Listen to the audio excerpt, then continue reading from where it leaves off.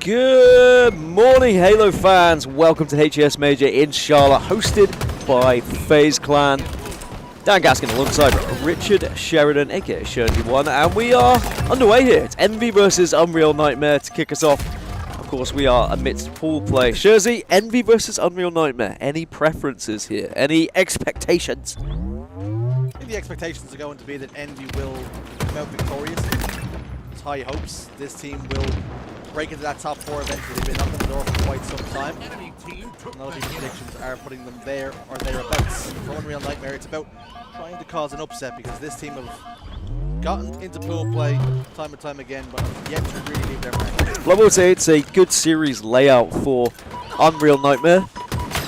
Scrims against Envy, 2 of these 5 they were able to actually beat them on. So it was about a month ago. There's been a lot of time for practice, but I'd certainly say that it bodes well when you look at game times you've actually been able to beat Envy on. So Unreal Nightmare, I wouldn't say they're out of this one, and of course Slayers, who knows, people don't really practice them as much, but this was one of them. So recharge King of the Hill, maybe this is how Unreal Nightmare can get a foot over Envy, but Envy have been performing very well as of late, but it's Unreal Nightmare who get the first.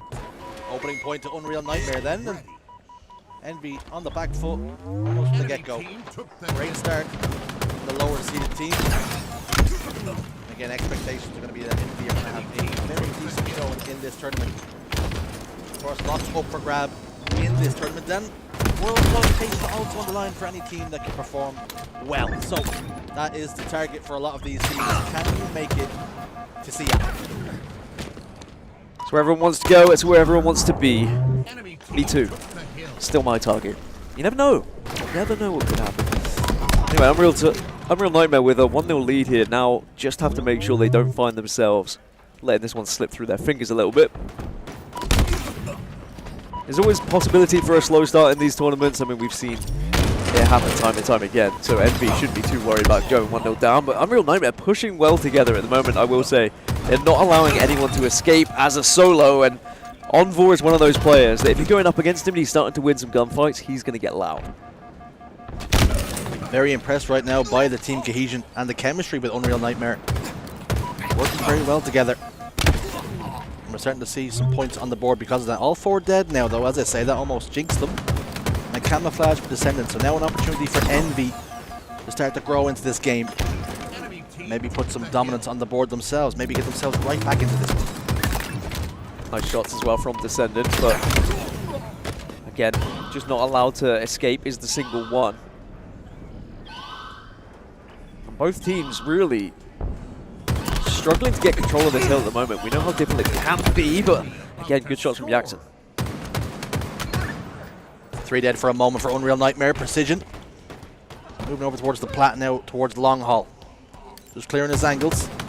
His teammates nice and comfortable, trying to take some space as well here. Benches towards tower. This is good movement from him. All tied up. Eventually, just you can see Envy step outside the hill. Trying to prioritize that rotation, getting their players in the right positions, then set themselves up for some success in the next hill. Careful now. Very close. It's always a day one thing. It is. Sometimes your tongue just likes to betray you. That's more than a day one thing for me. Every day. 1-1 though, so Envy will even it up, and nice perfect again. You can start to hear, or we can start to hear, the players getting a little bit loud already early on Friday morning here. Because even though pool play, it's a very different experience for different teams. Some teams will look at pool play and say, you know, this is a chance to have a nice little warm-up. We don't really care if we come first or second in the pool particularly. We're confident in it. That's going to be the bigger, the better teams. But for a team like Unreal Nightmare, it would be massive if they could take down Envy here. If they could maybe sneak away with 2nd seed in this pool, it could be huge for their chances of progressing a little bit further in that winner's bracket. Yeah, the goal for Unreal Nightmare has got to be to perform some kind of heist here in this series. Envy are now just in the ascendancy in terms of map control, numbers on the map as well. So a lot to do for Unreal Nightmare after a very hot start. Now Envy starting to grow in confidence. It was a 3-2 win to Unreal Nightmare when they played each other in scrims on this one, so it was a very close encounter, and I think we're seeing that happen now. A lot of time has already been chunked away, especially in that 2nd hill. And we are probably going to get to like hill 4-5, where the time is going to come into the equation. So both teams need to be aware of that, need to start planning for that early. trying to get that lead and then thinking, you know, do we try and hold on to this one? Do we start just having a little bit of a slay instead? Both teams will lose one player there. Precision with camouflage then. Teammate Jackson in the respawn screen has now just spawned back up, so it's a 4v4 on the map for a moment. Playing this one nice and slow, nice and passive. Waiting to see if his teammates can make some noise elsewhere. He goes in, gets a couple of kills. Perfect camouflage play here from position, just opening the door for his team for success. Triple kill now. Looking at Onvor, who just about avoids the damage. Onvor said, screw that noise. No overkill for you. Dipped out immediately. Not only that, but also ensures that pipes can at least be controlled, so there's another angle they have to worry about, but Precision, still being by name and nature, hitting those shots, does get a killing spree, eventually gets shut down, and good timing. Envy, last player alive, is Descendant, has to win this fight if he wants to win the hill, and he is just going to keep Unreal Nightmare out of it for now. Prioritizes staying alive here. Knows he's not too comfortable, down to no shields. Fresh spawners could have taken him down, and that would have meant spawns become a real issue, so heads up play. And Envy will get that point in the board, and they will now take the lead. A huge 1v1. You lose that 1v1, you may lose the hill. Even a trade would have been pretty bad. It gives the chance for Unreal Nightmare to potentially take control of it, hold back the spawners, and then maybe even win the point. But now with 2 minutes left, Envy do have the lead, and that's just going to put Unreal Nightmare on the back foot a little bit here. Although off the rip, they have been able to get a little bit of time, but now 3 dead for Unreal Nightmare. Common last man alive, not for long. He goes down, cleared out. Descendant's got control of the hill once more, over towards Plat now. They have got control of Blue and Tower. So all the ingredients they need to see some success. With Unreal Nightmare spawning over towards Pipes, it's going to be a long commute. Descendant's forced to back away here, so it's been a pretty decent break and a pretty decent disruption from Unreal Nightmare. Two very different expectations for these teams as well in this tournament. Envy probably looking to try and break into that top 4. Whereas Unreal Nightmare, I think they would be happy to get top 8 would be their ideal position or an expectation. Maybe if they went on a crazy run, top 6, but you want to break out of top 16, obviously, and then top 12 is never really a fun position to find yourself in either. But a team that has been dipping in and out, and some of these players have been going down into open bracket at times, I think they'll just be happy to be amongst the pro bracket. It is interesting, of course, because these teams come in, like Unreal Nightmare comes in as a top 12 seeded team in this tournament, and you know if they finish top 12 they're disappointed, so the ambition is always to do better than is expected. And for Unreal Nightmare, after a pretty decent start, they've been more than competitive in this game. Taking a look at the stats, you can see Breaking Shot having a little bit of a slower game, 10, 15 and 18, involved in a lot of gunfights, but Onvor, ever the Slayer, 18, 12 and 12. And on the other side of things, look at Precision, 21, 6 and 14. Oh, he's lost him. Oh, Dipsy Doodle. This little piggy went to Blue. He didn't get any roast beef, so Piggy does get the trade. And only 48 seconds left, so now Envy have the consideration. Do we start to just hold off from this hill a little bit? There's enough time on the ball that I think they could play that way. I'm trying to... Piggy and roast beef, I'm just wondering. Are you really blanking on that? This little piggy went to market. Yeah. This little piggy had roast beef. No, it's this little piggy stayed home. Yeah, but then what's the line afterwards? I don't know. It's not like I've been... It's just a classic children's nursery rhyme. Okay. Lock in. Why does a piggy want beef? I'm just... Well, he wouldn't want bacon. I'm confused. All right, 12 seconds left. And Unreal Nightmare have to go. You can see the push starts to get long. A little bit of desperation. You can see why Onvor is being completely backed up, cannot take space. Precision continues to put down fire. Triple kill from him. Time dwindles away, and Envy will win game 1. Well, regardless of if it's roast beef, bacon, doesn't matter. All that does matter is it's a 2-1 lead for Envy. They get the first map under their belt, and they can start to look towards map 2. So even though it was a fantastic start from Unreal Nightmare, and a pretty close game, all things considered, when you look at the seeds of these two teams, as we take a quick look at the stats. And Envy certainly were on the back foot to begin with, but then we did see them just slowly get back into the game. Yeah, definitely grew as things did progress, and I think that's perfectly expected from Envy. And for Unreal Nightmare, that's one of those ones where they might think it got away from them. They had a really good start, went 1-0 up, but never really was able to build on that. All right, well, that's the first game. You know how it works here on the Bravo stream. We're going to go for a quick break, but when we come back, we'll have map 2 ready for you.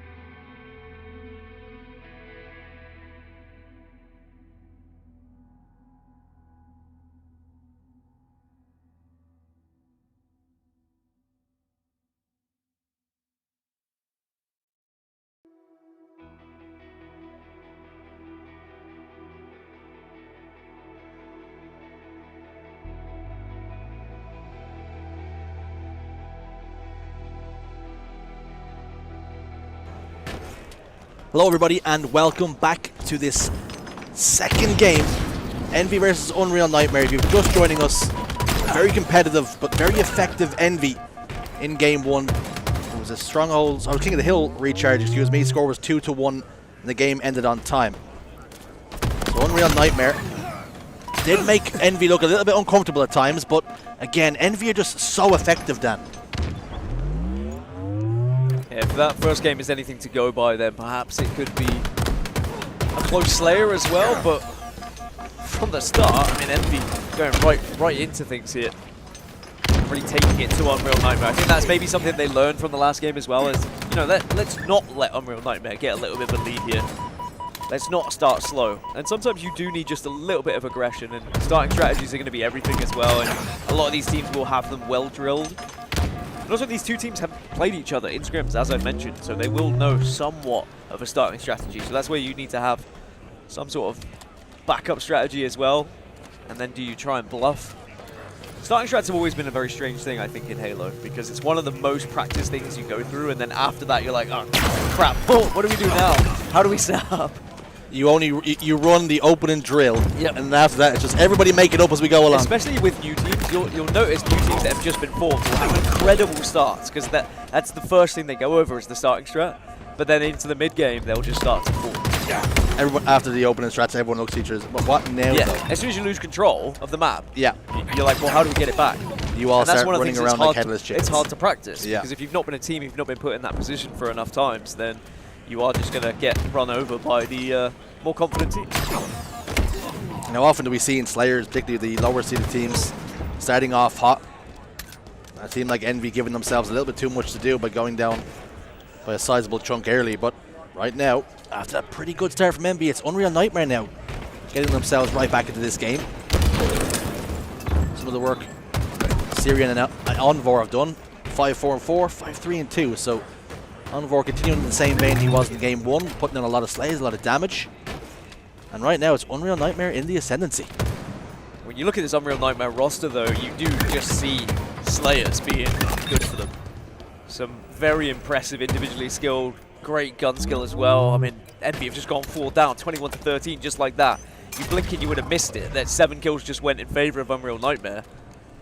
But now this is where you need to try and show a little bit of experience. You say, all right, well, we've got 2 decisions to make here.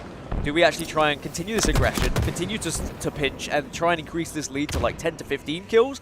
Or do we sit back and see what Envy have in terms of trying to escape here? And it looks like it's going to be the former, mainly because you got the camouflage, so it almost makes that decision for you. Yeah, you have to capitalize on those advantages that you've already worked for, and the camouflage is definitely one of those. And Common currently on a killing spree, he adds another one, so that's 6 without reply. He's not been shut down just yet.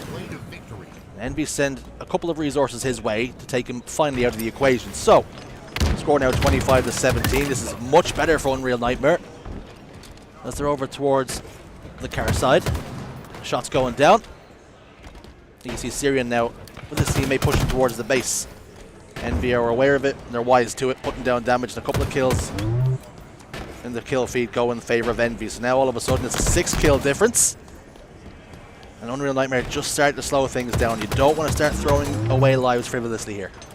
I do think back to some of the players on this Unreal Nightmare roster, and you think about what they've achieved in the HCS, and you think about, you know, Onvor taking on the entire European continent at times, and a lot of that came down to Game 5 Slayers, and it did go in favor of him and his rosters, so it's not like they're unexperienced. We knew that this team can certainly put up a fight against Envy, but I think the expectations for Envy is always going to be a little bit higher after some of the results they've been getting online and at the LBT LAN as well. So yeah, it's a tough one because it does change tournament to tournament, and online to LAN is obviously a huge difference as well. Not just connection-wise, but just mentally, where you're playing, where you're comfortable. And I think if you are a team like Unreal Nightmare, you want to take the comfort out of Envy's game here. Even if that is just like yelling over the monitors a couple of times, just let them know that you know you want this. Just try and take away some of their confidence. I think confidence is a big thing as well for players like Onvor. When he was winning series in those game 5s, he's no stranger to a scrap. He loves the war, loves thriving in the chaos, and he's a real player that when he has some confidence and some momentum, he can be a hard player to shut down. And whilst we don't have listen-ins on the Bravo stream, you can imagine that Unreal Nightmare are, very loud. They're going to be yelling a lot, whereas on the flip side, Envy are a bit more calm with their comms, especially in pool play. But you want to push Envy, you want to make sure that they actually think this is going to be a real game. It's not just going to be a pushover game. This is second versus third in the end in this pool. Envy are technically going to have a harder game, But if Unreal Nightmare can suddenly take a couple of games off them, that might just have Envy questioning, you know, are we good enough to break into the top 4? And it's interesting as well because when you look at these two teams, the expectation is that Envy will win the series. And for Unreal Nightmare, you're almost playing with house money. Nobody expects you to win this series. So you almost play with a little bit of freedom. And when you start to put Envy under the cosh, do they start to freeze up and say, hang on a second, do they get a bit nervy? Do issues start to arise because of that? Do they start to play a little bit differently when things go against them? I think what's really exciting about this event and going into Worlds as well is that like seeds 5 through 12, which is evident here as this is 5th seed versus 12th seed, is all pretty close. Yeah. The gap isn't as big, in my opinion, in like 5 through 12 as it once was. Once you get into the top 3, I think it's different, and Space Station for me, I'm still unsure on. I don't know what Space Station we're going to see here at this tournament. And they're in this group. Space Station will play both of these teams today. 1 kill game now, as Dan and I have been waffling. So the end game well and truly upon us. This one's much bigger for Unreal Nightmare than it is for Envy, because you always want the lower seeded team to win the Slayer just to push us at least at minimum 1 game further. They're trading out pretty decently here. Common's gone down, as has Piggy though. So now it's up to Envy. Can they solve this puzzle? Can they break a setup? Can they get some kills without giving away some deaths? This is a must-win for Unreal Nightmare. You go 2-0 down here, this series is going to be close to impossible, I'd say, with how Envy usually shut things out. 48-48 though. And Unreal Nightmare need to be careful. They're dropping down, they're getting aggressive. It's 49-49. Jackson trying to back away. 2 players over towards Car 1. Precision needs some help. Breaking shot might have stepped out just a touch too far, but thought the better of it. Oh. Send it down to no shields and will fall, but it was traded out in the end, and it's Envy who actually get a very slender 1 kill win. 50-49, and Envy will come out victorious and 1 game away from closing out the series. That is heartbreak for Unreal Nightmare, and they'll know it. You know, at one point they were 8-9 kills up in that game, but again, Envy showing their experience, showing why they are the 5th seed in this tournament. And for Unreal Nightmare now, going to have to dig very deep. Trying to reverse sweep this is not going to be easy, especially with Lattice Ball coming up, which is something that Envy did beat Unreal Nightmare on in scrims. Anyway, we'll have to see what does happen in Map 3, but before then, you know what happens. We're going to go for a quick break. We'll see you then.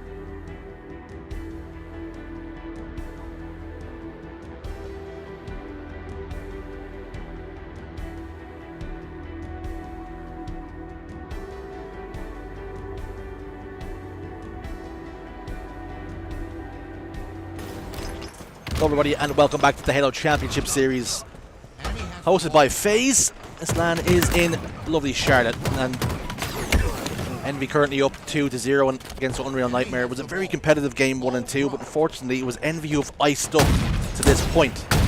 And then typically we would say the lower seeded team, as I say that, Descendant ripping a face. Typically the lower seeded team, the Slayer is where you look at in the series where you can get yourself in and amongst it, cause some ruckus. But as a matter of fact, with Lattice being one of the latest entries to the Halo Championship Series, everybody's learning. Everybody's adapting at the same time, but one player not learning and adapting right now is Ascendant, because he doesn't need to. He is the apex predator right now with that sniper rifle. Yeah, when you get a new map added to the competition, it's a level playing field. Everyone gets to start at the same ground, so newer teams have a better chance in theory. And whilst these teams have scrimmed on this map on different game modes, not just Oddball, Unreal Nightmare were better at some, but Oddball did go in favor of Envy. However, it was a very close one. It was 231 to 227, so it was 2-1 to Envy, but like super close rounds every single time. And I think that follows what we've seen so far in maps 1 and 2. Like, these two teams are not that far apart considering the seed they find themselves in, but there is a very high chance Unreal Nightmare find themselves losing this series 3-0 and everyone else just sees 3-0. Yeah. And they don't really understand that it was 2-1, 50-49, and then who knows what this one is. Yeah, you'll look at the score and it doesn't really paint the full picture. It'll look comfortable when you look at the black and whites. The issue is Unreal Nightmare have been very good. Maybe frustratingly find themselves down by 2 here. With 60 seconds of almost unanswered ball time. Descendant, by the way, still yet to register a death. Prioritizing trying to stay alive will finally go down. Probably good. He needed to die, because if there was an opportunity for a perfection, he starts to play a lot differently. Sometimes can be a hindrance if you've been alive too long. You don't really want to be looking at those numbers. In my opinion, if you're a pro player, you don't want to be looking at numbers at all. It doesn't help, it's not healthy. The amount of times I see people holding the back button, I was very guilty of it when I played, I still am. But you're like, oh, I've only got 2 kills and everyone else has got 8. I mean, oh, okay, maybe I should be a bit more aggressive. And it's just like, just focus on your game, play it how you always play it. Kills will come naturally. But this has been good control early on from Envy.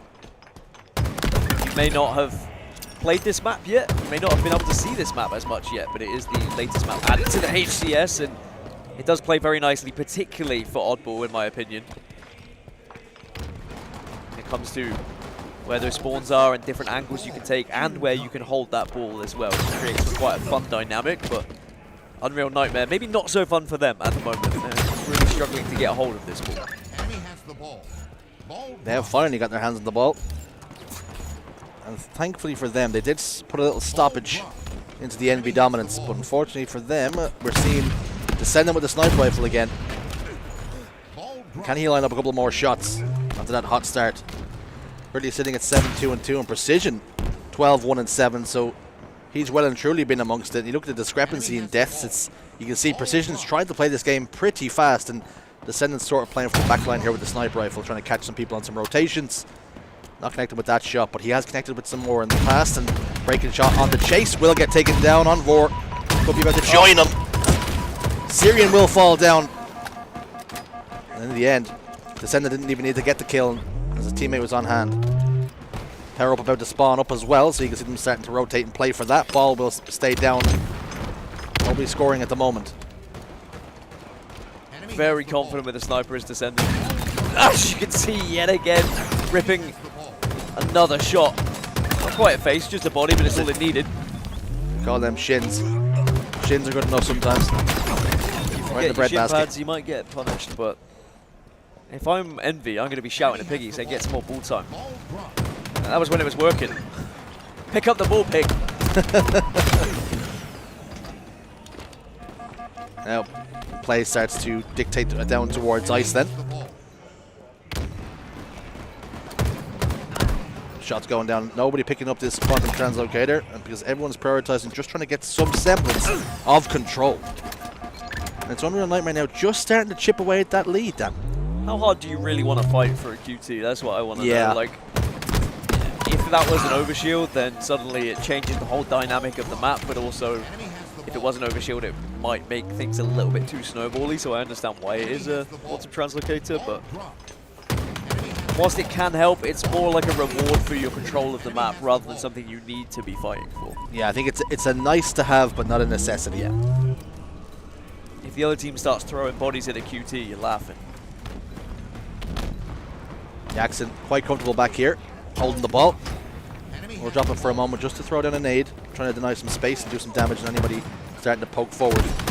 Trying to just milk his life as long as he can, settles for a trade, 4 dead for Envy, and now Unreal Nightmare can get their hands on the ball and again start to eat away at that lead. 21 seconds for Envy required to close out round number 1. And if Unreal Nightmare are smart, they really want to focus this sniper rifle as well. Do not allow Envy to get control of it again, because Descendant was just gobbling them up before. But now Envy have been able to get 2 kills. The focus is going to be about stopping the ball going in the hands of Envy, so that sniper rifle might just be wide open. And Picky's got his hands on the ball again. But Breaking Shot has been able to ensure that he gets a double kill. Where's the sniper though? There it is!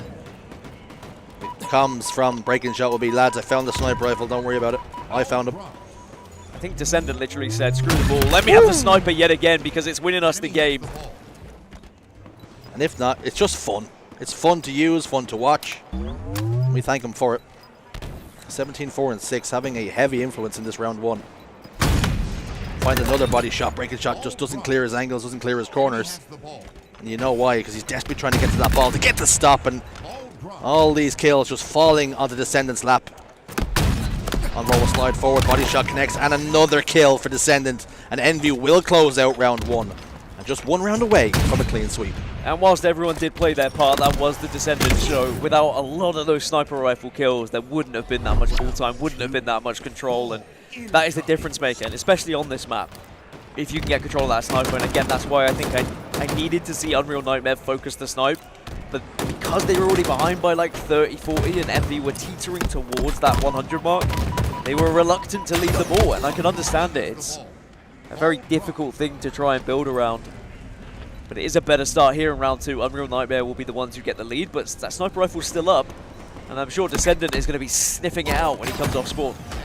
And there's something that Envy done very well, and particularly Descendant, is that he baited his teammates perfectly while he had the sniper rifle. And sometimes there's a negative stigma attached around the word bait. But when you do it properly, when you do it correctly, you just play off your team.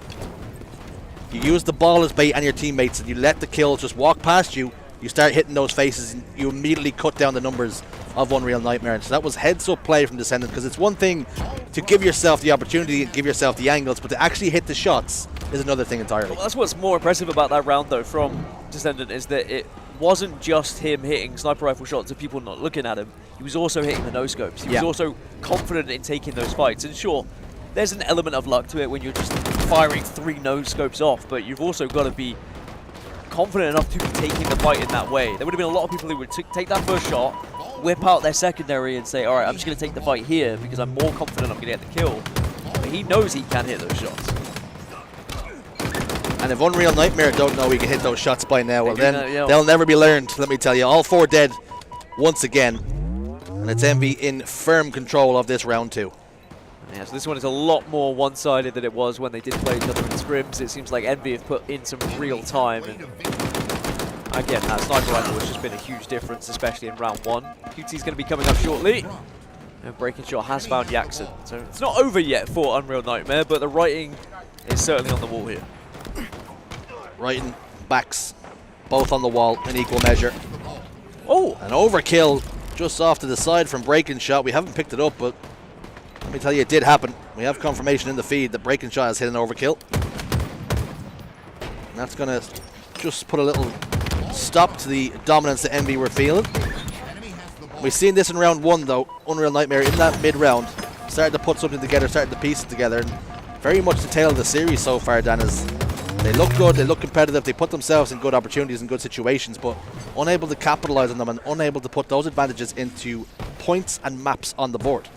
I think Unreal Nightmare will be desperate to play some of the other teams that are around the kind of top 12 seed here in this tournament. Like, the other third places in these pools, I'd be quite scared to go up against Unreal Nightmare in the way they're playing at the moment. Not all of them, but is that something that you could say for every team? Is that they would? I can't wait to play anybody in the top 12. I mean, Nobody's saying, give me Shopify Rebellion right now. well, I mean the teams in like 9th through 12th. Yeah, I know. But there are some teams you probably do want to play. If they're like, you're like, ah, yeah, we dump on them every single event. We're happy to go up against them. But I think Unreal Nightmare do look good, and even with their matchup against Space Station that's going to be coming up later today, I think Unreal Nightmare will feel fairly confident after this start, even if it does end up as a 0-3. I think they've been impressive. Yeah, agreed. I've seen enough here to take some confidence from this series. And we're not quite writing them off just yet.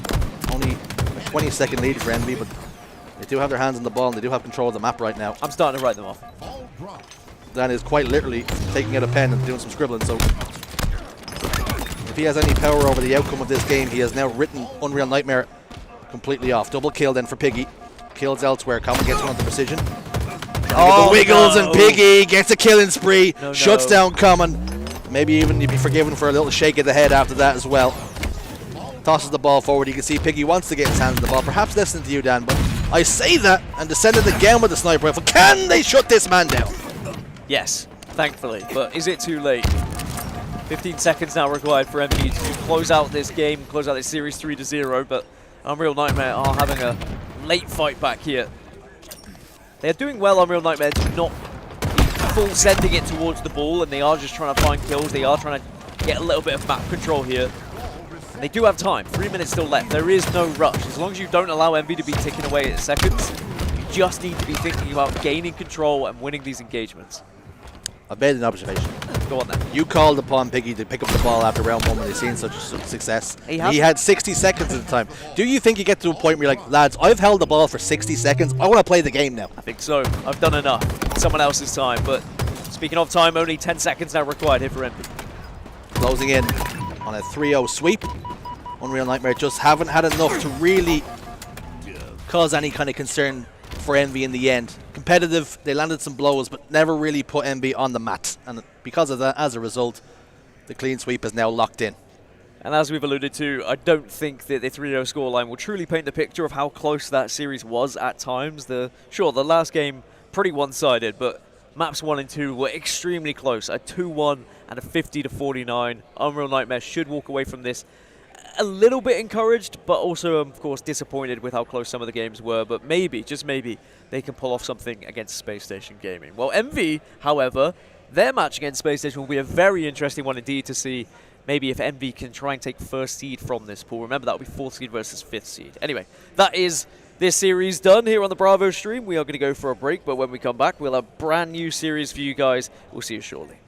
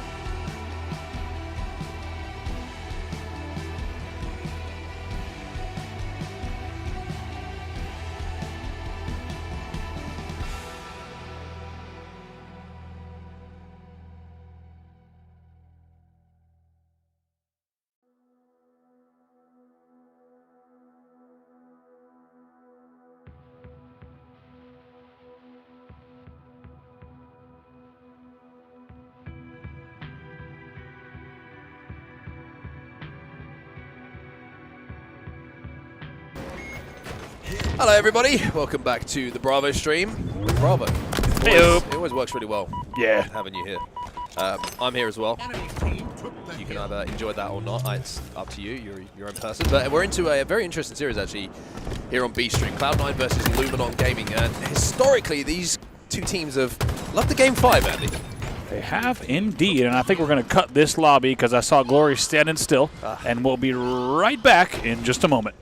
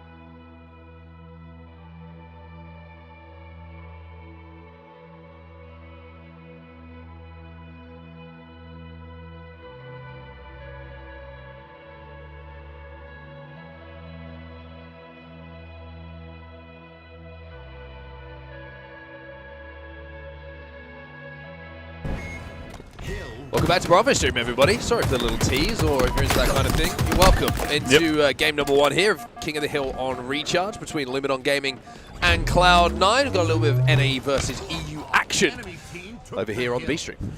Looks like NA winning the initial battle. Was 3 dead for Luminon, staggered 4 dead. So it'll be initial progress here for the C9 side. Just want to welcome everyone to the B Stream. Great to have you here.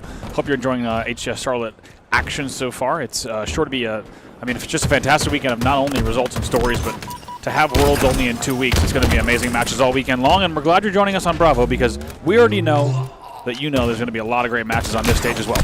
You know, and I know, that they know, that we know it's going to be great. An early break actually coming in here from Wootum and Luminon Gaming, although flushed out the hill almost immediately. A little bit early time there for Cloud9, but a very solid push actually from Luminon. They got on 3 or 4 dead, but not been able to really make the most of it. As Cloud9 will pick up a couple of kills and stand in that hill. It's interesting to talk about Luminon just for a second. Not the most practiced Luminon that we've ever seen coming into this event. Not a huge amount of practice over in EU. No boot camp for this particular event, but they are staying out, I believe. Yes. Now to Worlds, so they will be getting that practice in, and come Worlds, they will be coming right.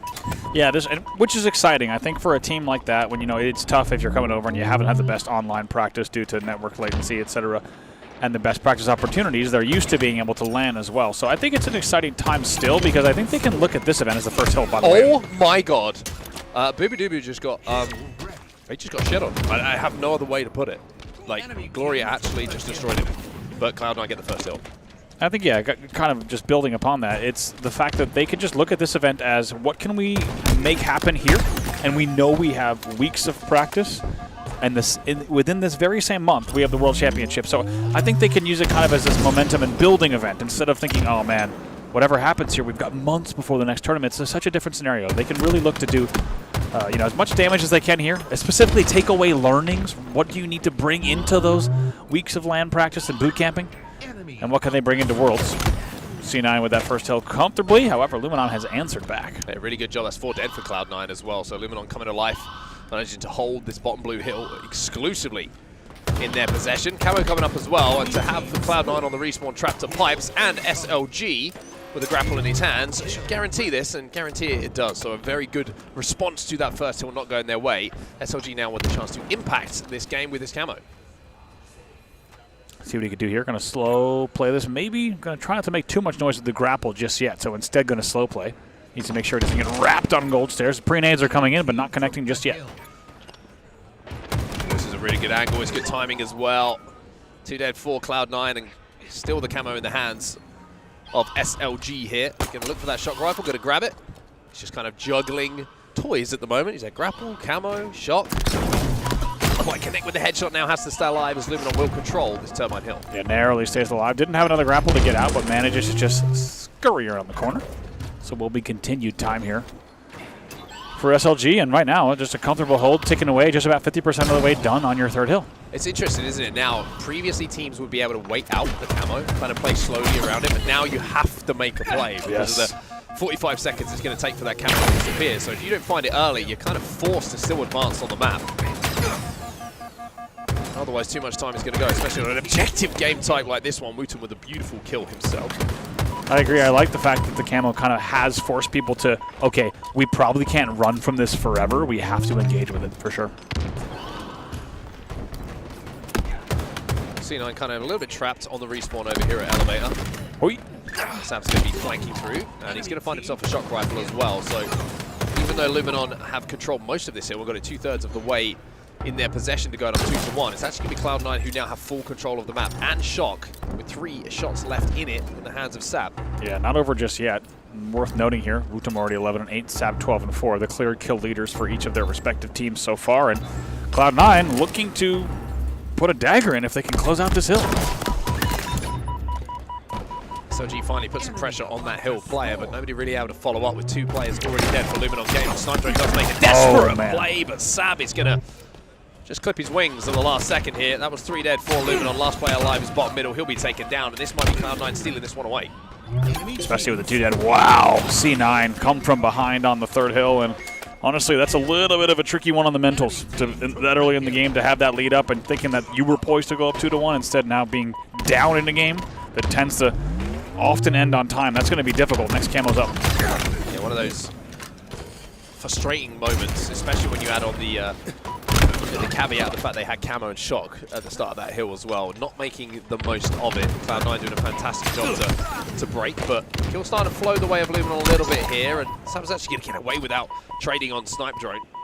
Glory is standing inside of that hill and will have an angle onto him, so Sam's just trying to stay alive here, wait for his teammates to join him. 2 dead here on either side at the moment, but Luminon stacked up inside of that hill, trying to protect those long haul and gold spawns. Finally, SLG is going to challenge, and he's going to win it. Nicely done. Wooten going to try to hold the angle, and already some good initial progress here, and they need to make sure, as we said, even though another minute has ticked off the game clock in a time where almost no time has elapsed on the actual King of the Hill scoreboard during that time, they need to make sure that they're playing their slow game, only down by 1 hill, and plenty of time to get right back in this game. Yeah, good shots coming in from Snipe Drone as well. Cleans up the kill, not only on top goal, but breaks the shields of 2 other players. And this is off the back of Cloud9 being 3 dead. So kill starting to flow the way of Luminon Gaming, as well as a little bit of time here. 1 kill did get picked up and not traded out. SLG will finally clean up Boo Boo Doo Boo, who was sneaking around the back of blue. And he might get Sab as well.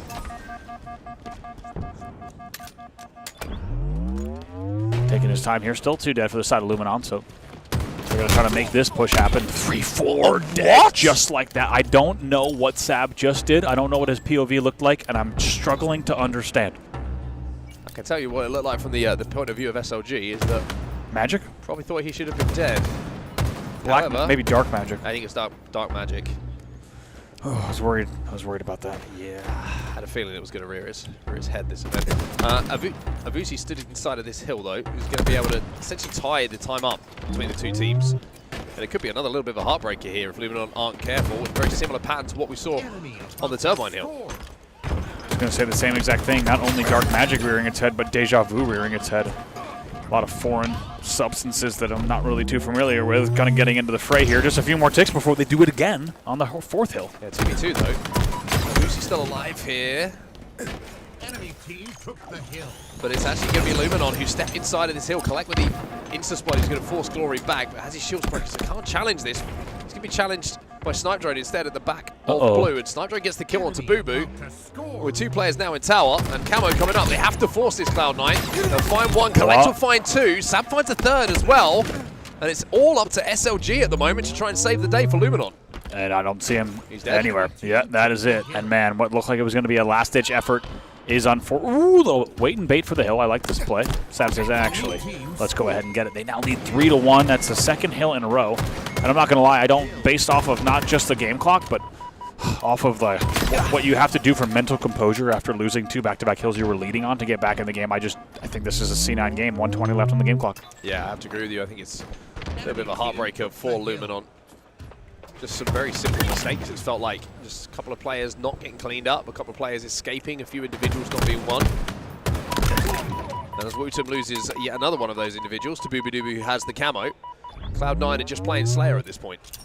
By the way, Sab, the man that we saw composing Dark Magic, is 22-7 in this game, so I'm actually going to confirm Dark Magic. Yeah, I was going to say that's no longer a coincidence. That man has a cauldron at the station. Amazing numbers, though, jokes aside, from Sab to be at this stage of the game with 49 seconds left.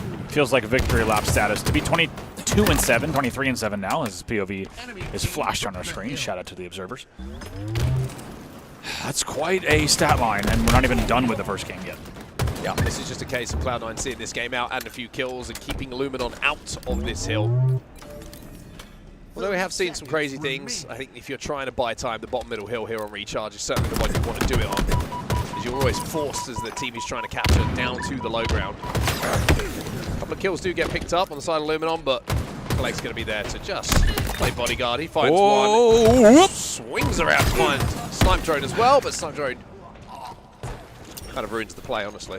Yeah. Would have been much cooler. I'd say Snipe, just for Snipe Drone's note, like, just let that one happen. Yeah.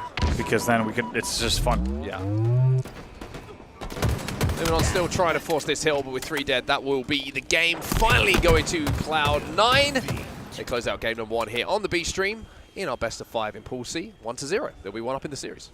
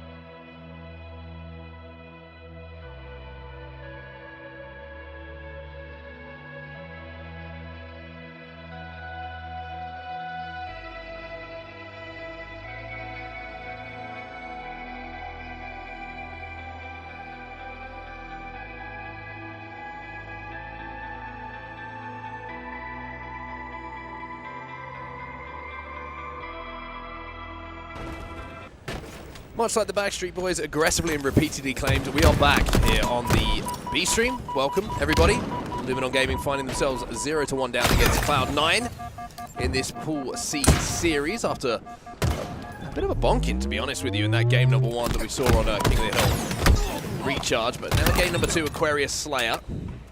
A chance for them to try and tie up the series, but at the start of this one, it's actually been C9. Well, we've got the control of not just the kills, but also the camo in the hand to collect. Oh my God, we're back again. Good to be back, 5-3, as you say, off the rip. And we'll see what can happen here on Collect's screen. Collect is playing, got camo, you can't see him. Nice work. I think I was like a syllable too many in there. But Made it work, though. Made it work. And also making it work is the damage here on the fridge, keeping the teammates alive, 3 dead off the clean wipe. It's 9-4 off the opening. Cloud9 wasting no time. And spotting some spawns, no split. It's going to be all spawning together here at Blue. Yeah, we were kind of discussing, as we tend to do, the series between games. And we were saying that Luminon looked rusty. Yep. Very rusty in that game number 1. Felt like the teamwork wasn't really there. The shots were looking a little bit shaky at best, I think. And it seems to be leaking into game number 2 here with a 12-5 lead to Cloud9. Just complete control of the map. I think important to note, rusty different from rustic, right? A lot of people are intentionally looking for that kind of rustic chic. You never want to look rusty. Yeah, I can't think of any situations really where you would ever rusty. No, yeah. To be rusty. You'd always want to trend rustic chic. Yeah. There's certainly added value there. HaloWC finding 1 though. The feed is going to keep that lead heavily in the favor of Cloud9 here. Now we have to talk about Aqua Slayer. We've seen it before. It is a very snowbally game type when it comes to Slayers. It's very possible, if you can find a 2, a 3 dead, to find your way back into the game. And that is exactly what Luminon Gaming, Andy Dudinsky, have managed to do. You predicted it. Pretty impressed with your foresight and ability to determine what was going to happen next. And that's actually a big swing here. It's a staggered 4 dead, and just like that, the game is back within reason. I mean, it's still a sizable lead for C9, but we'll see if Luminon can slowly climb their way back in this one. Cloud9 do manage to just calm the flames ever so slightly with a couple of trades, but nice bait and switch here coming in from both teams, actually. And it's going to be Wootum, who's going to be able to connect with the most important shots of that bait and switch battle. 19-14 now, we have a game. We do have a game. Did that camo get away? I couldn't tell if there was a camo player that got away. It looks like it may have been the burn in the end. We'll have to keep an eye on that. 4-kill game now. We're getting word from our team here. It was a big burn. Not in play. I thought for a second you said we're getting weird with our team here, which will also be accurate. Also, yeah, that's fun too. And also would be on us. 19-15 the score. 9 minutes left on the game clock as well. The camo was burnt, like you say, so it's going to be a straight-up gunfight. We're going to see our gunslingers going at it. Snipe drone is going to be dropping down after kill coming in from Wootum, and a double kill actually coming in from Wootum just off of screen. Now he's trying to collapse in on the damage done by his teammates to find these kills. But Cloud9 being elusive. Little Spartans, aren't they? Yeah, Snipe drone knew that the pressure was going to come. 3 dead yet again for Luminon. C9 now go up 23-18, and what looked like it was going to be a momentary swing gets shut down. It looks like C9 brings a gun to a gunfight, which pays off because that's recommended. The best way to handle it, and they so far come back out with a lead yet again. Only up by 4 though, so still a very close game. I was going to say, it was really, really well played by Cloud9 actually in that situation. It felt like the damage differential was heavily in the favor of Luminon Gaming, but Cloud9 played their lives long enough, forced them into situations where spawners could get some LOSs. And off the back of that, now have a more comfortable looking lead once more. 27, make that 28-21. It is tough though, because when people are criticized for bringing a knife to a gunfight, you don't really get the memo ever that it was a gunfight. You know what I mean? So it's easy in hindsight to blame someone for saying, but there's no one that comes out and says, by the way, it's going to be a gunfight. There's not a particular parchment that is delivered at any point. Yeah. Maybe that's something we could look at. Just to improve it. Our future in politics. Yeah. Wootum finding 1, but it's going to be 2 on the side of Cloud9. 25-31. Luminon still playing the catch-up game, but Wootum having a game at the moment. He's 12-6, double positive. Yep. I feel like actually... I'm 2 for 3 on that. I feel like his engagement that we saw in the back of the base where he picks up both kills and then gets damage on the top mid player as well, and like if he only had more ammo would have just kept going. I feel that's kind of indicative of what we see in this game. And as we said, now 12-7, but just dealing a lot of damage, but it doesn't feel like they've always been able to capitalize. However, just like that, it's a 3-kill game. Both Andy and I made some vigorous hand signals at each other there to indicate the game was getting closer and closer. 33-30 now is the score. As Snipe Drone will make it a little bit further away for Luminon as he throws a life away. Camo coming up, though. Yeah, we'll see how this plays out. Really, it's going to... if they can wait for Collect to get up on the map, and they might have a chance to fight out of this, but the damage has continued to come in, and now with 2 dead, this is a big camo for SLG. Grabs it, pops it, drops it. Oh no! Gets back smacked, loses it. That could be the moment that we talk about come the end of this game. Patty, whack, back smack. Brutal to see it there on the camo player, and what looked like it could have been certainly not only a momentary swing, but maybe even a lead change. Instead stays a C9 advantage by 5. Oh my Frost is juke. going to make the difference. There's a nade on the floor as well. And Sab is going to collect the kill. He also has the thrust to come back just in time to escape the Luminon Gaming players who are hungrily looking for a kill. And we are starting to see Cloud9 just string together kills. And Sab is not dying. And that means that lead is extending now 43 to 35. These are big moments, and Sab is continuing to have show great form, I would say, in these first 2 games. Yeah, if you wondered how Sab was 22-7, or whatever number he put up in the first game, that is why. That was beautiful play coming in. The micro on the movement there, and the angle selection was so beautifully done. Navucci putting up a nice performance as well, and just like that, it's 47-39, 3 to go for C9. Yeah, we are on the what feels like a very short road home for Cloud9 at this point. Especially right now with these angles. Glory will find one, but immediately traded out. Just 1 to go here for Cloud9 to be 2 up in the series, and this might be a little bit of a shake-up in the bracket should we see Cloud9 playing the way they are at the moment. They do close it out, 50 to 41. Cloud9, 2-0 up in the series, looking to close out in the next game.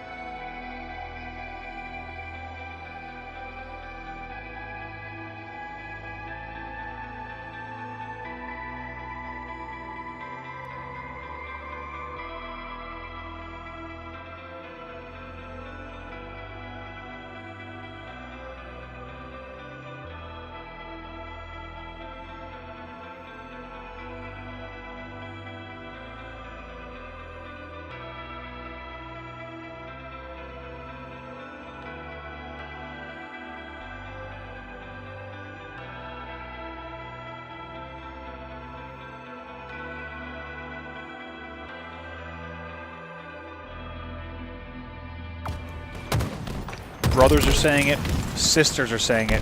We've got everything you'll need to rock your body now. We are back here. C9 leading 2-0 over Luminon Gaming. We certainly are indeed back again. Cloud9 2 up, like you say, as we go into the Lattice oddball here. First time we're going to have the opportunity to cast this new map and mode combination.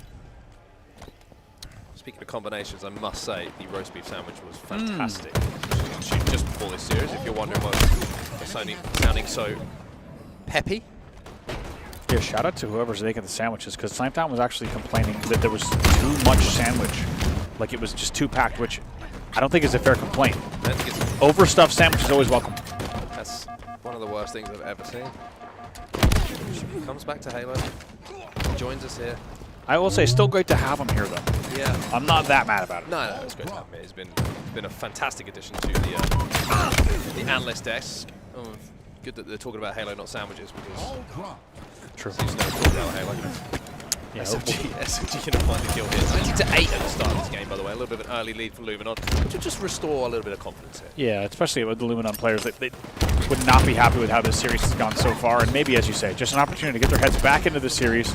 Still a lot of Halo potentially to be played. So SLG comes away and continues scoring yet again with a window hold. It's one thing that you will find Luminon is they are very good, due to this man, at finding how to play new game types. They will do a lot of the hard work. SLG will write many paragraphs on what he believes is the manifestos. The manifest, maybe the parchment that we were talking about a little bit earlier, will be used to show his teammates what he believes is the best way to play it. And usually, he's pretty darn good at it. Think back to the old Live Fire Strongholds at the start of Infinite. Yeah. He was pretty good at finding out how to play that one, so we'll have to see if the manifesto carries through here at the end, towards the end of the year. Already 39 points to 8 up. Looking good so far. Good shots by Sab once again. Yeah, I do agree. It feels like, just with the side of SLG, his theory crafting potential is quite high. When you got a new game type, right, this man will think endlessly about the best way to play these game types, and it kind of creates just a little bit of a delta in terms of teams that are able to put together their strats. Just as we say that, it's going to be essentially a staggered 3 dead for them. Snapdragon able to even things up just a bit. He'll likely be taken down, though, so it is a staggered 4 dead. Wutum first man in, though, and they're continuing to apply the pressure. Yeah, Wutum's going to actually drop down bottom middle here, find that kill. Booby tries to rotate this ball away from where the pressure is coming in towards the top of red. Wutum, though, he's still on the charge, and I think the Boo Boo is finding some bullets in his backside are being delivered by the man being mentioned. I like how he kind of just was not even that bothered. He was just kind of swatting away the shots in the back, and then eventually realized he probably does have to loop back around. Might try to play this, or at least rotate. Yeah, he's going to try to move this thing away from the pressure. But I think, as you could tell, not exactly sure where the spawns or the pressure is going to be coming in just yet. An important 1v2, he's forced back out. So even though they're scrapping together a little bit of time, Luminon's playing the map presence quite well in this scenario. Glory having a really good game here as well, especially the start of it. 8-3 for him at the moment, the Irishman. As Wutum will find a beatdown and a second. How many kills do we see? That exact combination of moves from Wutum. They say you can't out Pizza the Hut. I would say you're not going to out melee Wutum, and there's another example of it right there. Yeah, other pizzas, of course, are available. Oddball's going to be picked up here and moved back into the controls. 4 players from Cloud9 will fall consecutively, so Luminon has a chance to essentially go where they want with this one. Once their spawn has been called out, and it looks like they've got a good amount of space, and Snipe Drone with a sniper is going to be able to give them even more space if he can hit a couple of big shots here. I like that play from Wutum. Realize green might not be the best place. Let's continue the rotation. Take down 2 as well, so just like that, 75-25, and this series is not over yet. Enemy team nearing victory. One of those players who was the last alive, the Dubu, does find one. Sniper not really being able to find any clean angles with that sniper rifle as well, and now Glory finds himself as last alive. But at 83-25 in this round, all Luminon. Surprising miss there from Sab. By the way, he's also 2-9. Another one after unbelievable performances in game 1 and 2. So we'll have to see if he can find some form and heat back up. I wonder if he used all his kills up. Might have. Gotta be careful with your kill budget, folks. You only have so many. C9 are going to find a couple of kills here, but Oddball still being contested. SLG's going to get his hands on that one and just put a bit more pressure on. And now HaloWC finds himself as the last player alive. Tuba's going to be challenged. He does have the QT as well. He's probably just waiting for it to come back. And By doing so allows Glory to move in and pick up that kill. Glory also going to pick up the odd ball. He's picking up everything, Andy. He's like a human JCB. Nicely done there from Mutum. Just absolutely zips out of there. Glory realizing a play ball opportunity. Ooh, and turns on collect as well. This is fantastic objective management. S3 will fall. Avuchi, last player alive. This should be the final hold of the game. Looks like it will be. He's got support of the teammates, both emotionally and physically, and that will be Luminon Gaming finally turning up in the series. The first round will go to them. 15-5, by the way. Emotional and physical support. Not something I've got. We'll be right back. Don't worry, And we're back. Did you say you'll be right back? Like I need a mentally, I need you'll a be right back. I need a moment. Into round number 2 as Andy Collects himself. collects himself. Not, of course, speaking about the man on Cloud 9. He's in the death screen, so we wouldn't. Yeah. That'd be rude. I want to bring that up. Glory's going to find the sniper rifle, and probably the man that you want it in the hands of at the moment at 16-5. The body. I would say he hit Twice. vertebrae 7 in that second shot as well, and now finds another body to turn it into a double kill. Oddball immediately being collected by Mr. Norman. I still can't say his second name, and I feel really bad that I can't. No, It's I really wouldn't. French. Well, I just think with it, when you have a name like SLG, it gives you the luxury to exclusively use that in a pitch, you know? It's like Le Boudelec or something. I've never even seen it, thank God. On paper, I mean, on parchment. I've never seen it, which I'm grateful for after hearing you try to say whatever it might be. Yeah. Heavy first round win Great from shots. Good shots, I agree. Sorry to cut you off. No, you're fine. I think we both started yelling something at the same time. Luminon Gaming with a very, very impressive round 1 win, and they're really, you can just tell, right back in this series. Knife Throne with another 1v1 win, and it's a rare, as we talked about, at this level of gameplay, it's rare that you see 1v1s even taking place on this map, but it's nicely done. However, they will find themselves on a 2v2, and the ball will be played by Wutum, and there's no better player who can play ball faster because he spins 3 times as fast as you do. Yeah. That man is a human cyclone. 17-0. Luminon Gaming with a good start here, but kills starting to just be shared a little bit more evenly in the last few moments as Cloud9 have managed to find a 2. The Tomb comes back off the spawn though and makes the cargo area of the map his own as he wins his 1v1. QT coming up in a few moments. Back into the fight, but deleted by Sab, who is just starting to come to life a little bit. But at 16-16, I might have lied, because that maybe isn't coming to life a little bit. Yeah, we'll see if Sab can turn this one around. It feels like it might be, if we see his stat line turn, it feels like that could be them tying up this game, just because with as dominant as he's been in games 1 and 2, to see them lose that first round with a stat line of 7-16 so far across the 2, it kind of goes to suggest that if Sab picks up the heat, we might see him come back in the series. Well, there's a couple of kills. Oddball is down at the moment, and so are 2 of his teammates, so he's just trying to play close to Oddball, find an opportunity to fight, but even the QT isn't going to be good enough because SOG has his eyes trained on the return point. And as SOG pings downriver, which I'm pretty sure is on the playlist of Wes Price. I'm not sure who the artist. Things downriver. We'll continue to score here 20-9. That's good. That is fantastic, and a great song as well. I believe a Song of the Year nomination back in 2018. Pings downriver. He was going to have a go with the sniper rifle now. He's pretty much managed to move up uncontested. Cloud9 do have the lead though. They managed to just sneak a little lead out, as slender as it is. Oh my, reach out as well. Confidence coming in from Wutum as last player alive as well. Just wanted to even up the numbers. Now where are the spawns going to come in? I don't think it'll be close enough for Wutum to get aggressive. Who cares where the spawns are when you shoot people in the head? That was fun. What a run from Wutum. Fun indeed. Let's see more of that. Boo trying to answer back and suppress some fire from the other side. And during all of that chaos, we're somehow essentially tied here at 25-25 as the teams are scrapping for some control. Yeah, it feels like the longer this game's been a 2v2, the more and more scrappy it's been. Finally, it'll be 3 dead on the side of Cloud9, and they can just Luminon just take a second here to try and force a spawn, but Sab, as that last barrel line, makes it a little bit mixy once again. Glory down to no shield. Sab finds 2, and now they can take that oddball away. The setup that was trying to be constructed by Luminon Gaming. Very mixy. Sab picks up 3 as the last player alive, and what did we say? If Sab starts to turn his game around, the game could turn around. That's exactly what has happened. Sab with a huge 1v3 effort there, essentially. I think he had some help from spawning teammates, but in the end, it doesn't matter. He's got more numbers on the board, and now C9 leading in the round. Well, momentarily 3 dead though, and Sab taking some damage means he's going to have to back up, and the odd ball will be scooped up by Luminon Gaming. Just wanted to note as well, SLG with that bottom middle fight, entering the fight in my favorite way in all of Halo Infinite, which is with the double-footed slide tackle. Yes. And I'll just say it studs up as well. Studs up. He's taking the booking. He'll probably be suspended for 3 games.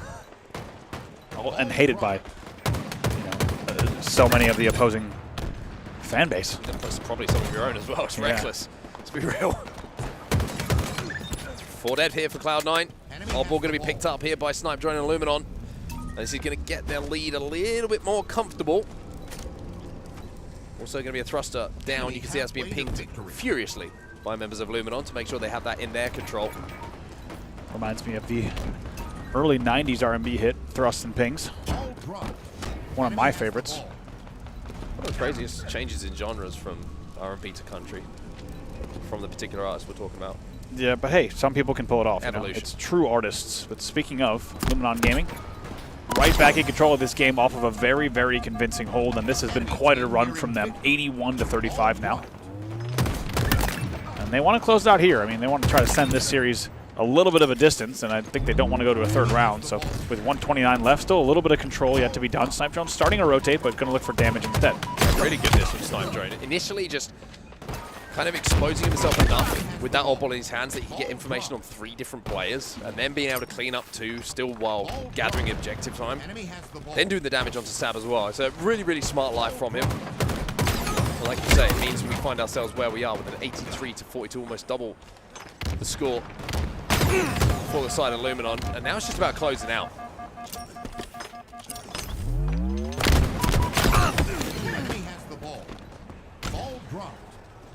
Now with 60 seconds left. Enough time certainly for C9 to get right back in this one, but it feels like going to have to do it again. 4 dead though is going to pave the way for them to maybe, if, in terms of setting up this story, we'll see if they can have one final hold. This would be quite a difficult one, but we'll see if they can pull it off.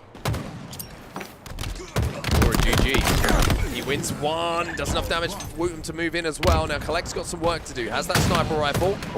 Deals with Wootum very, very comfortably. Sees the next player moving up as well. The killing spree at just the moment you need to. K looking for an OVK. Wootum's going to show. Time has passed. That had killed tack potential in terms of the timing, but look at the game now. 84-61. Not over. Oh, boy. I mean, if they come back into this, it's all down to this man and these individual plays we're seeing from his POV. Collect starting to take over this game.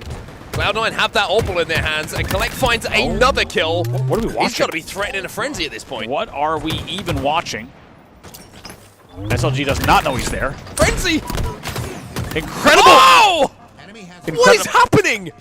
Unreal run, unreal math from you as well to know exactly when he was 1 kill away from the frenzy. Finally, he's taken down, but not before we have a tie game. What a run from Collect. That is a takeover of epic proportions coming in from Collect, and now Luminon have got to be reeling. Glory's going to fly forward. The support is there from SLG. They find 1, 2 dead, 3 dead. Momentarily on the side of Cloud9, and finally, Luminon will get that ball in their hands, but they have to hold off this push. Let's see if they can do it. Here comes Boo Boo and Collect now pushing. Their push is just a bit staggered. It's just a bit off. They did not have the timing. That will be the round in the game. That'll be the round of the game. It's great shots from Snipe Drone, but boy, I mean, Collect gave it everything in that final round to try and drag Cloud9 back into it. But eventually, it's going to be Luminon Gaming who get on the board. The series now stands at 2-1 to Cloud9, and we'll be back with Game 4 in just a moment.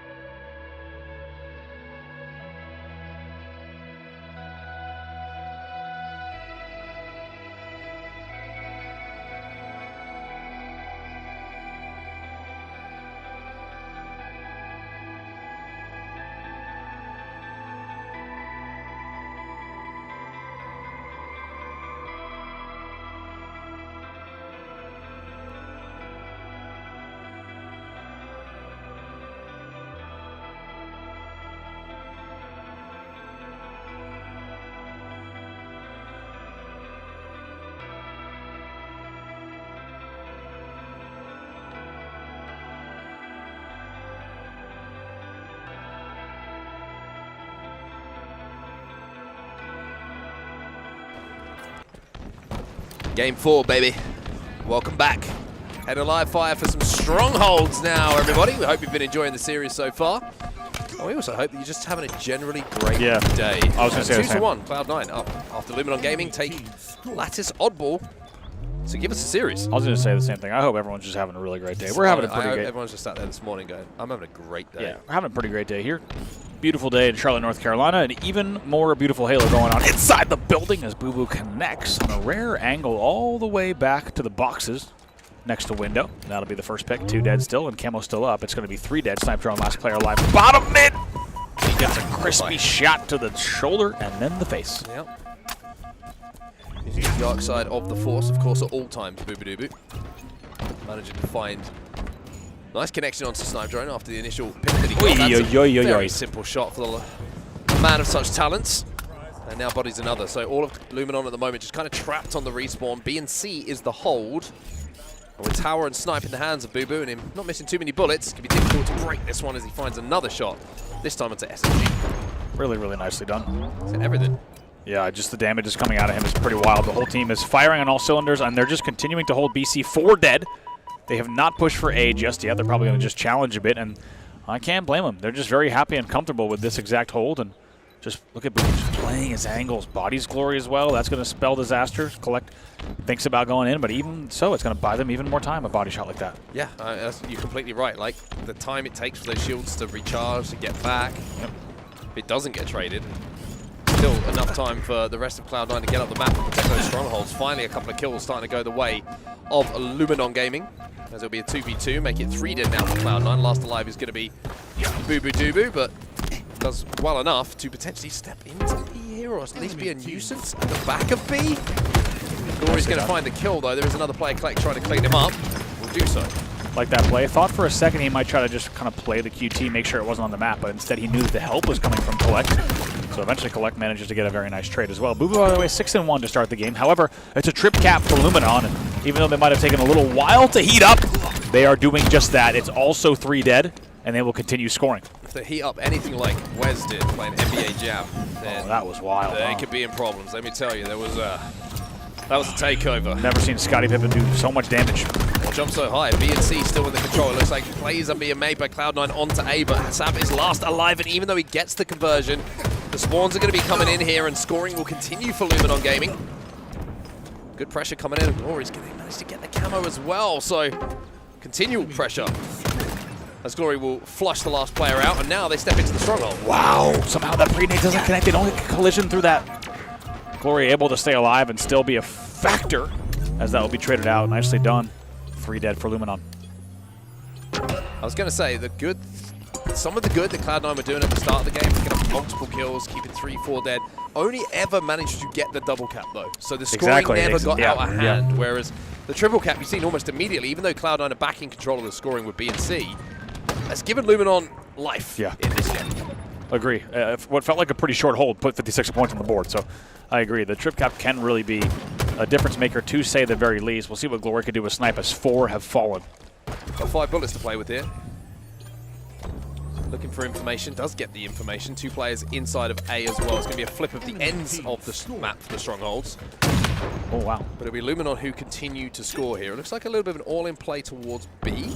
Coming in from Cloud9. Glory's looking for info, not going to find anything, but now the pings are viciously being delivered.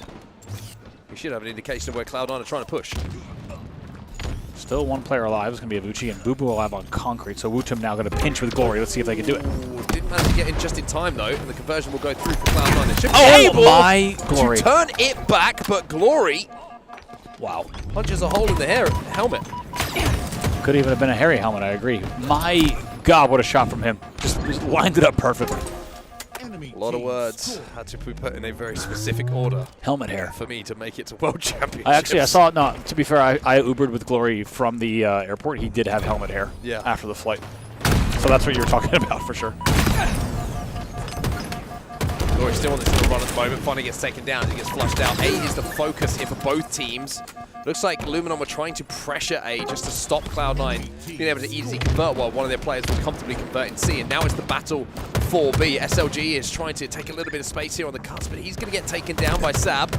Glory, having taken a little bit of damage himself, Does a good job to actually exchange damage with Collect. B will be flipped by Cloud9, but numbers are starting to stack up on the side of Luminon, and you would expect them to try and put some pressure on one of these strongholds soon. Yeah, they're going to need to, especially with the score starting to run away. As you just heard, halfway to victory, already 130 on the board. It was 3 dead for C9, though, and that trade will make it a staggered 4 dead. B's going to be flipped, though, by the looks of things. C9 are going to be able to spawn in and around A, and you imagine they were going to look for some damage, maybe try and flip the map here. 2 players absolutely lasering, aimbot towards the garage door, though. But a 130-91, this is still a very, very close game between the two teams.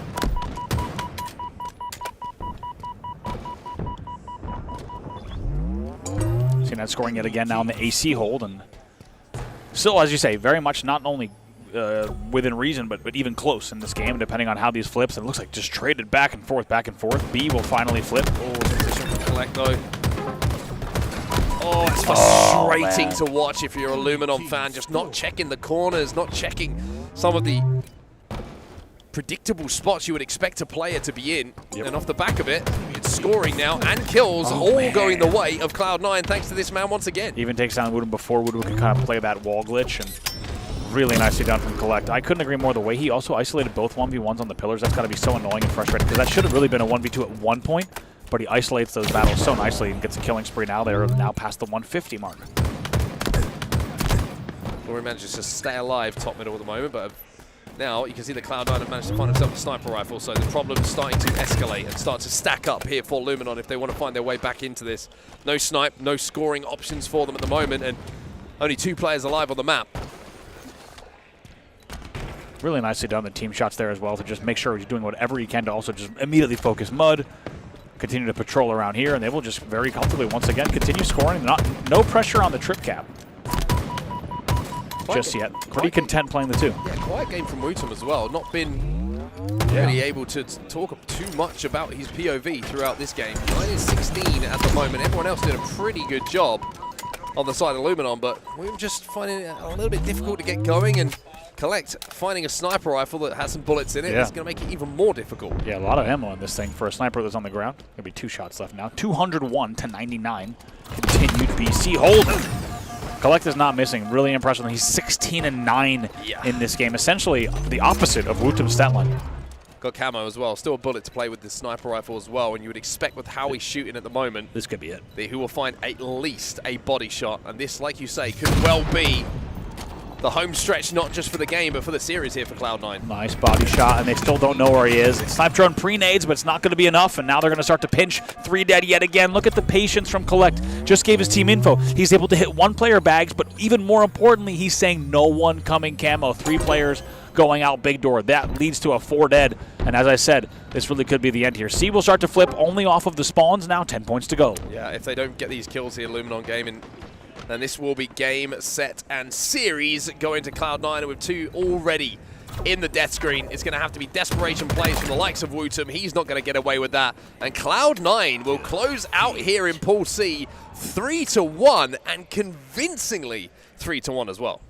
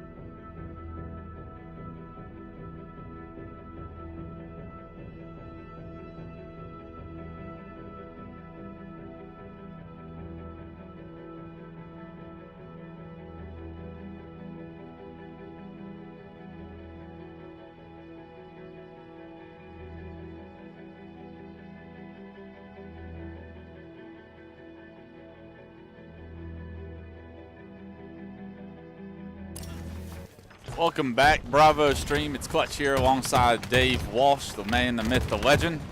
We have an SSG series against Unreal Nightmare here kicking off. Game 1, Lattice Strongholds. Yeah, I mean, out of all the pools, I feel like Unreal Nightmare is one of the toughest ones, if I'm going to be honest with you. I feel like Space Station and Envy are not going to be easy for either of those squads. Yeah, I think with the proven just veteranship on SSG and then how promising Envy look, you definitely have your hands full here. They do have a couple up-and-comers on their team. Breaking Shot, we've seen some good things from him throughout the last year of Halo Infinite. Sarion, one of those players that really has impressed me from the open bracket, former BTH member. Now an opportunity to finally start his first trip in pools. Let's see how he kicks it off, but it's going to be hands full dealing with SSG, like you said, just a team that expects to win this series in dominant fashion right now. On their back feet, however. Unreal Nightmare, Sarion has that Quantum, able to suppress from the back. Unfortunately, teammate can't take him down, and the suppress jumps into A. It's going to be Sarion trying to get the melee before he Quantums, but a little bit of an early Quantum there. May have saved his life, but costed him a stronghold. Yeah, this one's tough. I mean, somehow, even though it's difficult, able to fight his way out of there over at the crates. But like you said, not getting the crucial kills when you need them at that exact time. Because that kill where he gets the trade forces Space Station to have to sit back in crates again and grab that hill. No longer the case. We talk about this pool, and honestly, SSG's run into this tournament, Dave, and a 4th place finish at Salt Lake City, maybe not necessarily the worst case scenario for them, but not what these players expect, not what these players want. It has not been good online for this team, scrimming against teams. They have looked like a shadow of themselves coming into this tournament. This is a big series, and we see Unreal Nightmare taking advantage of just that here early in Game 1. I was just going to say, yeah, you know a squad like SSG has just only been worried about or studying Envy when it comes to this pool. But they can't be sleeping here on Unreal Nightmare because even though Stellar's having a strong start, 8 kills to kick off the game, they're losing 55-6, and that's not something you want to see there for SSG. The little times that I've watched them here on this map, it just doesn't seem to fully be clicking yet for SSG. It doesn't feel like they have the objective efficiency that they need to have. That's a good point. To kick this series off, to have this as map 1, a real opportunity here for Unreal Nightmare to gain some much needed momentum, some confidence going against players like Stellar, players like Eco, world champions, right? They need to know that they can belong on the same server. So doing just that right now, pushing the trip cap, 87-6. Good or bad right here. What do you think, Wes? I mean, pushing this trip cap, you're pushing those spawns out. It's actually super interesting because they forced them white because you had teammates in blue and you're blocking back red ramp.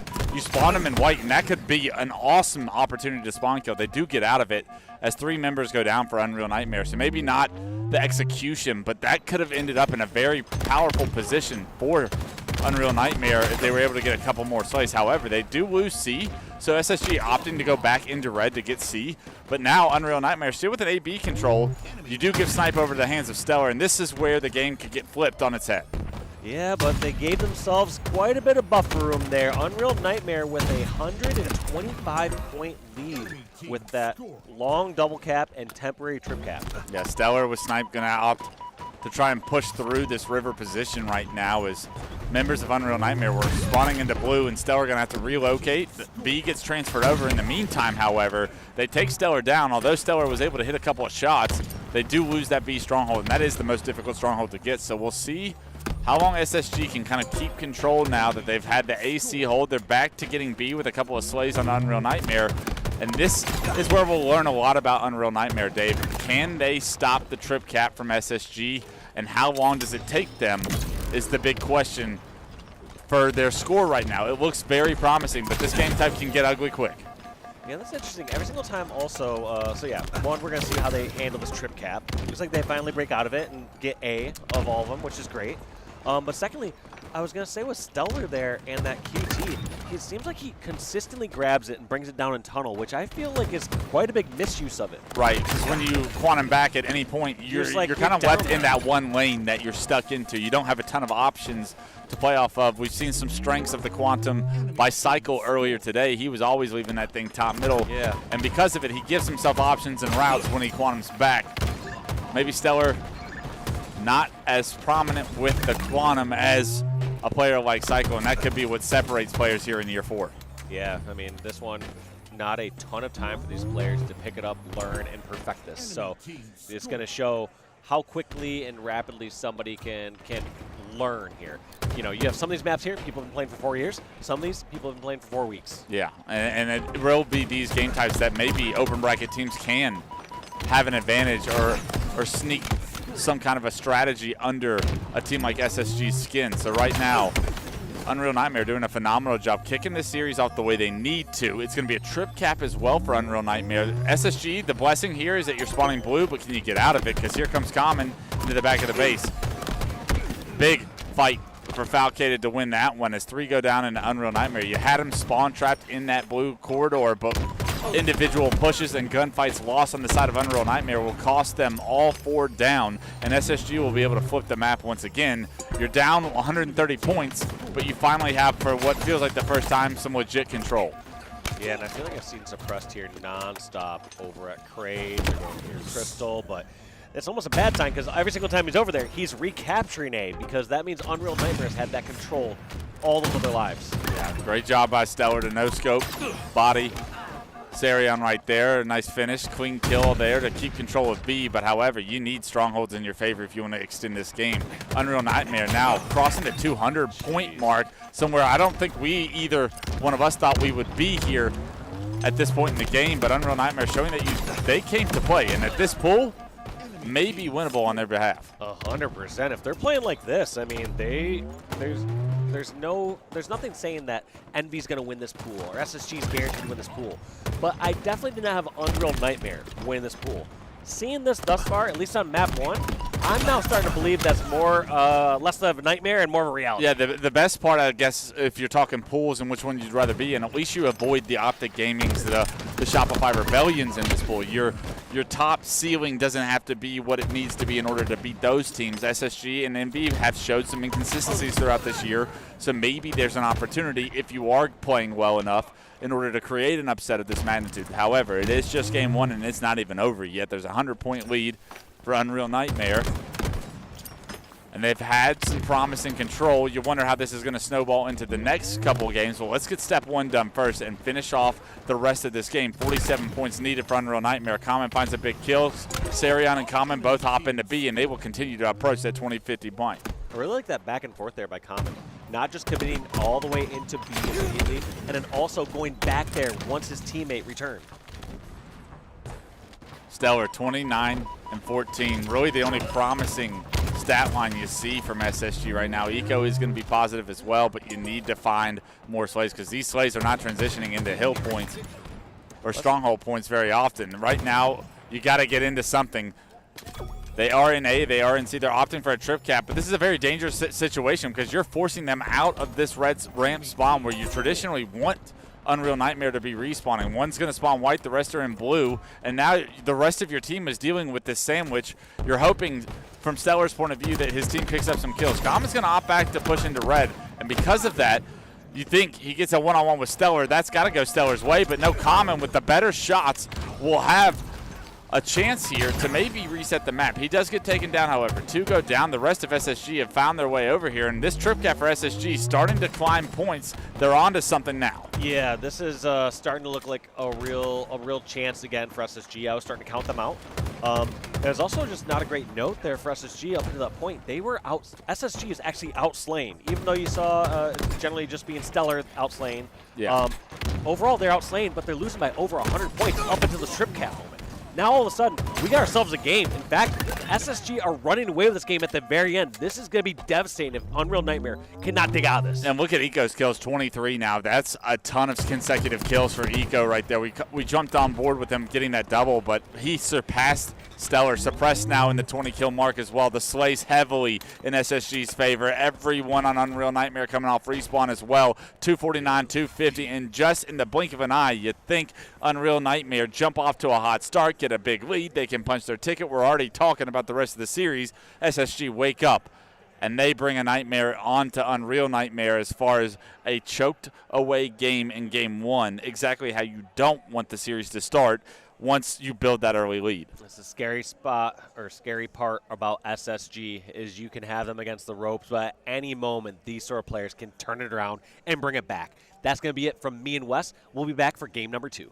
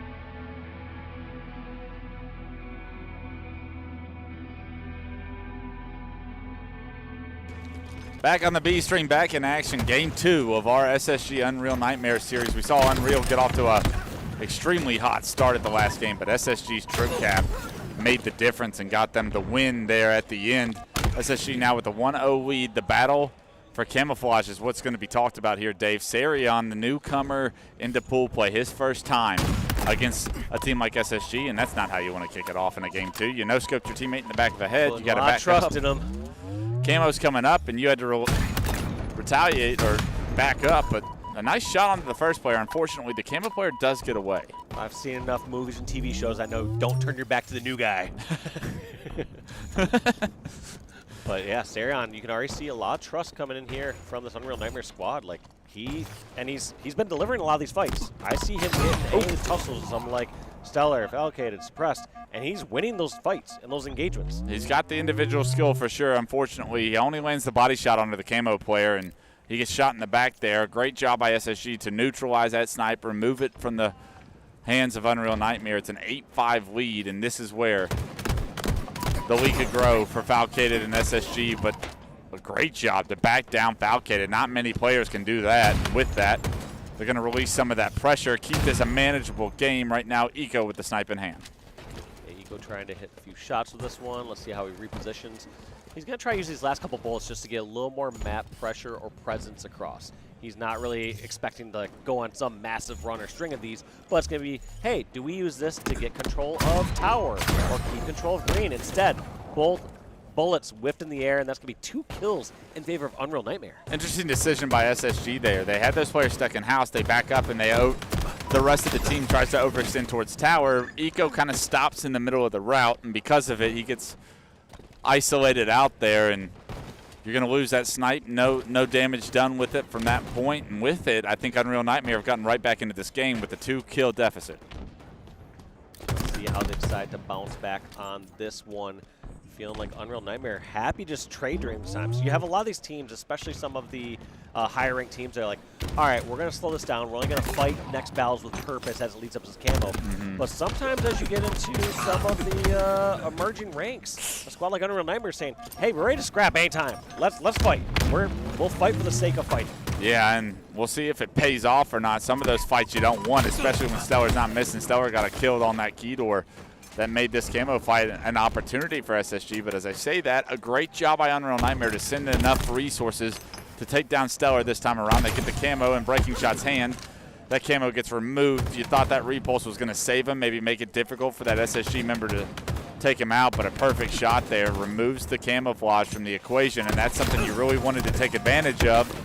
You no longer have that, and with it, the deficit remains 2. And even throughout that whole exchange, even though Breaking Shot got taken out, I was so impressed with that route. Just perfect dodging of 3 grenades, very unexpected position to be there on cuts, and it still just doesn't play out. Sometimes, not sometimes, all the time, it comes down to execution. You can do 9 out of 10 things right, but other person hits their shots, you're dead. Yeah, they say great offense beats a great defense.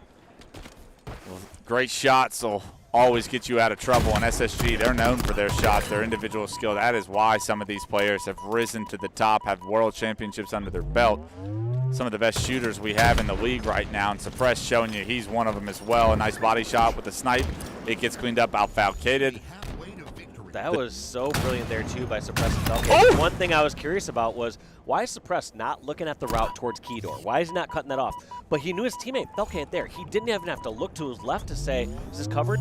That has to be great comms coming out of that SSG squad to have that confidence that you just watched this one spot, teammates got the other way. It's so nice when you're not having to check every little nook and cranny, when you're given the information to be able to play around. Suppressed, however, gets taken down on a big door fight here. We're hopping on board with Eco. Sarion's going to have Quantum, but doesn't choose to Quantum out until he's done with Eco. And those are good shots from Sarion. It is a 7-kill lead, however, for SSG. They've been able to neutralize that camo from Unreal Nightmare and really start to run away with this game. Yeah, getting now to a 7-kill lead. We're going to have to see what transpires here next. Because we've seen during some of these neutral scenarios that Unreal were doing great, but all of a sudden just feels like SSG have just kicked it up a notch. Feels like they're now winning the fights. They're not giving up any free deaths. They're not wandering around aimlessly like it felt like in some of the periods of game number 1. Yeah, 10 kill, make it 11 kill lead now for SSG. The individual skill really showcased in a lot of these one-on-one fights.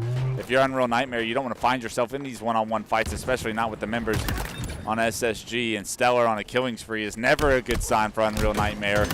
SSG starting to find some rhythm, and although another kind of slower start to this game 2, it looks like they're finishing game 2 off the way they finished game 1 off, on fire. Yeah, and this one's just looking to get out of hand. I mean, a 14 kill lead, 15 kill lead. Early on is rough. Later on, almost insurmountable at this level of play. The room for error is starting to dwindle right now. 43-30, 13. It's still doable, but like you said, as you approach that 50 kill mark, every single death is just an opportunity for SSG to just trade out a kill in a situation where they may be at a disadvantage, but it doesn't matter as long as they continue to get 1 for 2 at this point. 44, 45 now. Asarion goes down. Eco 12-5-8. Stellar 16-5-8. The SSG long-standing members really having a series here so far throughout 2 games. Yeah, you're right. Both Stellar and Eco stepping up when the team needs them most. I feel like we've always been looking at, you know, Suppressed kind of consistently putting up big numbers in previous events. Falcated kind of being that hot and cold player. Yeah. But I feel like Eco has been flying a little bit more under the radar of these last few events. And so I'm really happy to see these kind of results from him so early in pool play. Yeah, absolutely. I think you want your underachieving statistical players to have great series in these series so that when Suppressed and Falcated have the big pop-off moments that you know that they're bound to have, it's at the right time. It's at the and you have the confidence in Eco after having such a stellar performance throughout what is pool play so far for this SSG team.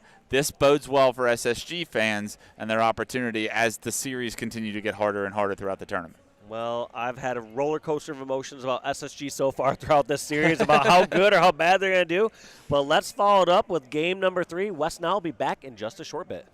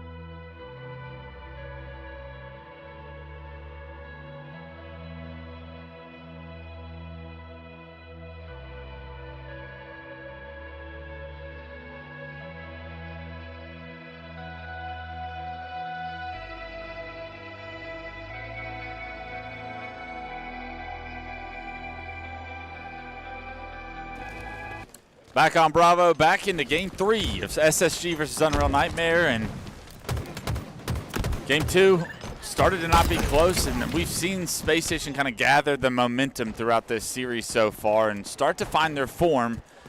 That could snowball here onto Forbidden, but it is a great opportunity off the opening break for Unreal Nightmare. They get 3 down. They have Snipe and Sarion's hands at the top of the ramp. The flag is on the move, and it looks like, once again, Unreal Nightmare off to a great start of this game. Sarion with a nice double kill for the no-scope as well. Yeah, and there's also an interesting start there by SSG, where 3 players took that exact same route, trying to jump up on the branch, going up towards the attic, and 3 players all went down in top center after taking that branch up into the attic. Yeah, one great grenade can do a lot of justice here. As they did open up hot, they were able to take a 1-0 lead off of that. That's big time for their confidence here to gain a little momentum, but as I say that, they lose the map control when they cap that flag, and what does SSG do with that map control? They get the flag on the move. A couple members trying to poke and prod away at that flag, trying to take the tunnel route, and it does look like Suppress is able to play his life, get his shield back, and continue that flag run. The overextension from Unreal Nightmare is going to be a real threat to punching this one in, and you're wondering, is Eco going to go back with this flag, or does he feel comfortable enough that his team's going to cap this, that he can sit back at the enemy team's hut and continue that level of map control? It does look like the flag has been stalled for now.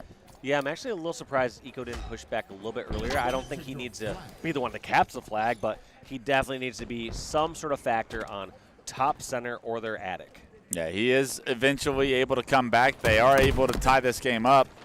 10 seconds for the next overshield, and that's what everyone on the map is playing around right now. So Falcated going down is going to give Unreal Nightmare an opportunity. Also a flag pull on top of this overshield coming up. Suppressed can't take down Common without being removed from himself, and 3 go down for SSG. Overshield going to be in the hands of Unreal Nightmare. This flag guaranteed to go in. A kill comes back on respawner Stellar, and right now Unreal Nightmare may be in a position to run this flag as well. I mean, this is one of the highest capping, lowest kill games I've seen of Forbidden with how many kills we have on the board. You had 3 members of SSG, all with only 1 kill apiece, and Onboard is bringing this 3rd and final flag back. Yeah, there's 2 members of SSG with 1 kill. Stellar has 2, and this flag could end the game. Falcated is behind enemy lines. Is he going to play spoiler to the end of this game for Unreal Nightmare right now? They get information that he's there. Falcated can't quite get the first kill, but he gets a kill in the kill feed on a breaking shot, so that instant somebody. I know you love to see that, Dave. Eco slides in with the double. This return surely going to come through as the last player alive removed from the map. It was Sarion. Eco able to, or Falcated, I'm sorry, able to hop onto that flag return. The flag now a counter cap opportunity for SSG. I mean, this is just the hot and coldness we're seeing out of 2025 SSG here. You have them at one moment this close to dropping this game. On the road. All of a sudden, pulling this miraculous comeback. This reminds me all about game number 1. Yeah. Once again, they're at the 225 mark. You're like, man, SSG's out of this. Right there, they were 10 feet away from Captain's flag. SSG are out of this. But no, somehow they still have this championship caliber play in them, despite having some misses earlier in the game. A big kill by Sarion to take that snipe out of Stellar's hands, but you couldn't be more right, Dave. SSG figure like these individual plays are waking them up in the middle of the game and getting them back into it. This time it actually saved the entire game of Game 3. We'd be looking at Game 4 right now if individual plays weren't made, but Falcated able to find that double, get that flag return alongside of his teammates. They weren't able to counter cap it, however. So good job by Unreal Nightmare to at least minimize the damage. Maybe didn't end the game when they thought they were going to, but at least the game continues in their favor, 2-1, overshield up, and you got to deal with Onboard trying to land some body shots here with the snipe. The flag is also being pulled, so pay attention to that. This overshield, a hell of a distraction for this flag carrier. Unfortunately, that distraction is removed. 3 go down, last player alive. Suppress gets caught actually leaving that flag and going back to overextend, but a great job by Breaking Shot to sniff that play out and to eliminate Suppressed here. You got to think he's going to take him down. At least getting ahead of myself. It got close. Stellar in the tunnel, however, now buys enough time, and a great job by Suppress to stay alive there and eventually transition that into a kill for Stellar. Yeah, that was just a wacky scenario there, but in the end, looks like as that flag gets returned, Suppressed doing everything could to stay alive back there for that one reason, as the 3rd and final flag goes in for Unreal Nightmare after that insane performance by Suppressed in the back of the base. Yeah, unbelievable job by Unreal Nightmare, honestly, to not just let that whole game slip away, even though the flag return came through and you thought it probably was going to end earlier. We've seen them fall short in that game 1 where they weren't able to get back on their feet, but they got back on their feet in game 3. They make this series 2-1 in SSG's favor. We'll be looking at game 4 shortly after the break.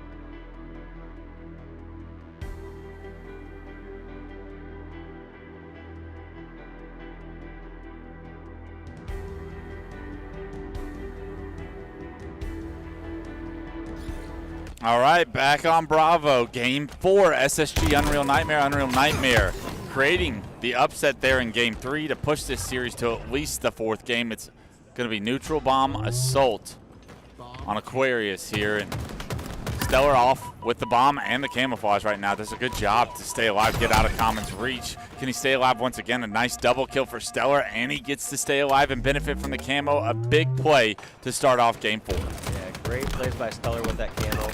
Now, one thing we've seen throughout the series is it felt like a lot of those OBJ games have been pretty scrappy, just in general.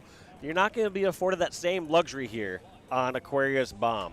You need to get proper rounds of slays. You need to push in as a team to bring this one in. You're not going to get as many sneaky arms or anything like that. So we're going to have to see these teams be a bit more coordinated than we did on games 1 and 3. Interesting situation here. As Stellar dropped that bomb front the base, he was able to relocate into the generator, goes to the flag, goes even over towards the fridge. But that bomb and all of Unreal Nightmare overextended. And so although you have control of the enemy team's base, you need that bomb to go with you, and unfortunately for Stellar, his team was not able to get the kills in order to do so. Falcade are going to be the last player alive now for SSG. The bomb on the move once again on the car side. A big win for Common.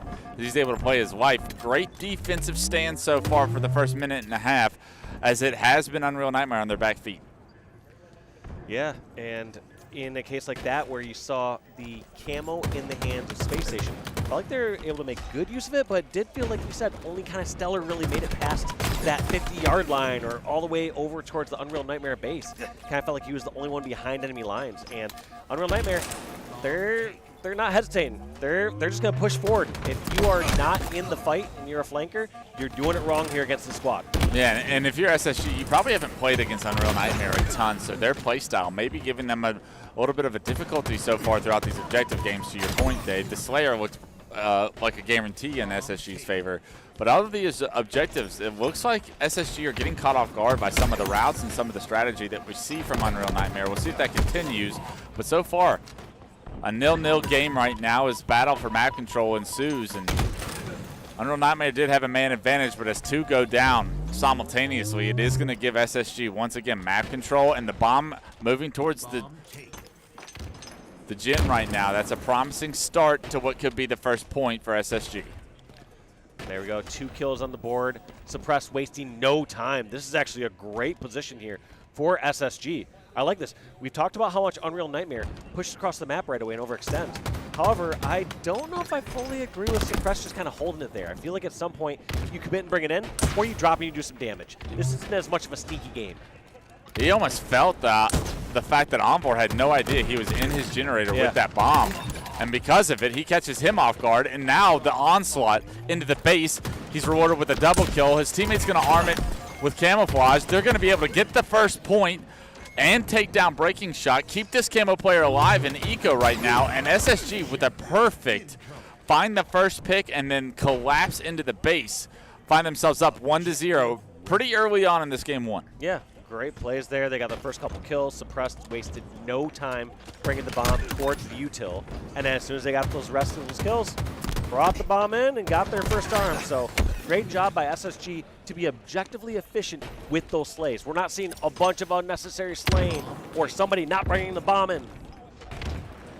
Yeah, great job. And it's all off that first pick, too. So the fact that they were able to find onboard virtually for free because they didn't know that the bomb guy was behind him in his fridge. Maybe a little bit of a chaotic situation now for Unreal Nightmare as they find themselves in a game 4. Aquarius, it's going to be a very fast-paced map. Can you deal with the pace of some of the best teams in the league if you're one of those outside the open bracket teams looking in? This is a very early opportunity in these guys' careers as far as a pool play opportunity. This is what it's like to play one of the best in the world. The game's going to be fast. Can you keep track of all the players? And if you don't, how far do they punish you? So far, it's just a 1-0 lead for SSG here in Game 4. Yeah, that's a great point because it's not just how fast can you keep up with them and, like, are you there from the moment to moment? It's, all right, what are these players doing as there's this chaos going on? Does it sound like this player's flanking into the back of my base, so I need to clear this out?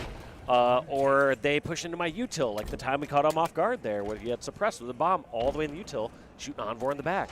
So having that kind of macro vision in line with where these players are heading as these chaotic moments are taking place. And a lot of that is pure communication, and how the communication often differs from some of the best teams in the world and then the teams that are tiers below, right? I think that's a skill set that we traditionally don't see a ton of or speak a ton about. We do at the highest level when it separates the two, but that coming into play here as things may get chaotic, how does the communication of Unreal Nightmare stand up?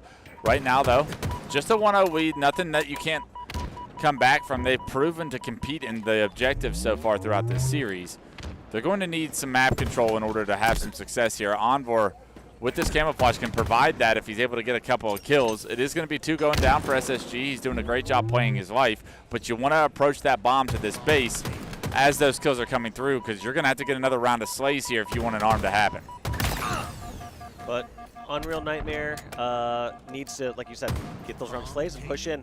SSG happy just to slay this one out for a moment. They're saying, hey, let's drain some time on this clock, trade kills back and forth, and all of a sudden put yourself in a difficult position to have to get a bomb scored with only a few minutes left in the game. Yeah, although Envor is now, what, on a triple kill, killing spree-esque life, that bomb being rotated out is going to force Unreal Nightmare once again to get another round of slays. It's a killing spree for Envor, but look, the lines of defense for SSG, you have to get so many rounds of slays the way that SSG are denying this bomb from going into their base. It's making it near impossible for Unreal Nightmare at this time. Dang, and I wanted to hype up Envor right there too with that bomb route, where most people just go straight up the stairs as soon as they get to that base. That's what I would expect, to be honest. Instead, he wisely just brings it over towards the util stairs where he had 2 teammates.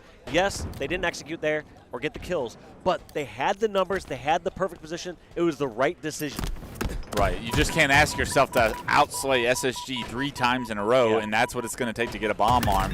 You got to be more efficient with the objective. Right now, Eco with a double kill on screen, spots another player to no shield. Can't quite get the triple, but gets good information, keeps a no shield on another player. So Eco getting damage onto so many different players here. Does fall to Envor there in a kill that he's going to want back, but a great job by Unreal Nightmare to have a little defense of their own here. SSG was looking promising right there. 3 go down for SSG momentarily. This bomb still being moved across car. These fights in the back of the base are so important for Unreal Nightmare to try and get an opportunity at an arm here. Dang, Sirion cleared out the back of that base. Bomb is arming. That bomb moved quick. SSG were in a spot where saying, don't really worry about it. Bomb's all the way at their base. Just going to sit in there, take the hard way out. Die on my own terms, he says. But they get the point. They tie it up. A great job. And look, that only took 1 round of slays. They got those 3 dead and already were able to have players forcing those last couple of players alive for SSG, or maybe one of the respawners. That fight in the back of the base, they split spawn them into the fridge, and that's where they had success. That's what it's going to take. Can we repeat that one more time and push this to a game 5? 4 down for SSG. Unreal Nightmare with another camo in Envor's hands. This is a big-time play by Envor. Let's see what he does with it.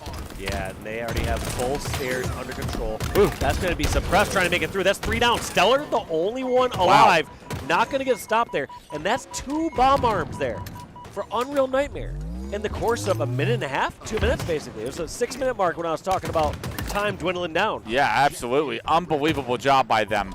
That was 1 round of slays once again. Great job getting the objective across, and a great job by the lead entry fraggers to get those kills and hold down that pink door long enough to get that arm. You now get to play with the lead. 3 minutes and 43 seconds on the clock. Might sound like a lot of time. SSG have opportunity to respond, but as trades will occur inevitably on a map like Aquarius, this could come down to time, and Unreal Nightmare have another win condition in their favor to push this series to a best of 5. Now, time, which was the favor and working for SSG, all of a sudden is their greatest enemy. They were able to get their first arm within about the first 4 minutes. Around the 8-minute mark is when SSG got their first arm. Now, back against the wall. They need to get these slays, and trading right now is going to work for Unreal Nightmare. I mean, look at those wins. You see Envor win his, Breaking Shot wins his 1v1, and because of it, SSG's opportunity at what was going to be control, a potential opportunity to arm the bomb, denied. You won 2 1v1s against 2 of the best players in the world, and you get the opportunity to get back on the map, spread out, and continue to fight with the lead. Breaking Shot trying to move this bomb forward. On one hand, I like it. I like making SSG have to decide when and how they're going to bring this bomb, delay it a little bit more. Other hand, I feel like you need to just secure slaves on this. 3 dead, Camo's up, and Sarion's in the back of SSG's base. This is a difficult situation for SSG to try and deal with. You can tell by Eco going down there. He was trying to compete for Camo, but he was the last man alive, and now Falcated gets control of his base. He was able to take down Sarion, but not without Common getting basically a free camouflage. Let's see how Common plays this as multiple members in the fridge for SSG are going to get taken down. 2 go down, 1 front the base. You don't want to lose that camo there, but all the while, 2 minutes left on the clock. This bodes well for Unreal Nightmare's win conditions, continuously looking at that clock and trades going in their favor. Yeah, and I don't hate this play. I like the idea of Unreal Nightmare. 1, bringing the bomb and being a little aggressive, bringing it towards the SSG base, so they're not just turtling up. But 2, not committing to that guaranteed arm. You don't have to force the arm and put yourself in a spot where your team gets wiped. I love the fact that they just aren't turtling up, though. That's my biggest gripe with some of these emerging teams, as they just say, oh, we just got to play defense for a minute and a half. Let's all turtle in the base. And those are the moments that someone like SSG is going to pounce on. I hope they continue that for the next minute 30, but this is where we'll find out. The bomb being thrown at their base in their face. Sarion wins a big 1v1 on a suppress. He even takes down Stellar when he doubles back. He's still a problem. Gets damage on the Falcated. Falcated versus Envor. Envor chooses the nades. Falcated shows you that the gun was the right decision, as Falcated able to find 2 kills there that were big, because Sarion made a play, took down 2 players. Falcated with the answer, and now the bomb approaching Unreal Nightmare's base. Fortunately, Unreal Nightmare able to spawn in the back of their base and not in the fridge, but here comes the collapse. Common, the first victim, a killing spree for Falcated. Falcated actually does take down Eco and another enemy player for Unreal Nightmare. The last player alive, breaking shot, no chance against Falcated as he's heated up, and this game will be all tied up with 44 seconds left. We are basically going to OT. Next bomb wins here between these 2 squads, and once again, SSG, an individual play. They might not have the strong consistency throughout the entire game, but dang, do they ice it up every single time. An individual play is being made to win SSG some of these games. It's Falcated this time around. That spree was a thing of beauty, and he had to be active the entire time for that arm to come through. 19 seconds is just enough time for Eco to be convinced that this bomb is worth moving. Finds Envor as well, as after taking down breaking shot up the stairs. Good information to his team that is still in the base. Common denying this bomb from going any further. 6 seconds on the clock. We got to get this thing in the arm point, or we're going to overtime, and Eco not able to move it. Great job by Unreal Nightmare to deny that bomb from moving. Although there's players in your base, that bomb being stalled out in front really stalled a lot of time for respawners. However, the rest of SSG have now showed up and put them in a trap. Breaking shot trying to move that bomb, camouflage and suppress his hands, gets shots onto it, and I'm not sure those shots were really worth the damage he takes. He doesn't lose camo, however, so it is going to be risk versus reward here, and he's going to benefit from his teammates getting kills on the fridge side of the map.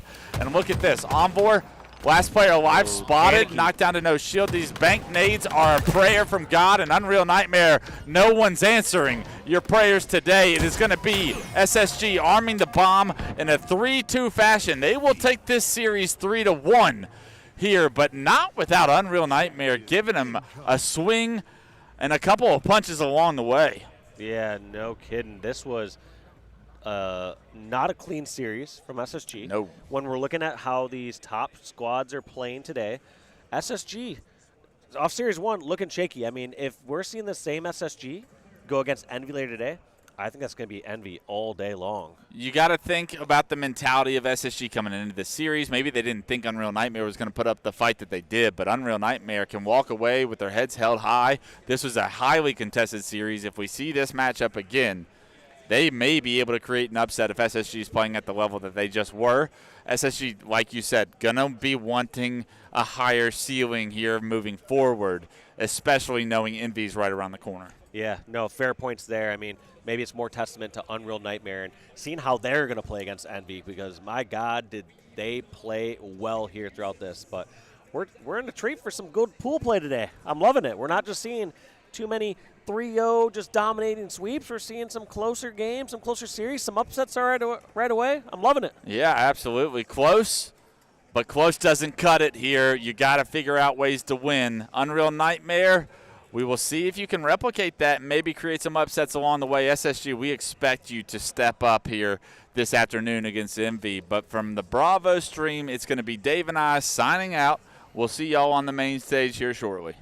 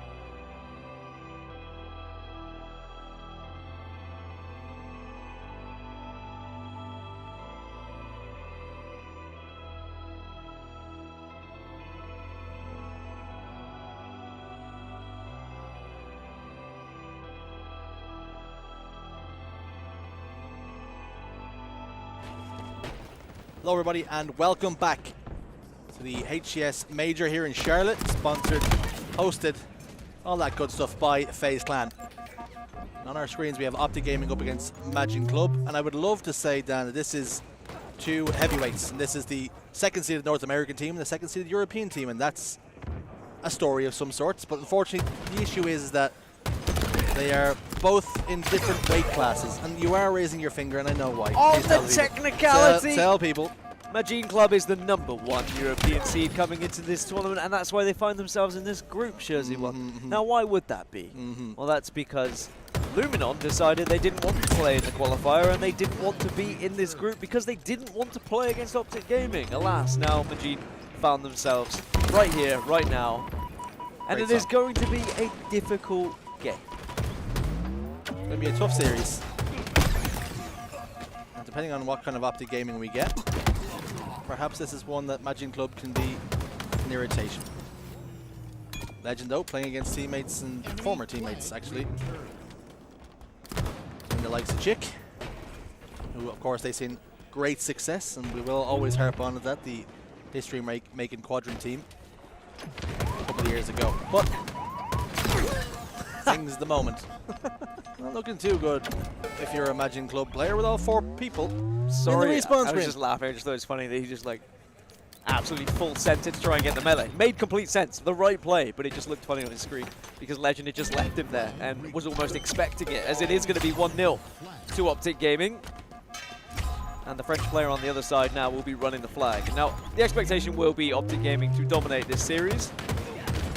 For Vegeta, it is just going to be about trying to save face a little bit, get some good reps on the board, and just see what you can do. See if you can pull off an upset.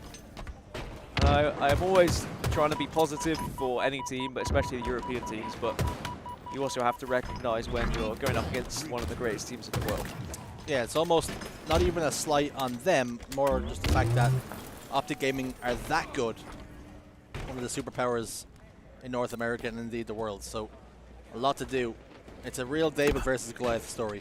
And we would love to see an upset. We would love to see this series go the distance. It's just the expectation that we have, that you have at home, is that chances are this one's going to be a little bit less than competitive. And as we've already seen Optic Gaming take down Omit, it means if Optic were to win this series, they would be at the top of their pool, and then depending on what happens from the open bracket team, the expectation would be that Optic Gaming would go through first in their pool, which would mean they'd be second seed. And we wouldn't get any shenanigans happening on this side of the bracket. However, there is some funny stuff happening on the other side of the bracket at the moment. If you're watching the mainstream, which I'm sure you've got tabs on both, because both of the European teams are now playing. FaZe being taken to the wire by Luminon. Which I would say, who would have expected that coming into the day? But with the way Luminon are, it's a real Dr. Jekyll and Mr. Hyde story. They lose to Cloud9, and now they're beating, or at least threatening to beat, the best team in the pool. So that's just the way it goes sometimes with them. They're a real mixed bag. Just you feel like if only you could get it together. Optic Gaming have just put in a second flag here now, and Imagine have just not been able to stop them getting from point A to point B. It's as simple as that. That is why this game works. That's my glowing comment for you. But the real thing is that Optic are just comfortable when they're running that flag. It doesn't seem like they're under any stress. Happy to pull the flag, and they're always in the right areas to cover it as well. You know, it is always crazy to me that when you look at the levels of different players, like Imagine Club, these 4 players are some of the best players in the world. Then they play against Optic Gaming, and there is a very clear disparity between both sets of teams. I think judging by what it was the Buff Stats Top 100, these players will be featuring in it. You know, they are some of the best in the world. Yeah. If you would consider only 100 players, you know, that's quite a few amount. It's rarefied out air. of the amount in the world. As another flag is going to be ran. There was 4 dead down for Majin just temporarily. 4 dead down. 4 dead down. I'm trying to watch the other game. Leave me alone. I'll be back in like 3 minutes. Give Dan a moment or two. He's No, trying to compose himself. I jest. While Stan has composed himself, Bastos must do the same. He sends the flag home. 2-0 the score will remain. Optic Gaming still have a little bit of work to do. Yeah. Now you've done it. You've done it to me now. Get dumped on. Look what you've done. You deserve that. I did. That was karma. I deserve that. Bastos turns around on a dime, gets a kill off the Formal, which is beautiful work. Chick could get 2. Renegade drops down. Just avoids the line of sight, but Chick, aware of that, bops the nade right down the staircase. Renegade is no longer an issue. Well, 2-1 the score now. And Magic Club are on the board. Yeah, that's better. It all started off from Bastos as well. Getting that return was massive for them. And things like that is what gives you a little bit of a lift in games like this, where you're like, you know, come on, we have got a flag. We did get the return. We are not just going to be pushovers here. And it's very easy on the flip side for Optic Gaming just to go into cruise control here. You go 2-0 up and you think, all right, this is going to be easy peasy lemon squeezy. But now, Vegeta is just going to say to them, look, you're actually going to do something here. Do you think Formal has ever in his life used the expression easy peasy lemon squeezy? No. Actually, yeah, surely.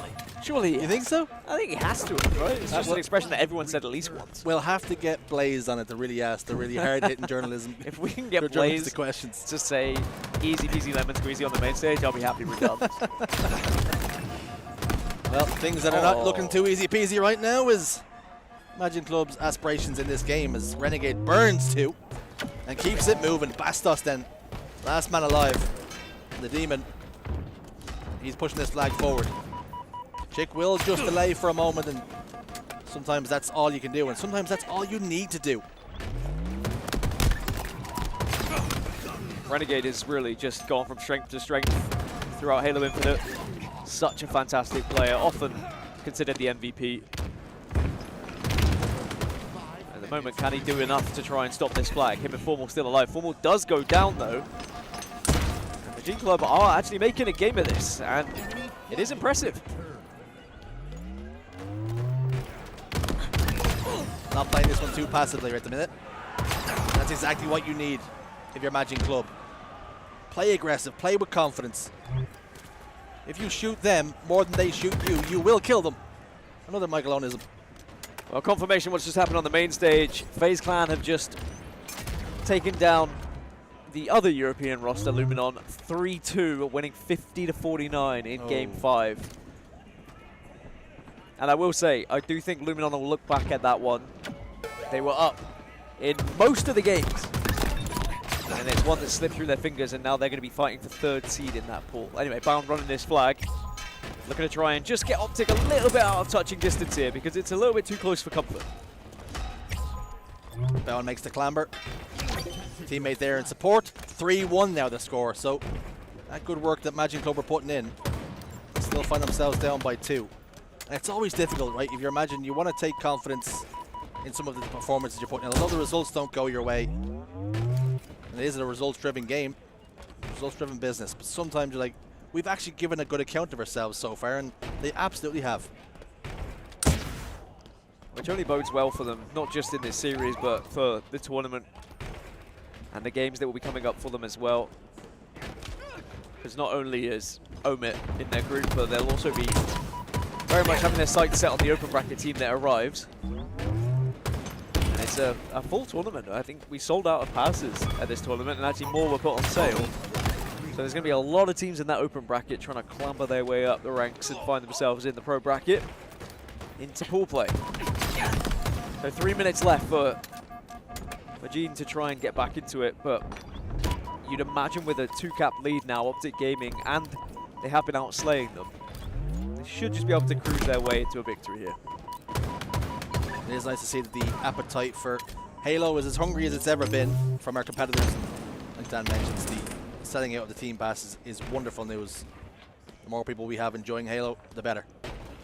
Bound, currently enjoying his performance at the minute, 18, 6, and 16. 3-1 the score, 2 minutes and change on the clock, so looking as though this one is going pretty smoothly so far, but maybe the game going a little bit longer than Optic Gaming would like. Can be like that sometimes on Aquarius Capture the Flag though. You have a little bit of control and then suddenly you lose it, and it's very difficult to fight back into the game when you've lost that much map control, but Optic have done well despite losing that one flag. And also it doesn't matter if you win by an inch or a mile, you know? as long as you're winning the game.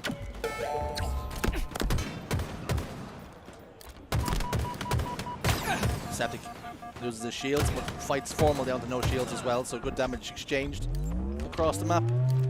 Fighting from the fridge side, and over towards Car 1 he goes.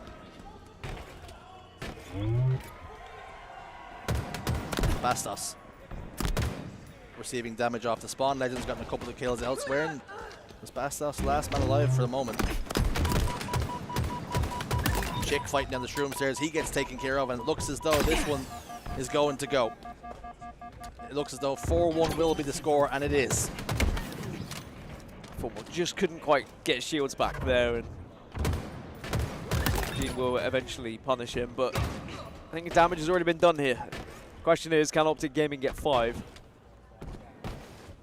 Magina not going to get back into it with only 1 minute remaining, so we're already looking at a guaranteed victory here for the Green Wall. In terms of slays, I mean, it's been fairly one-sided, even though Magina have certainly put up a respectable display. There is a clear divide between the two teams. Speaking of respectable, respectful in the open bracket. It's good to see him. How's he doing? We'll have to find out. We will have to find out. Respectful and Moes back together, hand in hand. 2-for-1 meal deal. It is A tale as old as time. always European respectful. Halo. Yeah. Trying to rekindle some form and some previous successes. 15 seconds and dwindling down now for Magine, and this game has been done for a while. And they'll be looking to bounce back in the Slayer. Enemy flag. But again, it is that story of score says 4-1. Slays have been pretty heavily one-sided, but Magine have looked good in parts. They've looked good in parts, but I think 4-1 is still a fair score. Yeah. They had a brief moment where Magine got back into it, and they kind of made Optic just shift up into second gear. It wasn't quite third gear, fourth gear. I still think Optic are At this point, just say fifth gear as well, because fifth gear, you've gone- sixth, yeah, seventh. sixth, yeah. How many gears can it go up to? It's DRS open or Depends closed. on the car. Yeah. But Optic Gaming, I think, are comfortable in this series. They know they're the better side. They were pushed a little bit extra there by Magine, but sadly, didn't really help them out in the long run. So we'll have to see whether Slayers can be a little bit better for them, or maybe they'll look to the next objectives. But before we get there, we're going to go for a quick break. Don't go anywhere. We'll be right back.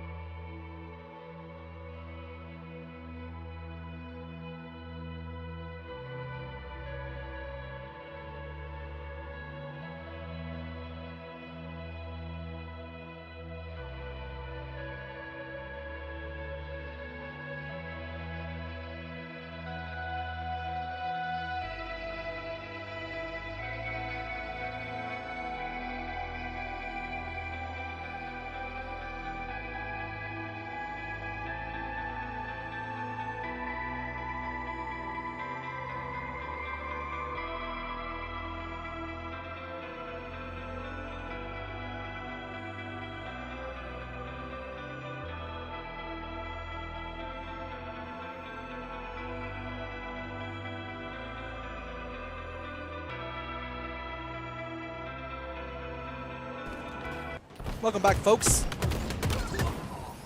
Current series score 1-0 to the green wall. Crazy starting strategy, by the way, right off the rip from Optic Gaming. Sending 2 towards white and absolutely obliterating anything in their path. If you come across Legend and Formal just sprinting at you, I'd probably run the other way. You want my lunch money? You can have it. I'll just empty my pockets. Don't hit me. Take what you want. You want my shoes? When you runners, they're yours. Just don't kill me. I'll relace them for you if you want. Sometimes it is about just your starting strategy being really hard to judge, because obviously a lot of people will do defaults, send 1 there, 2 there. But if you just do something a little bit outside the box, you really can catch people off guard. And speaking of being caught off guard, you will not see a camouflage shock rifle player unless you squint your eyes really hard and your refresh rate is really high. Which, luckily for these players, it is as Formal takes down Septic. That's controller against mouse and keyboard going in his favor, but also it's Formal, so I don't think it matters the input that he's going up against, to be completely honest. Formal, the great equalizer. 7-11. Huh? Great start, but a better scoreline. Now, Optic Gaming, it's just the way they work in tandem. Hand in hand, pushing around every corner. They don't allow any of their opponents, let alone Majin here, but they don't allow them to have any freedom or space on the map. They almost bully their opponents into corners and then surround them and trap them. As I say that, Majin do catch them a little bit off guard. But the effort was there. Mighty is now in pipes.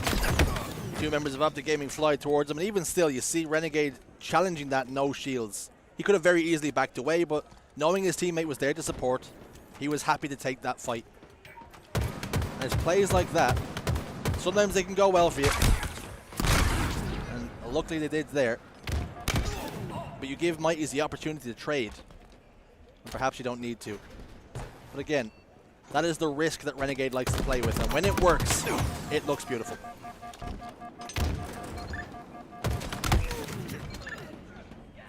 Majin now, if they can just force Optic back and get them like 4 dead, they got 3, but every single time Optic just get that one person away. Well, as I say that, he gets absolutely obliterated, but they just need a little bit of control so that they're not fighting backs to the wall here. Because that just plays into Optic are happy to take scraps, happy to take just close range gunfights. Instead, you want to have a little bit of control where you can take advantage of your positioning a little bit. I like the idea that you and I, Yeah. when it comes to pronouncing the name, Right. I've gone with Majin and you've Yep. said Majin. So we've covered our bases here. We have. People can't get upset. No? Well, I know the word Majin is Majin, but I don't know if... What does Majin mean? I think it's a Japanese word, actually, but... Again, it might not be... I think it's a French organization. So I might be completely butchering All it. speculation. All conjecture. I'll allow it. Something that Majin are allowing. Oh. Or Majin. I see. You can flip and flap. Imagine. You can flip and flop. 8-5-5 for the Frenchman. It's a 1-kill game. Septic stepped in there and it looked as though he was looking for directions. Realized that the person wasn't so friendly and tried to get himself out of there. Tried to cross the road and realized he was looking the wrong way. Out here in America.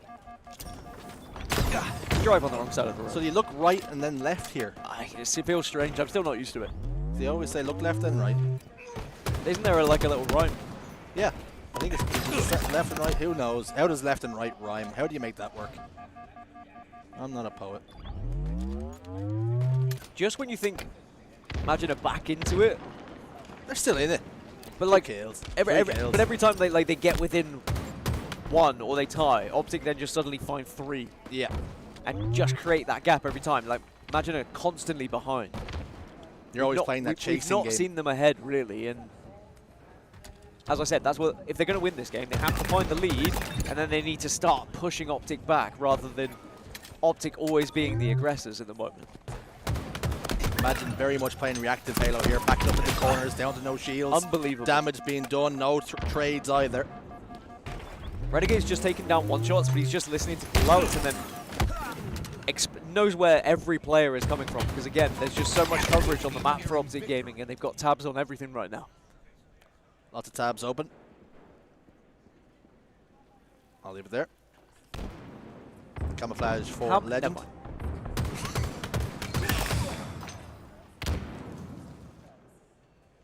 Still some camo to play with as well. Player over towards pipes. Legend hasn't got that information just yet. Looking for new spawners. Has now located the Mighties. Down to no shields. 5 shots will connect and good enough for the kill.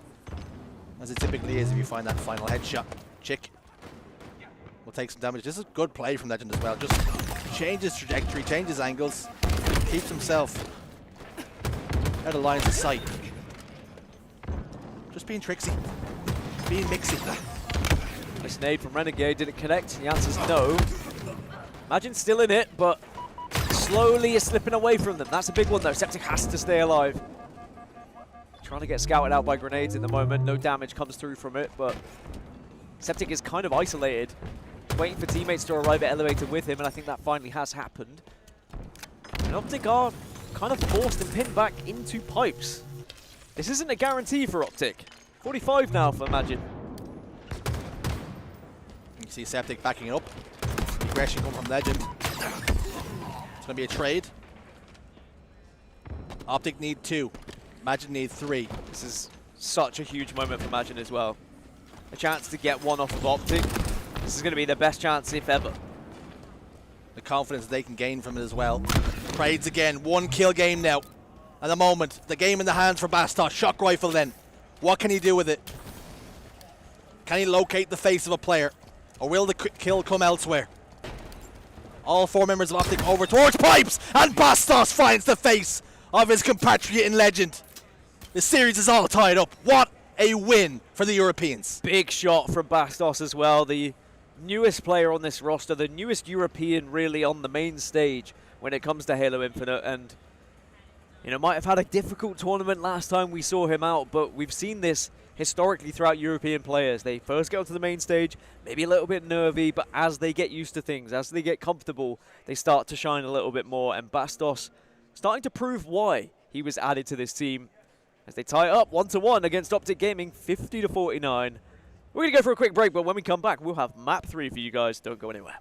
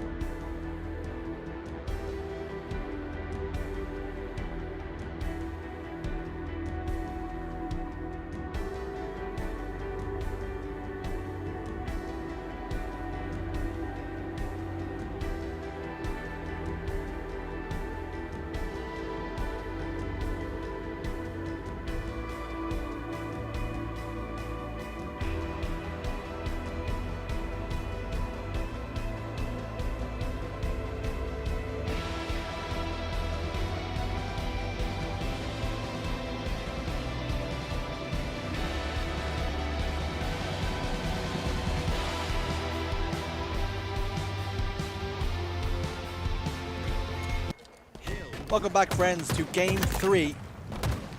Imagine Club versus Optic Gaming. Score is tied 1-1 right now. After Imagine Club touched up with a very close Game 2 Slayer on recharge. 3 dead for the moment now for Optic Gaming off the rip as well, so a beautiful start here. And Mighty's immediately trying to take control of Ice and putting down some damage. Well, when you look at maps and modes, Richie, I do like doing that. I mean, if you're going to do it anywhere as Majin, it's probably here. I would say that this is going to be Optic's weakest or one of the weaker game types that is going to be around this event, and you might just be able to catch them a little bit slow. Enemy team took the hill. It's still not going to be easy, don't get me wrong, but when you're presented with an opportunity after you've just got a win on Slayer, I wouldn't say it's out of the realms of possibility that we see Majin go 2-1 up here. If you were ever wondering if opportunity was knocking on your door, this is definitely the map mode. After you're full of confidence after that Game 2 win, this is the one you want. The ones that's least practiced, least comfortable. It opens the door for more mistakes. It's whether Imagine Club can punish them. Imagine now have toes back inside the hill. They're scoring again. Optic Gaming did briefly have control. Next round of Slay is going to be vital. Renegade applying some pressure now. Septic trying to use some cover. He will fall down. Optic Gaming break the setup. And now it's for Imagine Club to do. This first point might be the most important of the game. I do wonder if like strongholds might have been better for Imagine. Just because King of the Hill does offer a little bit of structure, and Optic are always going to be structured as the team that they are, and they will find the first point. Whereas you look at the success that Imagine just had in that second game, like, you look at the names on that roster, Mighty, Septic, Chick, Bastos, I mean, it is a slaying team. Maybe Septic on mouse and keyboard is a little bit more of an anchor nowadays than he used to be. And that's anchor, by the way, just to clarify for any English watching and thought I said something else. It's a team that can go toe-to-toe with Optic in Slay.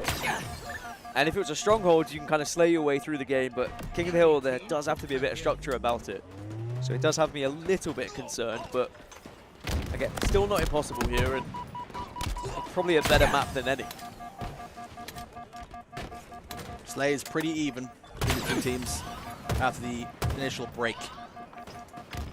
Work for Bound to do, down to no shields, still trying to provide cover fire for his team. Chick is going to step forward. Renegade was there to apply the finishing touches to that kill. Here comes Mighty's and Septic combining though.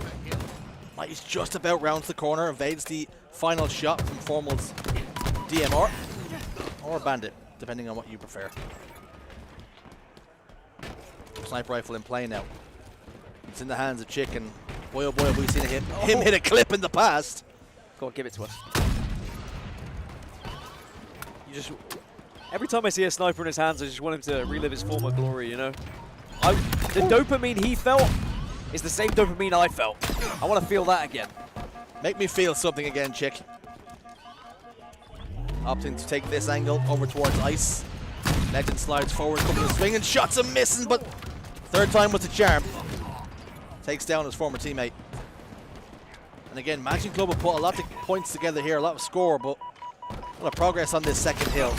But can they capitalize? Can they turn that pressure into something they can actually hold on to? Something of real value, a point. Because Optic Gaming are in the hill again.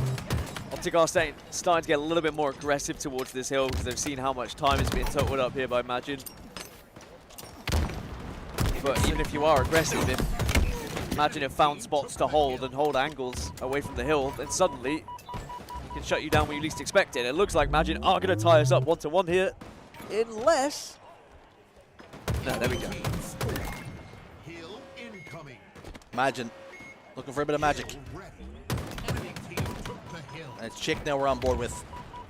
Has a little bit of QT, it's just gone now, so he doesn't have the option to get a out of jail free card, and Legend is hiding in the corner. Chick didn't have the angle cleared. Triple kill for Legend. And he pushes forward, looking for Septic, heard the nade, he knows exactly where it was banked off. Opposite prioritized staying alive here, good heads up play. He was looking for that overkill, wasn't he? He wanted it. Sometimes you just have to hold those instincts back a little bit. Even though the overkill is calling for your name, you sometimes just have to focus a little bit more on map positioning. Imagine they're going to have one last ditch attempt at trying to block this hill, but this has been a pretty easy and comfortable one for Optic Gaming. Septic was able to delay for long enough, and sometimes the best part of defense, the first letter in defense is D, and delaying is what you want to try and do, but unfortunately it wasn't good enough for Imagine, and they find themselves down by 1 again, and still a lot of work to do.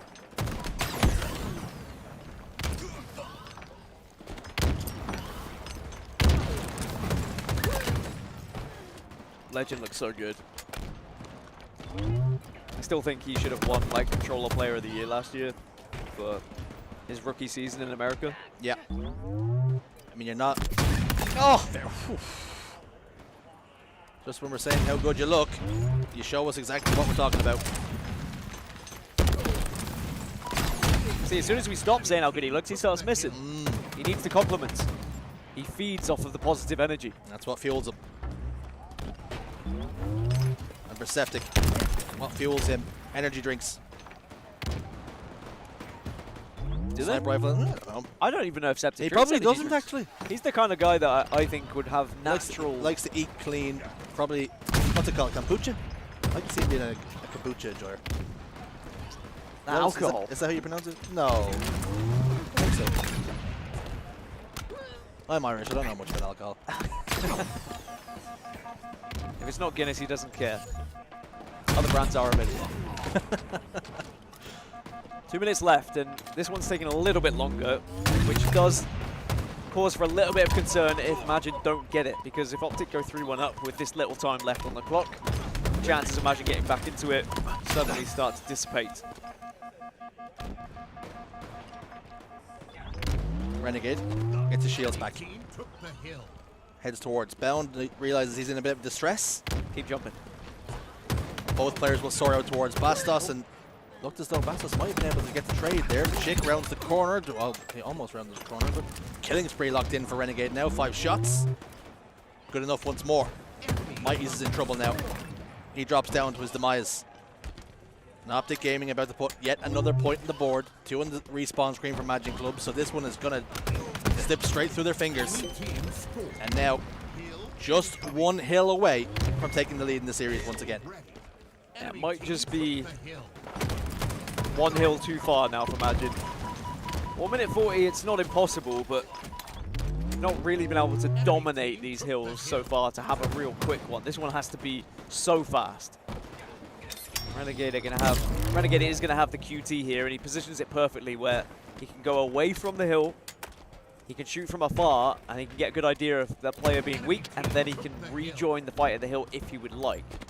He wouldn't want to do it right now, however, because he'd just be a little bit vulnerable. He will be going in blind if he was to use it now. They will know exactly where that QT is set up as well. Put it right in the doorway. Will opt to use it and gets the kill. Bastos, although he might have been prepared for it, didn't have enough damage to output to confirm the kill. And you can see there's a very clear plan and strategy in mind here for Optic Gaming. They seem to be quite happy to leave the hill at playtime now. Yeah, you don't want to really give Imagine the chance of giving them extra time here by standing in this hill. You don't need it. You would just delay, and even if Imagine are going to get the second hill, that's fine. You just try and get them to do it with the least amount of time as possible. Imagine probably have to hold here at 53 to have a real chance of getting back into the game at 3-3. All it takes is 1 push to crumple the hopes. And that 1 push seems to have been successful as they've cleared them out of the hill.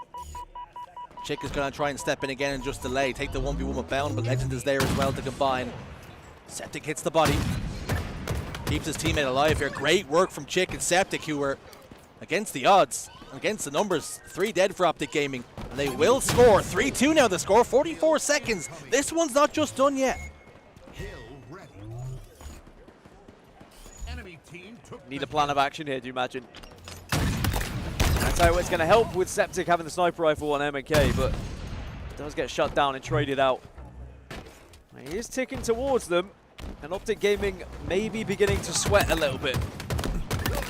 But who else to calm them down than the Renegade himself as he almost connects with the triple. Septic tries to hunt back down his sniper rifle, but for no effect. 4 were down temporarily. It was a lovely temporary use of that shroud screen from Mighty's just to evade a sniper rifle scope, giving him just enough cover to stay inside the hill and get some points. But getting the progress on the hill is good enough, but unfortunately now, 10 seconds and dwindling down. Desperate times, desperate measures, this is it, but they're so far away. The distance they will have to cover, Chick is going to try and get there, it's just not quick enough. And Optic Gaming will put themselves back into a series lead, 2-1 now the score.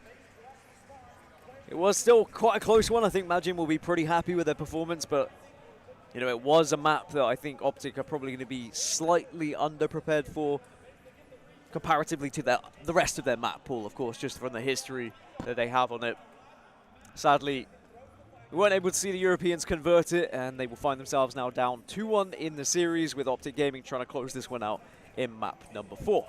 You know what that means, everyone. It's break time. We'll see you shortly.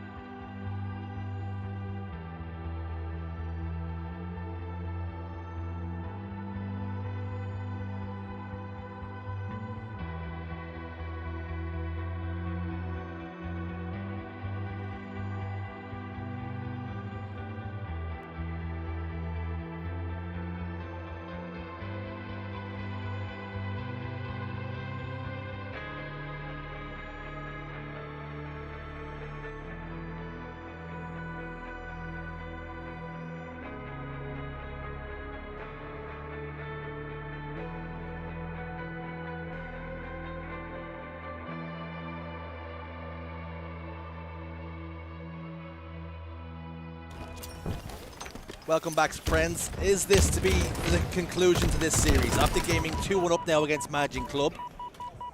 And both these teams perhaps playing for different things. Ambitions a little bit different. With Optic Gaming looking to win a championship, and Majin Club, Dan, not for nothing, it's worth noting, for better or worse, Worlds qualification is up for grabs this tournament. So for Majin Club, that is the goal, at least for now.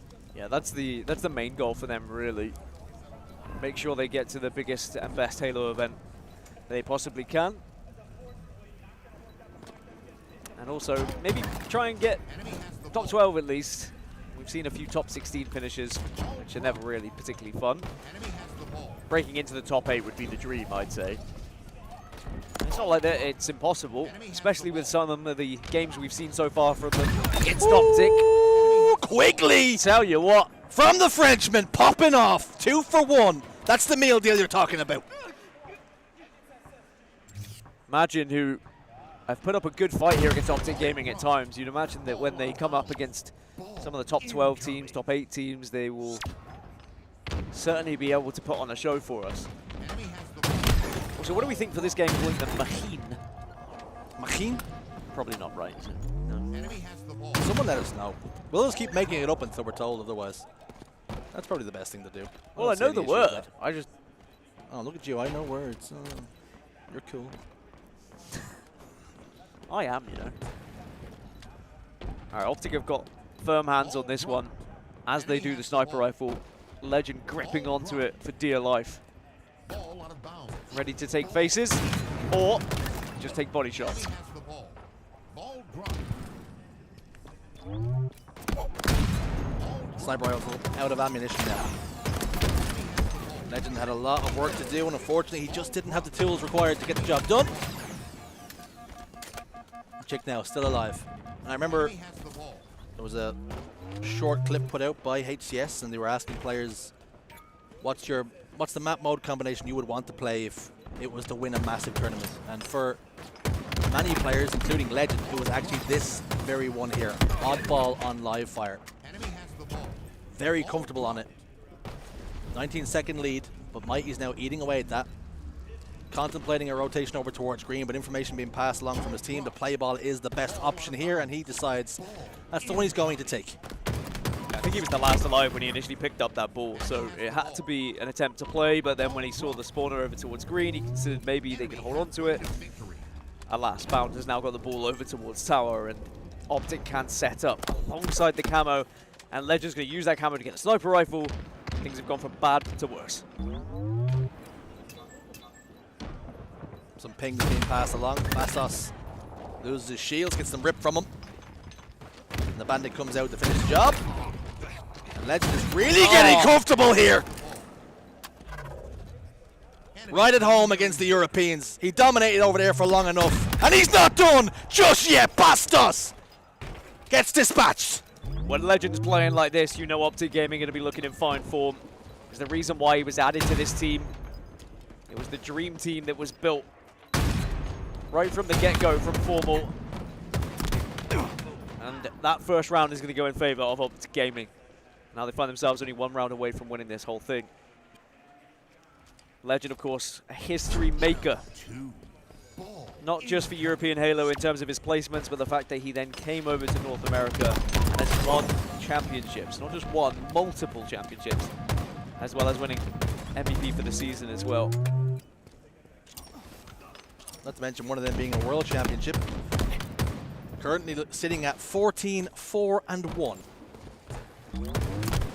Impressive stats against the European team. He's just a bit of a bully right now. Which isn't really the demeanor he has in real life. No, he's quite a lovely man. Renegade! Thought he was going to hit us with a little bit of Legend as well. Oh my goodness gracious. They're starting to hit some shots, and that's it's bad news bears for Imagine. Sniper rifle dropped as well.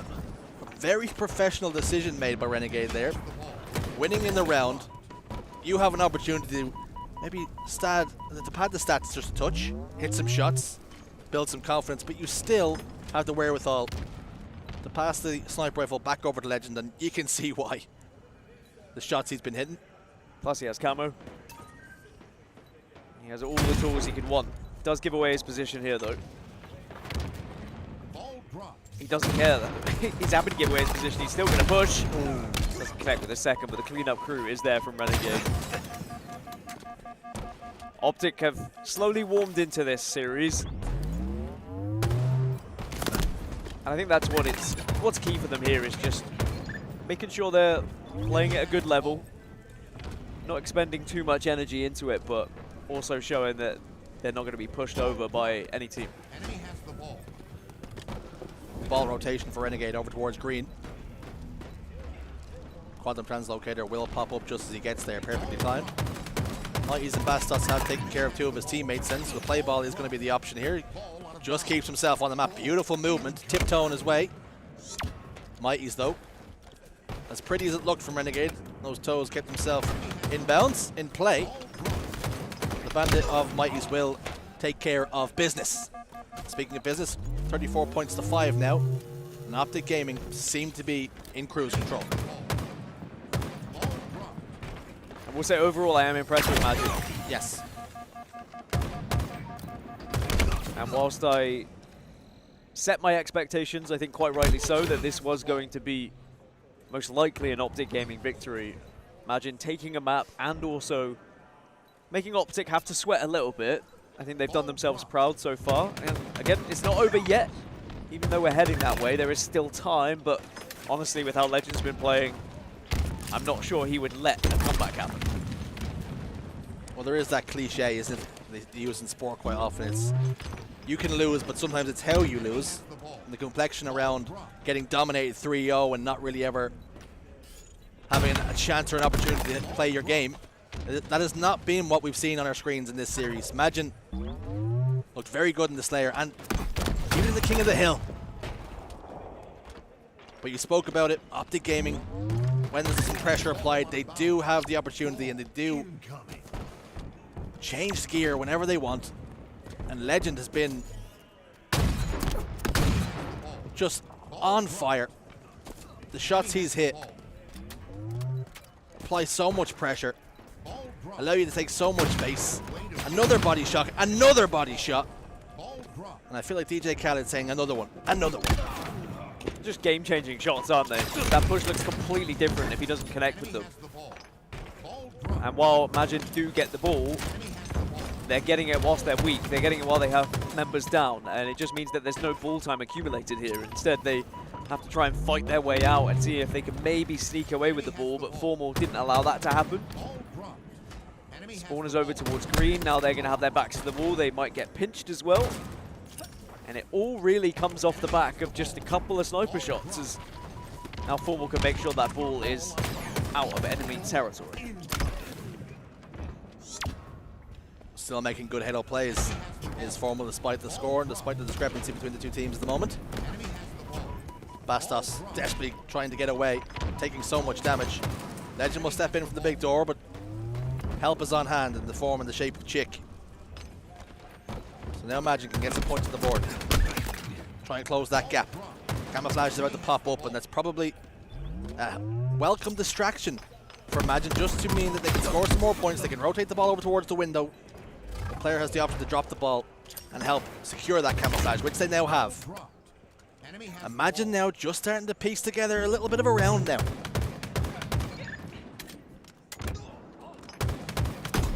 Found some life in this one, especially with perfects like that from Mighties. There's still a little bit of hope. Only a minute and 20 left on the clock. The Optic are the ones now that have to try and break this setup. Camouflage is going to disappear soon, so Mighty's probably hoping that this push happens very shortly so he can take advantage of it. Mighty's out with the grenades, didn't decide to use them. Was happy to settle with the 5-shot onto Formal. You think he was standing on the grenade spawn, so had he thrown a couple just to scoop up more, might have been a good decision, but alas, that will not be the one that makes a difference. That will not be the play that will win or lose you this game. Still plenty of work to do. A minute and 7 on the clock now. So what is the play call from Optic Gaming? Legend gets a couple of kills. That will help the cause. They now have tabs on exactly where Septic is located. Formal will get that kill. Has a sniper rifle in his hands as well. And he's thinking he's going to have some play as well. He brings the big tool over towards top middle. Looks down. The scope sees the shimmer of Bastos' spawn. Lands the body. Might have thought he had connected with the face there. Mighty's is going to soar forward, but the Dutchman will stay alive. But 87 points now on the board. Optic Gaming got the opening pick here, and Formal hits the body. These players are so good at, when pressure is coming, just hitting the body shots. Legend last man alive. Setup broken. But has the damage been done? Have Imagine left too much to be done here? It was a good play ball as well from Optic Gaming, just to mean that Imagine had to step out of their comfort zone to retrieve it, but they have been able to set up once more. Optic have to break again. A lot of responsibility on the side of Chick here. The nades are deadly though, and that is just great map knowledge about where that sniper might be, where someone might be, and now Optic, it's 4 dead for Imagine. This one's probably done. Sniper rifle just to add insult to injury from Renegade. Gets a kill onto Mighties, but it doesn't even matter. Bastos puts the pad down. Optic Gaming close out the series 3-1. So the green wall looked pretty strong, even though there was a little bit of a European fight. Sadly, was not enough to break it down. And it means that Imagine can at least leave this series with their heads held high. I think they played very well, especially considering the accolades of the team they've just played against. But for Optic Gaming, their sights will be set on something a little bit different. They'll be looking towards bigger matchups and hoping to get to that grand final to have a chance at lifting a trophy once more. Well, confirmation of what we've seen. 3-1 the final score between these two teams. Imagine fought bravely, but unfortunately for them, there was just too much power on the other side of the stage.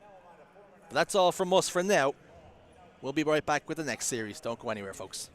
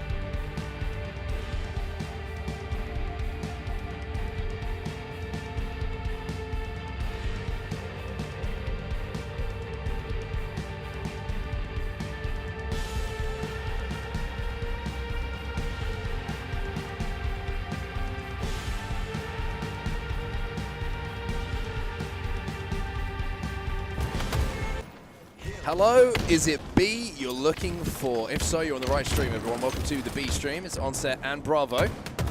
My stream. There you go. A little bit late on the queue, but we had to wait a while to get into this game. So welcome everybody. TSM versus Complexity is the next game. We're going to be bringing you live to your eyeballs and ear holes. We're going to have a little bit King of the Hill to start this series off here on Recharge.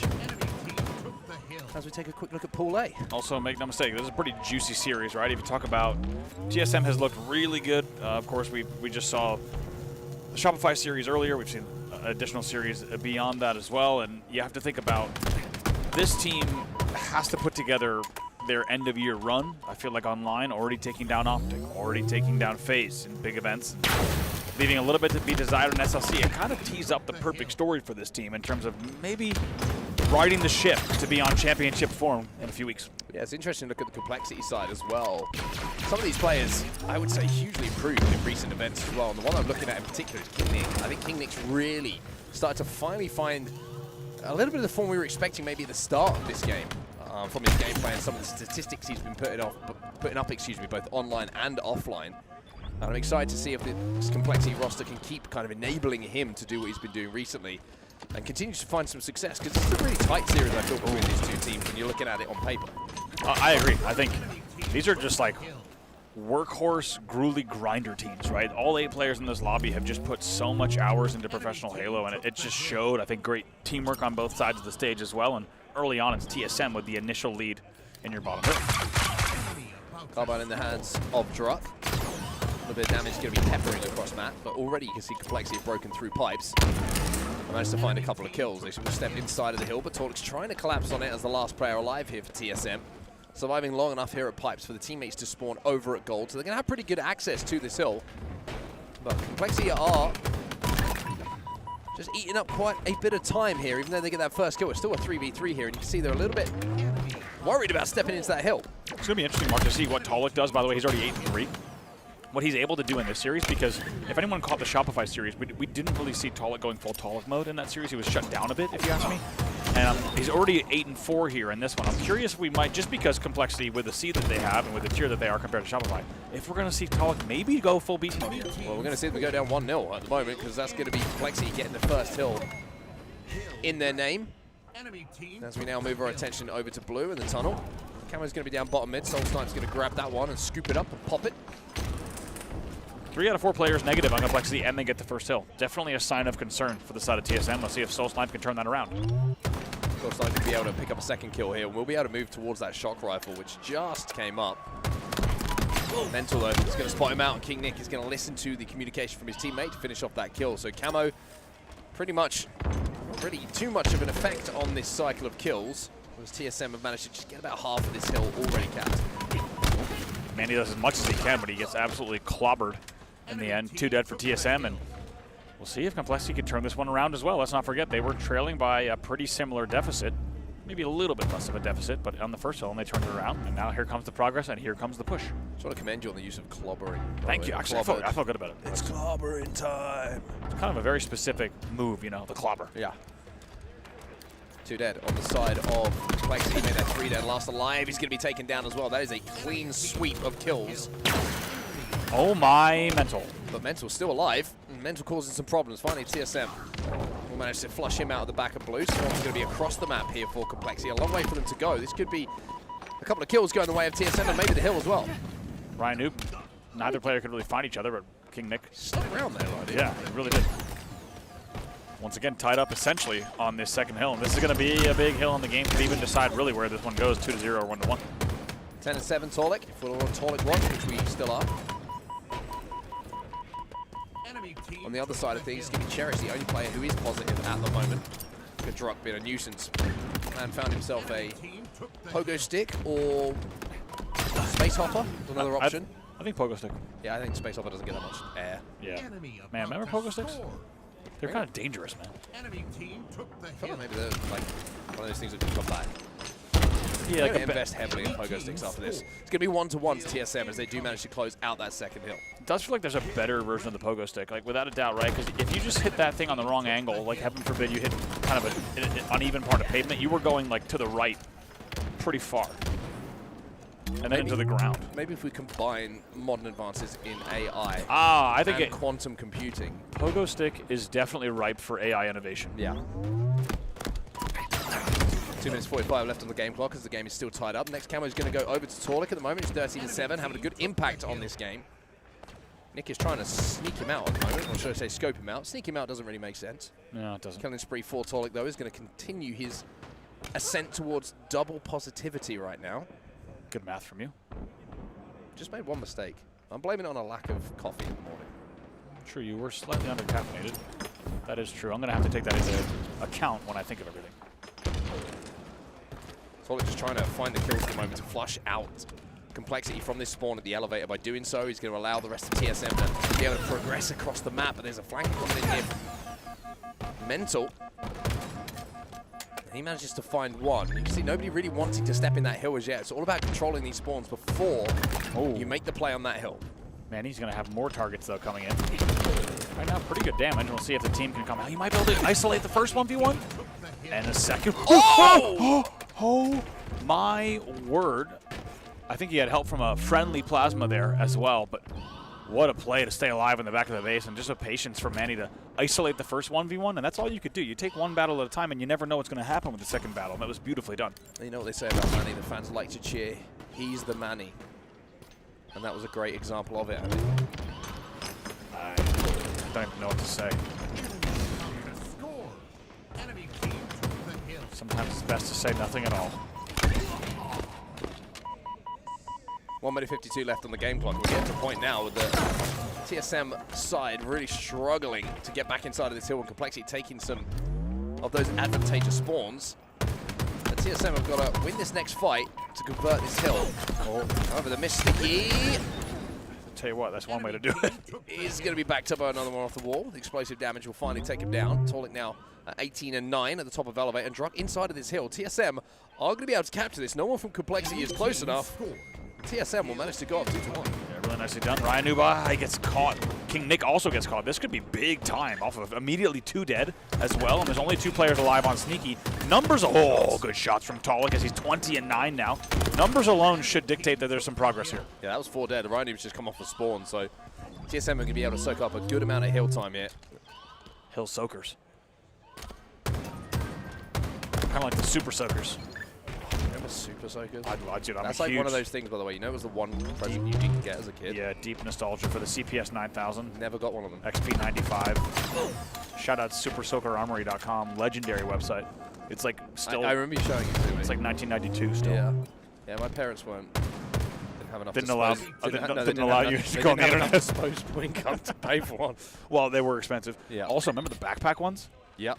They were so heavy. That was the one I wanted, Andy. Yep. Thanks for bringing up those repressed memories. No problem. Happy to do it. Enemy team took the hill. Well, Complexity might be looking back at this game with some repressed memories if it doesn't go their way in this next hill. TSM fully in control with just over a minute left on the game clock, and with 3 dead for Complexity, they could be well on their way to actually capturing this hill. Cherish is last alive on the long haul. Torlik says, don't worry, I'll go get him. He does, yeah. And get him, he will find him at least. Enemy about to Got 2 nades now to also just bang 1, 2. Cherish stays alive somehow. And not done yet, actually. It's a. He's our Manny. That's a big trade, actually, though. So it's 3 dead. Ryan Noob, last player alive. He's probably not in a position to stop this hold. Actually, he gets in the hill. Who am I to say? Who am I to stop Ryan Noob? 50 seconds left on the game clock now. TSM looking to close this one out. I think at 3-1, it might be a little bit too much of an ask for Complexity to take this game, with the bottom middle hill being the next one. But they are still flooding through blue, flooding through tower. Here's the question. How soon and do they play time? In this scenario, it's kind of right in between.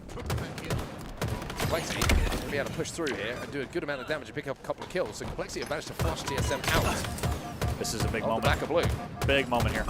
This is Keep it shooting. peaky.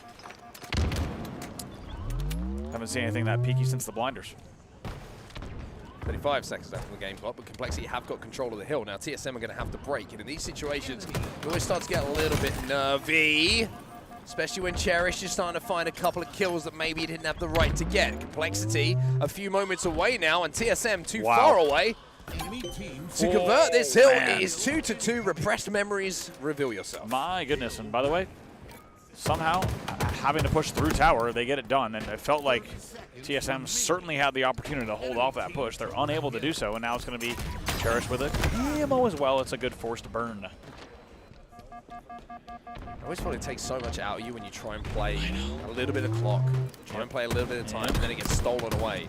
And then with only like a certain amount of time on the game clock, momentum is on the opposition side, and I start to feel like this is a win more than a game they're just trying to stay in. We are going to go to overtime by the looks of things in this game. Shock rifle still in the hands of Soul Snipe here for TSM. Two down on either side. Mental gets chirped in the cheeks. Finally taken down. That one's a little bit more clean. Cherish is going to find the trade though. Into OT, as you say. 2 dead for Complexity momentarily, but still an opportunity for TSM to get a little bit of time, and the Shroud will go down. And a few more kills to mop up here. That's a really smart Shroud actually, because it protected the hill player. It allowed them to deny that line of sight from where Complexity were trying to push. So Manny wasn't really trying to do anything but help his teammate out in that situation, isolate the lines of sight that he had. And now they've got Complexity spawning 2 a gold, splitting over at Elevator as well, and TSM have good control. It's true. The Shroud really is always so useful for the utility that you rarely see it kind of exclusively on very creative LOS denials, but absolutely love to see it. Love to see what they have in store. TSM once again leading on the hill, but we've seen them throw multiple hills in this game away that they have been leading on, but it was 3 dead yet again for Complexity. Is Ryan Noob first one in the hill again? Steps in, baits out a couple of nades. Very smart and something you have to be aware of, even in a 3 or 4 dead situation. You think you've got full control of the map. You've got to remember your opposition is going to come off spawn with a couple of grenades each, so just making sure you bait those out, don't give away a free death is King Nick's like, where the hell did that Ryan. nade come from? It's incredible to watch from this POV. Poor guy. He had no idea. Poor nade. 2 dead. getting loud. We can hear him. Enemy team took Starting to the just pick up the pace and the volume. Here, Complexity, and you can understand why. Like you say, 2 dead still. Minute left on the game clock, and we have essentially a tie game on this hill. We also have a tie game literally on the score. enemy team Soul took Snipe flushes out the first one. That's 3 dead. This should be a pretty convincing hold. Soul Snipe trades as well, which is massive to keep 2 dead. And now with Druk holding down these sight lines, they know awareness on bottom A as well as top control. This should be the game here. Mondo is chipping away at shields. He's ripped 2 away. Camo's coming up as well. Mental's forced to push towards where the damage is being done. But 3 TSM, dead, you've got to be kidding 3 me. dead. Ryanu maybe trying to get the Oh my, camo 4 here, but dead. picks up a kill on the way. Gets the camo. Oh, TSM 4 my. dead. Is this And how this is going to go? Ryanu in the hill with the camo. I think it might be the way this is going to go. TSM's got to ask themselves, is this the way that this is going to go? And not just the game, I mean the entire series. They need to find a way to make this push work. Tie game here, and tied in hills as well. They've got a touch of the Luminons by the sound of it, and the look of it, and also the feel of it. 30 seconds left on this game clock. Ryanu still with his camo inside of the hill, a moments away now from taking this game. Desperate push from TSM, not going to be able to make it happen, and Complexity You've got to be kidding from me. the deepest of depths somehow turn that game around and will call themselves winners. 1-0 is the score in the series. We'll be back in a few moments for game 2.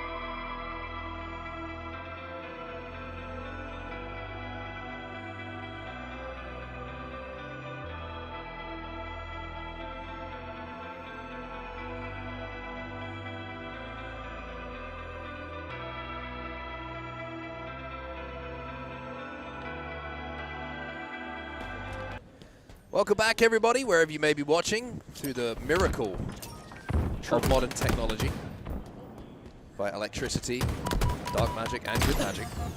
We bring to you game number 2 of this series, Complexity. Going to be up by 1 after, again, just seems like the story of the tournament at the moment. A crazy comeback win on Recharge King of the Hill. Down 2-1, managed to turn it around in the last seconds or so of both of those final hills to steal it away from TSM. I mean, you and I kind of had our jaws dropped after that game number 1 and during the break, just trying to figure out exactly what happened. It felt like TSM threw away so many opportunities, and not the only team to be throwing away opportunities. There's been a lot of comeback wins already just in day number 1 in Charlotte, and Complexity also leading in game 2 off the rip. I called it a case of the Luminons, which I started to feel a bit bad about, not gonna lie, but still valid. Oh, gonna be a double here. Yep. Nice shots from Nick, though. That's going to be an opportunity now for TSM.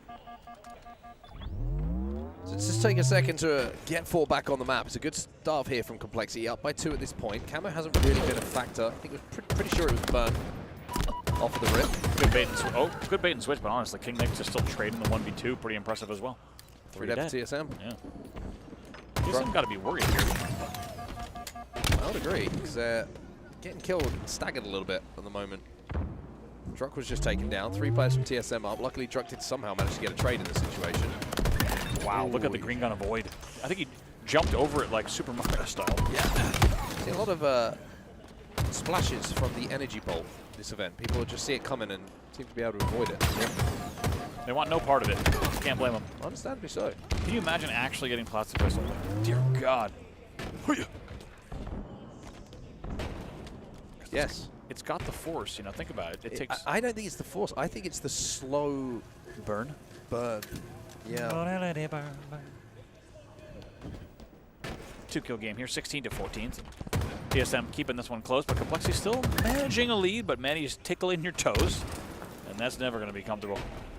Actually, it could be. Depends on. Hey, we're not here to judge. Depends on what you're into. We support you in whatever your choices may be in life. 16-16 now, as the game will be tied up. I'm going to have to ask you, who's that song by? It's going to bug me otherwise. Do you know? No, that's why I'm asking. It's like on the tip of my tongue, but I can't think it is. Is it Ellie Goulding? It is Ellie. Okay. Ellie Goulding, indeed. Thank you for that. I worked that out. Well done. Camo go to TSM here. Manny's going to grab it. He's our Manny once again. Breaks out in Andy's head. Won't stop talking about that, John. Good melee there. Going to be 4 dead on one side. Manny, the only player alive on the map. But you have to wonder, maybe just enjoying his stroll. It feels like it's not as useful if you have camo and no one else is playing. Yeah. But he's going to be very excited that everyone's spawning again.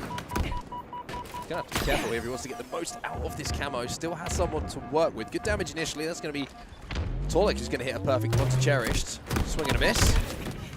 And no trade. Salt Knight finds 2, though, which will keep TSM in the lead here. 27-21. You have to say they did a pretty good job here, TSM. It's actually been a very impressive run for them in the last few minutes, considering they were down at the start of this game. This has been convincing. I think TSM's right, kind of back on form. And you'd hope that at this stage, with the lead they have, and with even the map positioning that they have, should be able to maintain this and even expand upon the lead. Any other tournament, I would, without doubt, agree with you. This tournament, I'd question everything I've ever known about Halo. I feel like at this point someone will come back from 49-31. It's true. It has been pretty wild. If you didn't catch it, the most recent FaZe Luminon series is one of the wildest matches we've seen, main stage or otherwise. In Halo Infinite, pool play, actually just in Halo Infinite, period. Back and forth, so I agree. Oh, just one-shots are falling from the sky for Cherish, by the way. And just like that, it's back to a 4-kill game. 4 dead, make it a 3-kill game. Yeah, I mean, it's turning on its head once more. You had to... I'm going to stop guessing. I respect you doing it for the people. I'm going to stop guessing what's going to happen. To saying that this game is, falling heavily in the way of TSM. I know you said that purely to bring this game a little bit closer for entertainment value. Yeah, exactly. Now Cherish is finding another one onto Torlik. Good damage coming in onto another player as well. However, he's going to have another player sliding in at him. And TSM, by bunkering up inside of that base, force Complexity to overextend and are able to trade efficiently enough to get some numbers on the map. Manny takes an angle, though, to maintain now a 5-kill lead. As TSM has rallied back. And if you're TSM, you want to maintain minimum something like a 3-kill lead on this home stretch. Just allow yourself to play the advantage, also play the timing, make sure you're the one dealing the first damage, getting the first pick, and they do that yet again at 37-32. It's so important to keep control of the map and numbers as that camo comes up as well. And they're not going to be able to get this one because Complexity have snuck away like a thief in the night with this next camouflage. 38-32, that scoreline could change very, very quickly if Nick can have an influence here. What can Nick do? Pops 2 shots. Not going to be enough to really get anyone moving around the map, so we'll see if he can go ahead and flank. He's going to find Druck. Let's see how he plays this. That can't happen. Oh, that cannot. Cannot happen. I think he was expecting a teammate to push up the pink streak and finish that. And then he got stuck in a situation where it's like, Had to take it, yeah. Now I've delayed long enough that if Druck hits his shots, I'm losing this fight. But you are completely right in your assessment. That cannot happen. Nope.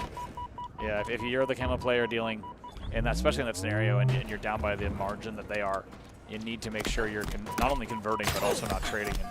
And unfortunate to lose that, and it feels like there's a lot riding on the late game on that kill and on that push. And 2 dead yet again, 3 dead momentarily for TSM, so this will need to be a last-ditch effort from Complexity. They're down by 6.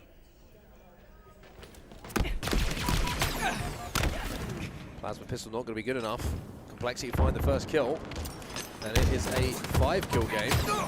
It could very quickly turn into a 4-kill. However, a piece from Torlik and Soul Snipe is good enough to keep this lead in the hands of Complexity. 4 to go now. Too comfortable in the late game here. Oh dear. 46-43 though. Let's not get desperate And now. they keep Cherished alive. Let's see how they play this. And now they're going to be split spawning as well. Soul Snipe gets a kill onto King Nick. It's going to be really important just to allow TSM to feel a bit more comfortable in this scoreline. 47-43 now. First pick important. Ryan might be that player to go down. Not hit the G-Slot off the block either. Couldn't tell if he was going for it. It was just confusing bit of movement. 48-43, only 2 kills to go. Make it 1. TSM are going to know where the spawners are coming in as well, thanks to that death. Complexity trapped in and around blue and inside of the fridge. Nice little pre-nade is going to be good enough, and Nick will be the final victim here for TSM. It will be 1-1 in the series now. TSM will tie us up with a 50-46 win.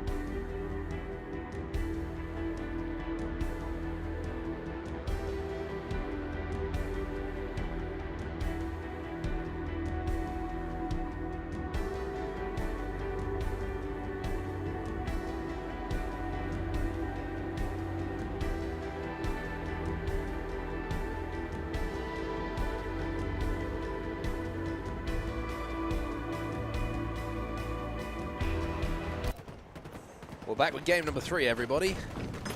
Welcome. If you were here with us before, welcome back. If you are just joining us, picked a good time as we're tied up at 1-1 in this series between TSM and Complexity. From Pool A, game number 1, of course, going over to Complexity, stealing it away. Like naughty boys. That game number 1 on Recharge King of the Hill. Number 2, though, TSM completely controlled. And speaking of control, TSM don't have any right now because Complexity have completely wiped them. Opal should be going back towards them very, very soon, and it's because of this man on your screen hitting some very, very clean-looking shots. Might as well just playing Sniping Simulator. I was wondering when people were going to start shooting them back. It didn't really ever happen, and in the end, they do get the clean 4 dead. Does not connect surprisingly on the Druk shot, though, and has to maybe play this or at least rotate. Look, a little bit of time here. He's got a little bit of support from teammates. Now he's going to just throw that one out, avoid the grenades. Then he's going to come back and no-scope 1. Druk has been his nemesis so far, hasn't been able to connect. Druk is a slippery pickle, I tell you. It continues. That was a loud thrust, though.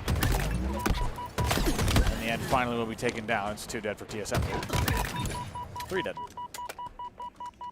More ball time potentially here, but that play ball does take the ball a little bit further away from King Nick than what he would have wanted in that situation. Ryan is going to be able to throw it and toss it back towards his teammates.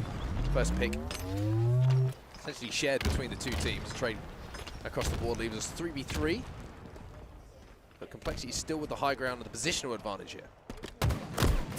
See if King Nick can do this. Big trade in the end. Still 2 dead for Complexity. Not many points recorded just yet. It feels like that initial hold, no rotate through, was 3 dead, and now TSM will start scoring. So some of the similar setup towards, I would say actually an identical setup to watch Complexity we're trying to put together a few moments ago. So they're trying to play circle at the moment. If you control this area of the map, it's so difficult to get across the map without having to take damage. That's why he was pushed up so far. Manny's going to be able to put TSM into a lead with that one time that he's managed to accrue. Beautiful little bank grenade will find 1, and the second he's cleaned up immediately. Solid finds a 3 elsewhere. Last player alive is going to be on him.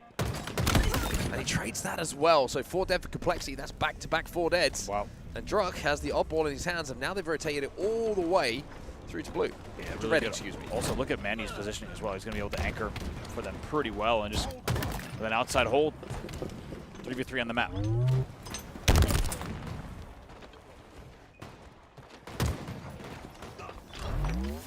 Cherish to find a pick here for Complexity, so they're going to be able to at least put some pressure onto the ball carrier, but pretty efficient. Ball time actually picked up off the back of those kills, 34 seconds of it for TSM. Will give them essentially double the amount of points that Complexity managed to put on the board with a very similar amount of slays in those first few moments. Soul Snipe trying to thrust towards the top window. Will turn around and help his teammate out, keep him alive, but elsewhere Cherish managed to find a kill before he went down. So 3v3 on the map. It's just a battle for numbers before anyone thinks about that ult. Nick trying to stay alive with the peaks. A lot of help comes in. Cherish is your last player alive, but I think he's a spawner. He is. He's across the map, so that should be ball time.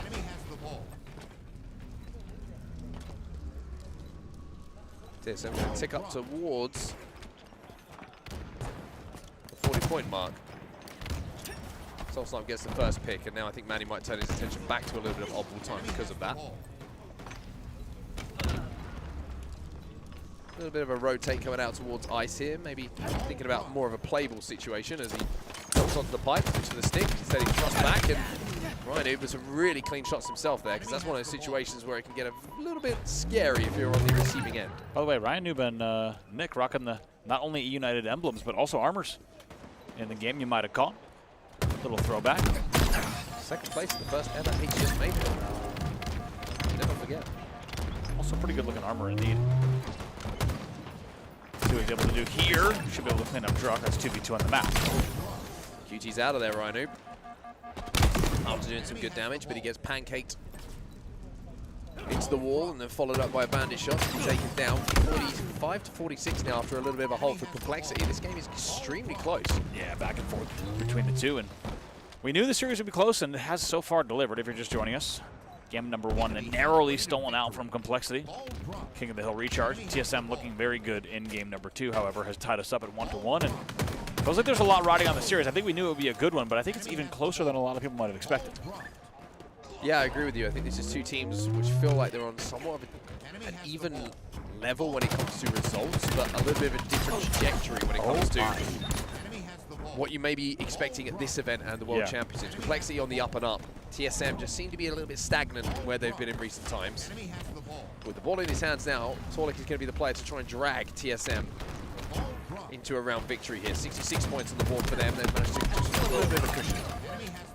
Yeah, and I think if you're TSM, you need to make sure that your pool play here is, is really solid. They'll continue scoring, but I'm not gonna lie, a team that has just beat FaZe and Optic online, I don't expect them to lose that game number 1 in the way that they did. It's given me a little bit of concern of what TSM are we going to get in each game type, because there's times where they look brilliant against Shopify, and then they kind of play that game number 1 the way that they did. So I think they're going to need to instill some belief that they can find, which I think is kind of the term that you use for this team, is like find that old championship form at the end of Halo Infinite, right? There's only so much left here in these 2 events.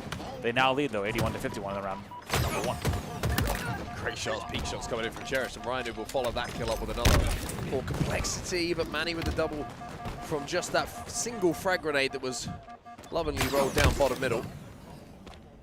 Will give Complexity an opportunity to get some numbers, but now finds himself as last alive, and with his shield's being stripped away, it's going to be TSM with a chance to grab this ball.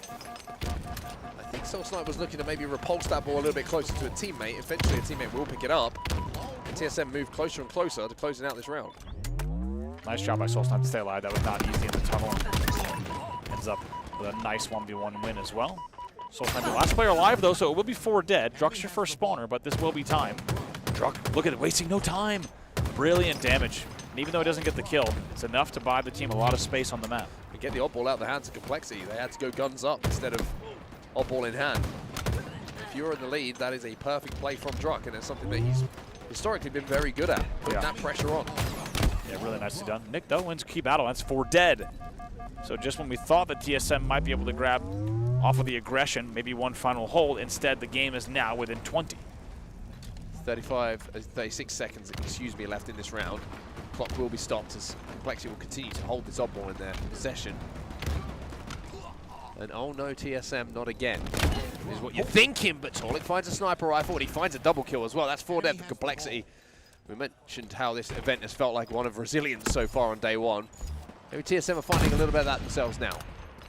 Only 9 points to go. They just need to hold this off. The right amount of damage, a body shot or 2. There's 1. Should be able to do it. Last players are trying to push across bottom mid. They're not going to get anywhere near that oddball, and TSM will be able to close out round number 1 here. A very solid push from them in the final moments of that game when they were really under pressure from Complexity. Indeed. The fact that we finally see them icing up, I think, is important for this team. And maybe that game number 1 stung a bit, and you'd hope if you're a TSM fan that it did, because shouldn't be losing games in that fashion if we're honest. And they now, since then, have looked quite good.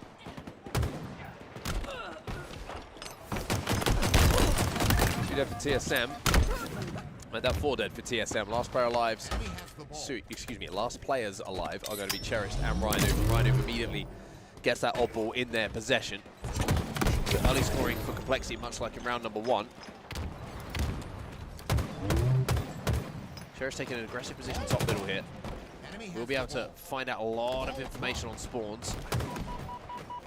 Soul Snipe's managed to sneak through here. Druck finds one elsewhere. Soul Snipe will be taken down, but it's a 2v2, and Cherish has to QT out just to stay alive. Yeah, unfortunately for him, he didn't really have a good QT route there. He was going to kind of go to a very similar sightline triple kill for Torlik. Oh! Torlik! That's a beautiful shot for the overkill. And that is going to peel the oddball out of the hands of Complexity. This man we talked about, he's starting to heat up. Really nicely done. Also, didn't catch the... Another one, not done yet. You're going to see the full spree on your screen. And just like that, it's a lead change off of Torlik getting 5 straight kills. He's heating up! The run continues. Nick might be next. Body shot onto Mental as well.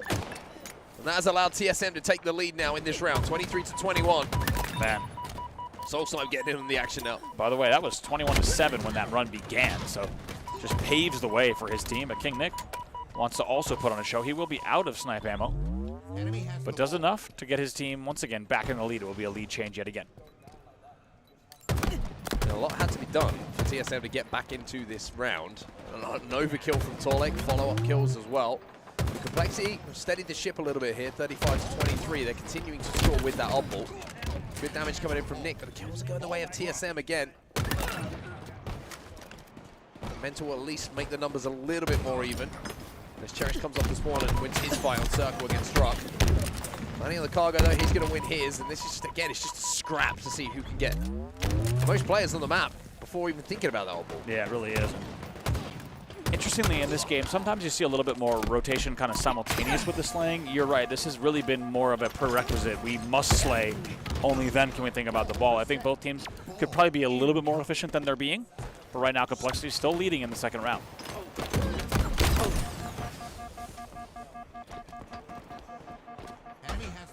Totally just looking for targets at the moment. Sure, he'd love to have that sniper rifle back in his hands. It's popping up in around 5 seconds time. One melee connects, the second one does not, and that's going to be 3 dead for TSM. Complexity with the ball back in their hands immediately. And the sniper might be going to Ryan over here. He'll look for the trade, doesn't get it. Soul Snipe should get a little present for winning that one. I thought he might even just go for like the wait and then delay and bait the snipe. Bait the snipe and then try to play it. Doesn't go for either, and in the end, going to lose that, as you say, 51-23 here in favor of Complexity. Not the first time we've seen Druk struggling statistically here on Lattice. 9-20 in this game, which is a huge outlier. And least assist on the team as well. Pretty rare to see that from Druk. Really struggling to find a level of comfort, I think, in comparison to some of the other maps that we do have in Halo Infinite. Totally going to be taken down as well. Complexity still with this ball in their hands, by the way. 67 points now and rising. And if they continue like this, we might see a round going their way and tied up before we head to a deciding one. Yeah, I tell you what, as neutral fans of the game and just want to see the most competitive, it's good to see Complexity bouncing back and see though still quite a bit of work to do in this one. Ryan Noob going to try to hold window and hold up another battle. Manages to get the trade. That's nicely done. Manny is your last player alive. Last player alive. Oddball should be in the hands of Complexity and is almost immediately. 73 points and rising. Trades are going to be good enough here for Complexity to just gather just a little bit more time. Mental trying to play in and around the circle. Takes a bit of damage and now becomes the flanker instead of the frontline player. Finds one. The other person just snuck through before he could pick him up. It was Soul Sniper actually who managed to do that. Ball has been rotated ever so slightly away by Ryan. 86 points on the board. Oh, my shots! That's another death to the tally. Crazy shots there coming in.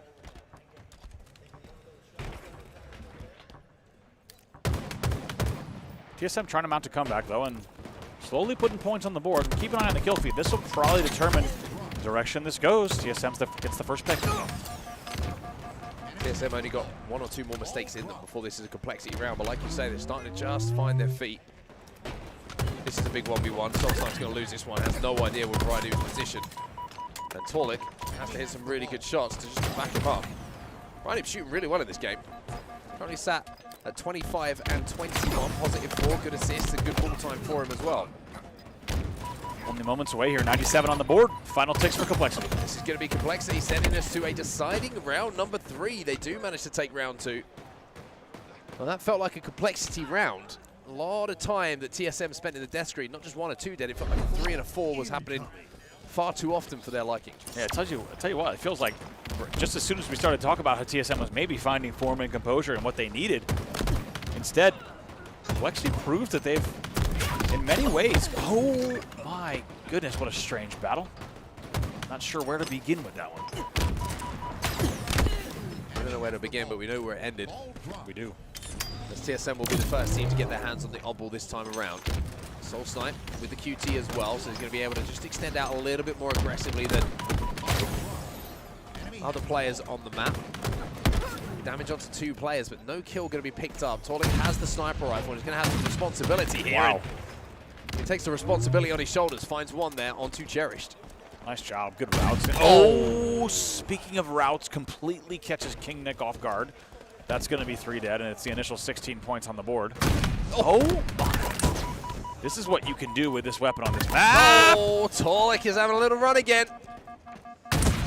Misses this one, has the thrust to play with as well. That's recharging. It will be available right now, so he can be a little bit more aggressive. Still has a bullet left in the sniper rifle as well, but no time to speak of. Not even time, not even a touch, and I'm not going to lie. While I love what I just saw from Torlik and I love the spree and the control, I'm not going to lie, it's pretty wild that during that 3 dead, no teammate was in any position to get the ball. And I actually have a hard time believing it. Yeah, that's what I would say. It happened. Luckily, we have the video evidence. As Torlik gets some free rhinoplasty to Rhino with that sniper rifle. Very efficient, though, since then here at 31-0. TSM making sure to convert the control into points in the end. Lots of time left still in the round, though. We'll see if Complexity can find some composure on one of these pushes. They'll get their first time on the ball.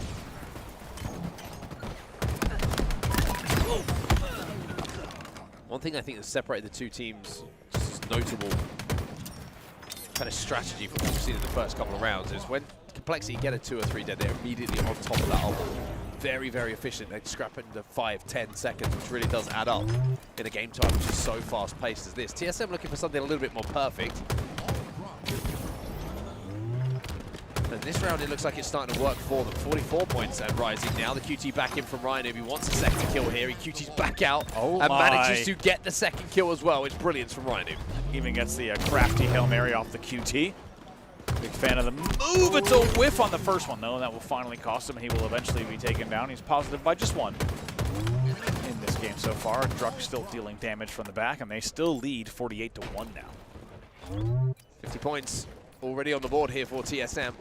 Enemy halfway to victory. Gotta note that even though Druck still trailing heavily in the kills category, it is worth noting he is now tied for most assists on the team, which is quite a swing from, you know, being the most negative and the least assists. He certainly has been dealing damage and been a big factor in this round without a doubt. It started to come to life a little bit here, which has allowed TSM to just match the slays that Complexity had in that previous. Enemy has the ball. Drop at the moment, the pivot point for damage, just outputting damage onto numerous players. He knows there's multiple targets he's going to have to worry about. TSM put that ball down for a second to turn their attention to these kills and the slays that they have to find. Ryan wins his individual battle against Druck. Our ball going to be grabbed immediately by Complexity. With 3 dead, you can see how efficient they want to be. Even though 75 points are on the board, Complexity break once and immediately have that ball in their hands. Manny was hoping to get anything, maybe a little bit of damage, maybe a little bit of melee or something in the end, or a death stick, but unable to do so. So that is, as you say, going to allow Complexity to get time on the board here. Still 3 shots here for King Nick as well. So if he hits a few more bodies, as TSM find themselves 3 dead, we could be talking about a game getting very, very close in a deciding round number 3 here. Yeah, far from over. This one. Even though it's 47-1, just like that, it's a much closer game at 75-35.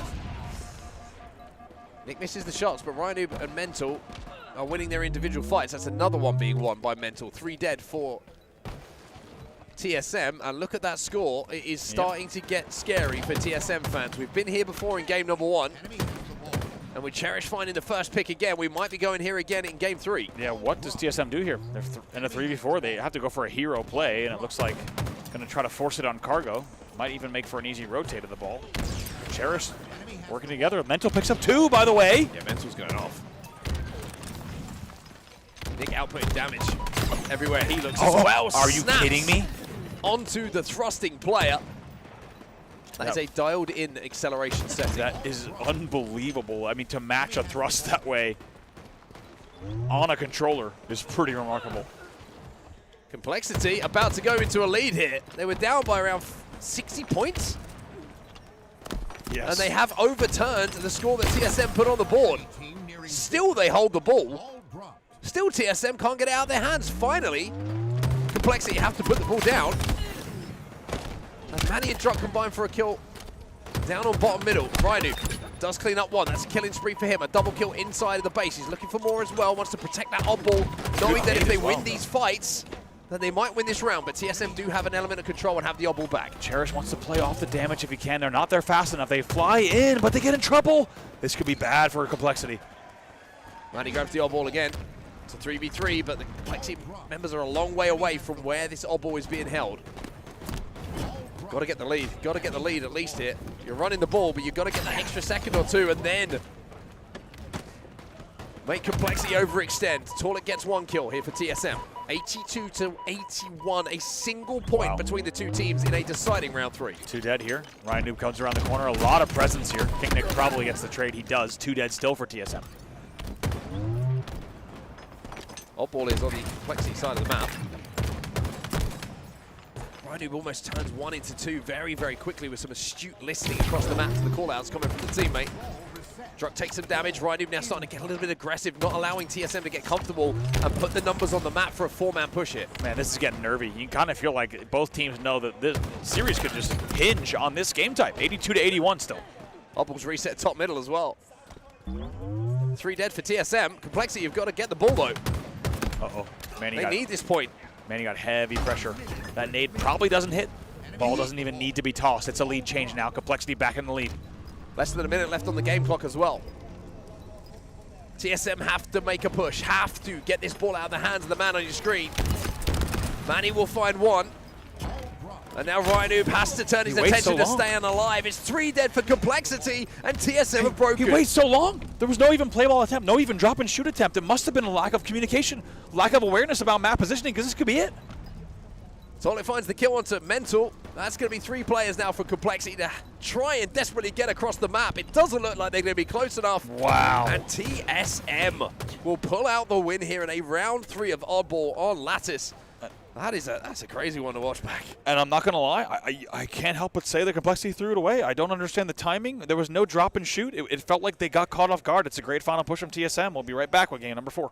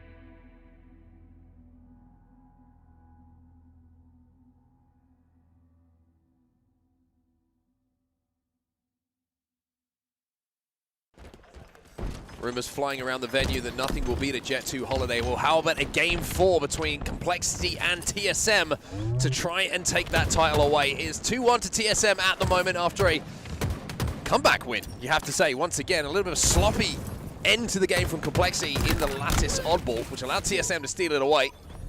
And now we find ourselves on live fire with a little bit of strongholds to play. Couldn't agree more. Don't take your family of four to Menorca when you could take them to the HCS Major in Charlotte, North Carolina. A much better time, without a doubt. 2 dead off the break for TSM. Gonna be a triple cap early here for Complexity. A, B, and C.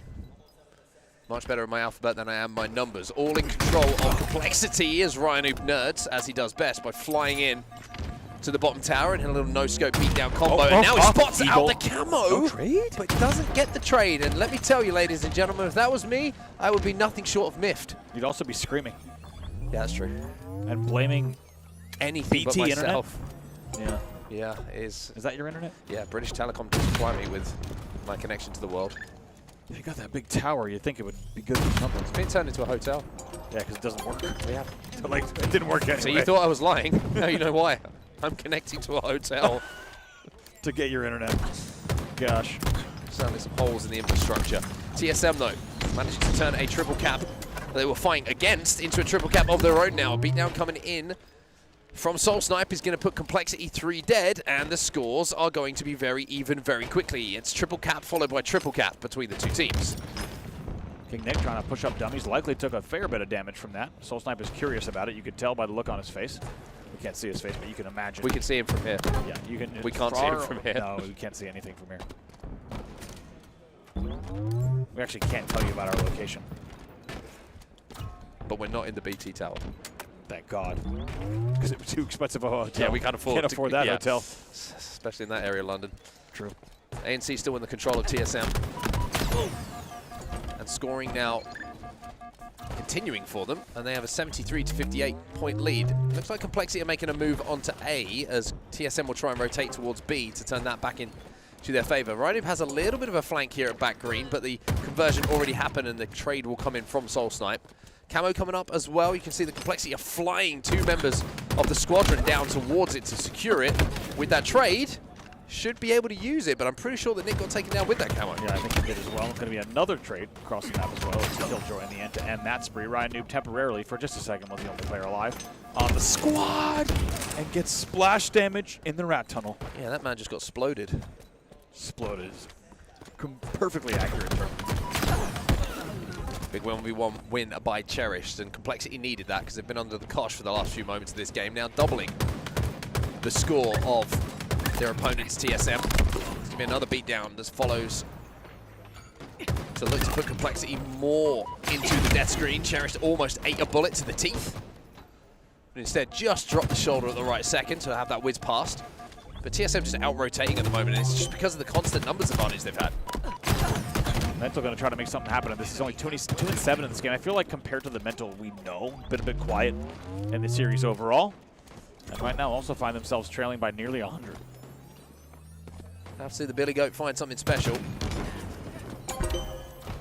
If Complexity want to find their way back into this, it's the secondary triple cap of this game. Even though it's only going to be temporary, those points go extremely quickly into the bank.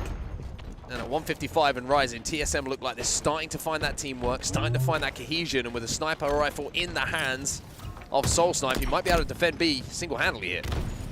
Trying to keep his eyes trained. 2 players at B, so now B will eventually be flipped, and Soul Snipe's going to have to figure out what to do with Mud and back tower. There's a lot of pressure on Nest as well. Oh, that's one way. I was going to say, and he had to hit a big shot onto RyanNoob to take him down. 2 members from TSM flood the back of tower, and even though Complexity have done well to fight out of what has been a difficult few moments for them, it's a long way to go to bring this score back. A and B is in their control, but TSM making a play onto B here with 2 players alive. Ooh, gets shut down, though, in a big way. Soul Snipe needs to try to finish this if he doesn't, and I don't know if he has the timing. He doesn't. That's a risky play, and they kind of all into that push, and they're still 2 dead. Going to lose C here as well. Yeah, going to be a flip of A and C. Spawners over at A will be able to control that for TSM as Complexity will take C away. So the double cap for Complexity will slowly but surely, methodically, just close that gap a little bit between the 2 scores. Those 2 kills going their way. maybe they're thinking of flipping the map a little bit here. Manny's going to try and make the solo play onto B. Great shots coming in from Cherished. And they're going to be able to reset this and keep the scoring going in their favor. Looks like TSM can tend to, when they have a sizable lead, start to make a little bit desperate maneuvers like that. I don't think they need to be all-inning B so hard in the way that they are. It's cost them quite a bit of time now, and what was a 100-point lead is now just a 50-point lead. It's going to be 4 dead for them as well if Manny's taken down. This will be a triple cap for Complexity, and Mental, the man we wanted to highlight here, is needing to just step up the pace a little bit when it comes to the slays. Well, he's got himself a camo, and with a triple cap in effect, they'll be able to split these TSM spawners all the way across the map. They get the first kill, they know where everyone else is because they've just converted B, and it's just a case of sending 4 on 2 here and taking this stronghold back. Complexity has earned this, and also it feels like TSM has just let this happen. Just finding themselves in the wrong position, not taking the time that they need to. It's another double from Mental. By the way, he was just -5. He's +1 now. It's a great streak and a great spree from Complexity. And they're going to be able to get the reset on A as well. The continual triple cap is now starting to hurt TSM considerably. Mental has to use his abilities to take to the skies, not just once, but twice with this repulse.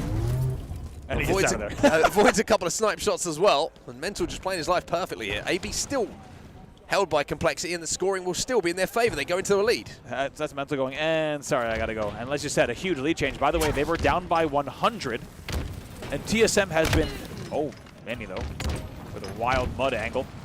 Very nicely done. Not gonna be so easy against Cherish, so it will be 2 dead momentarily, but as we said, it's been a lead change. TSM now gonna try to get the lead back and even go for the trip, but a 1v3 is not gonna be easy. 1 bullet to work with here for Soul Snipe as TSM will start to score. They're looking to exchange B for A and play the ends of the map at the moment. Nick's got to be very, very careful because he's essentially pinched between the entire TSM roster. Yeah. They spot him out. Now the numbers advantage is heavily for TSM. Made a bit too much noise there. Nick might have gotten away with something by shooting the gun. Alerted his opponents to his whereabouts.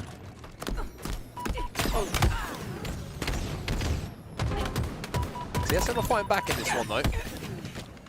And now we're starting to see the game get a little bit more scrappy. People get desperate for a 2-cap just to stop scoring. Nobody feeling confident enough to go for all 3-4 kills, get a clean squad wipe in order to push the triple, knowing the risks that that can have at a tight moment in this game. 203 to 172. It's going to be TSM still scoring, but look at Complexity working on B as Soul Snipe moves his attention towards C. Yep, A flipping as well.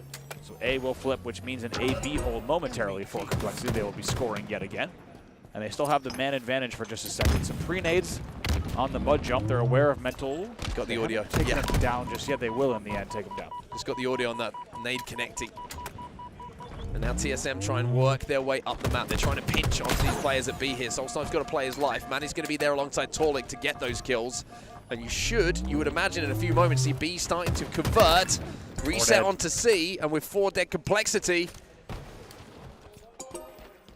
find themselves in a familiar position. Backs against the wall in the late game. What can they do here?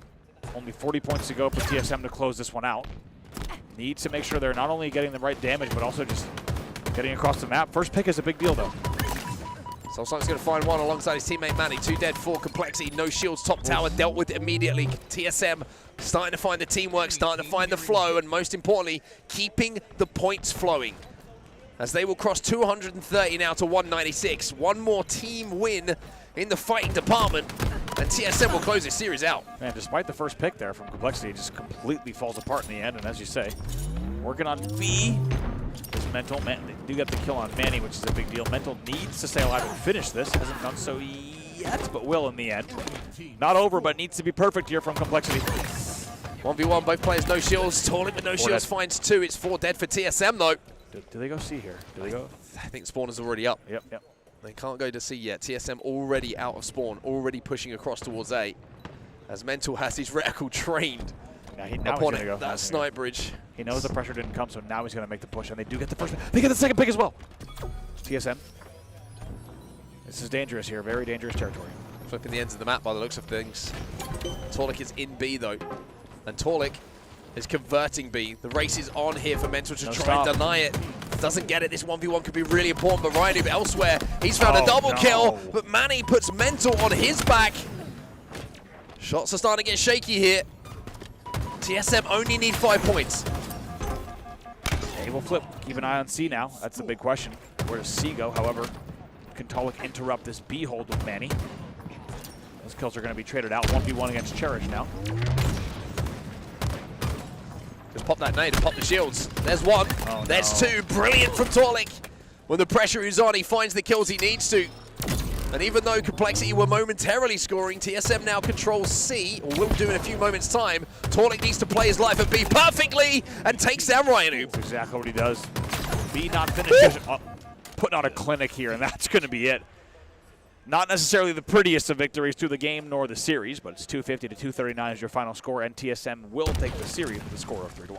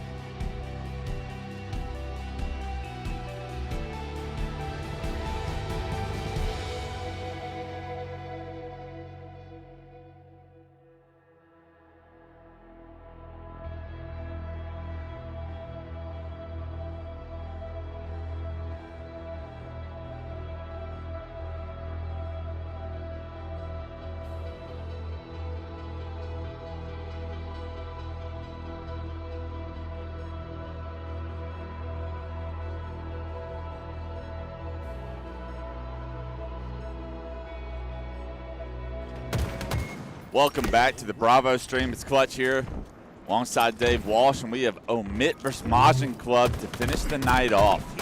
Omit coming in as the 11th seed, Majin as the 7th seed right now, the second best European team we have.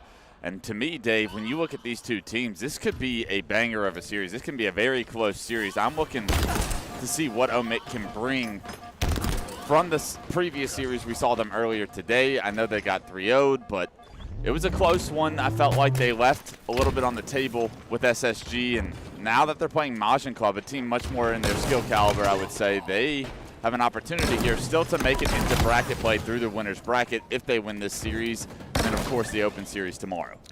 Yeah, and the reality is both these teams have been eyeing each other when they come into pool play here. Long gone are the days where North America doesn't focus on the European teams. You're no longer afforded that luxury. We've been quote-unquote upset too many times, or there's no surprise in it anymore. It is these guys know how to play, and they're the real deal. Right, Mighties and T-Chick, some of those players that have had those success. Septic and Bastos are really the question marks here coming into this series for Majin Club, but right now being put on respawn. Omit having a great first set of slays, a good progression on hill number 1, but as I say that, Majin Club is going to be inside that hill. Lethal going to have to wait for his team to respawn here. Septic is going to have the shock rifle inside of the hill right now, a dangerous position to be, but nobody able to finish him off just yet. That's the most frustrating when you're like, somebody's got to have a nade. No? Anybody? Somebody? Nobody? All right. Eventually that nade did come through. Septic goes down. 3 go down for Majin Club, and it looks like Omit have done just enough with this hill being tied that these next fights will decide hill number 1. Yeah, this next battle right here could very much decide who's going to get these last 5 seconds or so inside the hill. Looks like Lethal's kind of, I don't want to say desperate, but just committing. Both he and his teammate jump inside the batteries. It gets challenged here by Chick. Can he win the fight? It's going to be Lethal walking ahead in that one. That's going to be 1-0 here for Omit. Yeah, Chick checking behind every battery but the one Lethal was behind, and Lethal gets that first shot onto him. And because of it, Lethal able to kill Chick and find a way to get his team the first point. And that's a big point. That hill was highly contested. And already you see Omit in this second hill, so they did a great job of rotating as well to set themselves up for early success in the second hill to pair with that first point. But looking at how they're going to follow up for this new hill. What's going to take place here down in the blue pipes? It's going to be Chick grabbing some of the first time. And I don't see anyone really from Omit having a good angle. I mean, they're going to have to push all the way on through. It looks like they're going through pipes, and that's going to be difficult to actually really get anything done here, because at this point, Majin Club, they're going to be able to rotate. They're going to be able to answer this. And before they know it, this hill's already half over. Yeah, Huss can't move off the batteries. Chick doing a great job of getting info, not just on Huss, but on the player that was going top glass as well. So a good rotation for Majin Club to be able to deny some of the push from Omit right now. They are going to lose 2 members. It's a 2-on-2 situation. Sparty, Lethal versus Septic and Chick. But Chick in the hill already with about 80% of progression. This is beautiful for Majin Club to get right back in this game. But here comes Sparty and Lethal. They win the 2v2, so they're going to have map control for now. But they have a lot of work to do if they want to hold down this hill and go up 2-0. Yeah, it's tough. I mean, on one hand, you don't want to panic and just charge straight for the hill. On the other hand, you can't take your time and go all the way across the map. You can't give the opposing team 70% of the hill just to get that one stop on it. Big play by Mighty's there. He's hiding behind the boxes. It's the one place that Sparty does not check, and because of it, he pays for it with his life. That's going to give Majin an opportunity to get right back in this hill. But as I say that, they do lose Mighty's, Bastos, and Chick after that kill came through for Mighty. So a good job of Omit to be able to deny any footsteps that might have been in the hill from Majin, because they are so close to capping this hill, but so close doesn't cut it. And when Septify finds the first pick from the hill with the shock rifle, they're going to be able to have an opportunity here to go up 2-0 in what was 2 very close first 2 hills. This is devastating here for Majin Club. They were so close there, especially in that blue pipes, and to lose that one. I really did like how Septify stood inside the hill with the shock rifle. Some people think, I have the power weapon, I must get out and go do something else.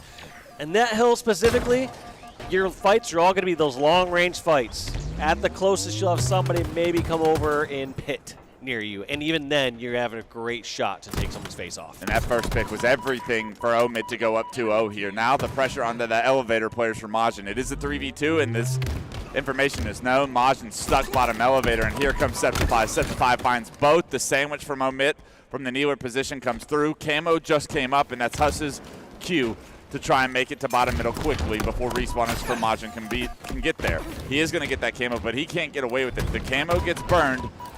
Still, Omit with the elevator control, that's predominantly what you want in this situation. They're going to have an opportunity here to defend this third hill for Majin pushing across the kneeler right now, but it does look like they flipped. The player did get out, and now all of Majin's stuck at elevator. Let's see if they can fight their way out in the 2-on-2 situation. Yeah, I mean, the score looks a little rough here for Majin, but they still have plenty of time on the board. You got 2.5 minutes.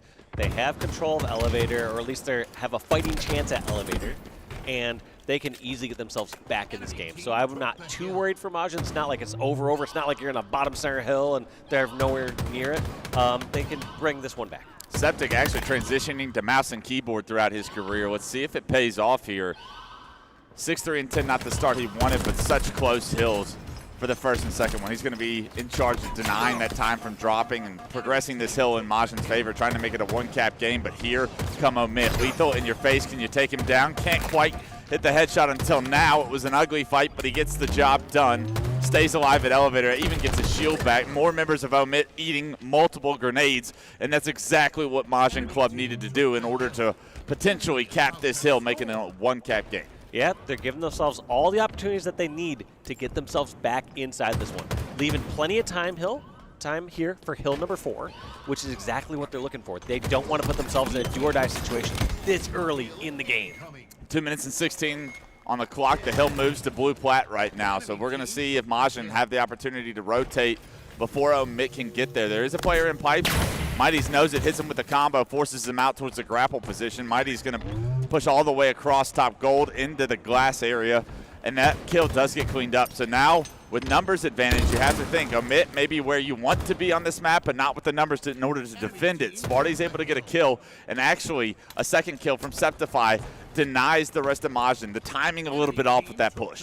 Look at this oscillation back and forth. You saw Mighties and Bastos push it in towards long haul. They realized they lost numbers. Omit had numbers. They wisely back up and then re-engage once they have full force again. Yeah, they do a great job of not staggering their deaths and denying a lot more time going in the favor of Omit. Omit is going to have this hill about halfway, but Majin seemed to have an opportunity to break it. Chick can't hit the shock rifle shot until now. He's able to finally get that kill, but I believe camo gets dropped. 3 go down for Majin, and this is Omit's map to play around. Lethal, camo, shock, and he is the player to watch right now, as a minute 40 on the clock might not seem like a lot of time, or might seem like a lot of time to us now, but if Omit can get this hill and go up 2 hills, that clock is going to be a problem for Majin Club. 2025 Lethal with camo and shock rifle and doing the OBJ right here. Gotta do it all, I guess, at some point. Yeah. I'll do it myself, he says. Let's see if he can hit the no-scope on the player right in front of him. Unfortunately, because he's in the hill, Camo's easily spotted out there. He gets taken down by Mighties, but the rest of Omit do a good job to trade some kills out. The last man alive standing, I believe, is Huss, and he's going to be in that hill and caps that hill in Omit's favor. It's going to be a 2-point lead now for Omit. A minute 30 on the clock, and this bottom mid hill is one of those hills, Dave, where you can really buy a lot of time and flush players out, and that clock all of a sudden becomes a win condition for Omit. Yeah, whereas clock was not win condition not too long ago, all of a sudden you are correct, Wes. They're just gonna slay here. Omit doesn't have any requirement to force down here. It's such a vulnerable position, and they're gonna let Majin go in 1 by 1, pick them off, and drain this clock down slowly but surely. Huss does a great job to deny some hill time with some perfect shots on the Chick right there, getting his team even further in the win condition department right now. You feel the pressure on these members from Majin. Even though you don't have really complete control, they have to get in the hill and stop that clock. Yeah, they got to go through, but one thing that's really interesting here is Majin's doing a great job focusing on other spots across the map. Nobody there from Omit were just desperating into the hill. People are a little bit wiser. They're taking some smarter routes, stronger positions, and Majin were in the correct positions to stop that. Just when it comes down to winning a gunfight, it's not the easiest thing to do. You're going against some of the best players in the world. Okay, 3 go down. This is the moment of truth for Majin Club here in game 1. They get 3 down. They should have complete map control. That's going to be a complete team wipe now for Omit. They're coming off respawn. Should be spawning in the pipes and glass area right now. Majin have the exact setup they want. how efficient can they be here? They need to have almost a perfect hill to leave 38 seconds on the clock and make sure that they buy themselves enough time for a potential 6th hill. Yeah, it's not just the one hill. It's got to be kind of back-to-back and 2 back-to-back very vulnerable location hills. But they're doing it so far. I mean, they're getting the time on, and that's going to be hill number 1. That was the toughest part. Now, can they do this with the protection of the batteries? Yeah, camo is going to be an awesome tool to have in your back pocket right now as you try to advance towards the batteries and stop this clock. 24 seconds, but look, Omit are playing in the sneaky and inside pipe, so they're going to have positions above the members of Majin in this hill. It's a double kill for Bastos. That's massive as he's 22 and 20 right now, trying to play his life. Still that camo becoming a factor. Can they spot him in the hill? Huss is going to drop without being able to spot him. That's a free kill. That's going to stagger the respawners. This is a doable situation if you're Majin Club, but you have to find success continuously here in order to make it happen. Chick able to find a kill, trying to grenade anybody potentially dropping down. It actually rocks Lethal, and because of that, 2 kills from a hill guy has got to be enough for Majin Club right now. Over 80% of this hill almost tied up, 20 seconds on the clock. Seems like it's not even going to become a factor as Chick has done it for Majin Club once again. We're seeing so much panic there from Omit. They just need 1 round of slays, and then they could pick off anyone run towards batteries. But heroic effort after heroic effort from players inside batteries, getting all the kills they needed, and Majin Club back in this game somehow. Yeah, you never want to catch yourself dropping down into batteries without knowing where that player is, especially if it's a camo player. But a great job by the members of Majin Club to tie this one up. Time was not a factor, and now it's 1st to 1 hill. The hill currently controlled by Majin Club, and a kill onto Lethal, staggering the opportunity once again for Omit as another player's coming off respawn momentarily. This is going to be such a difficult push for them because the pressure is on the hill over 50%. Yeah, and this is tough when you're Omit, kind of just crumbling in this position. Last time, they were able to revert the 2nd hill, if you recall. So, not unwinnable. You remember at the very beginning of this game, Majin Club got this around 70%. Omit got control and took off to a strong 2-0 lead. Can they do it one more time?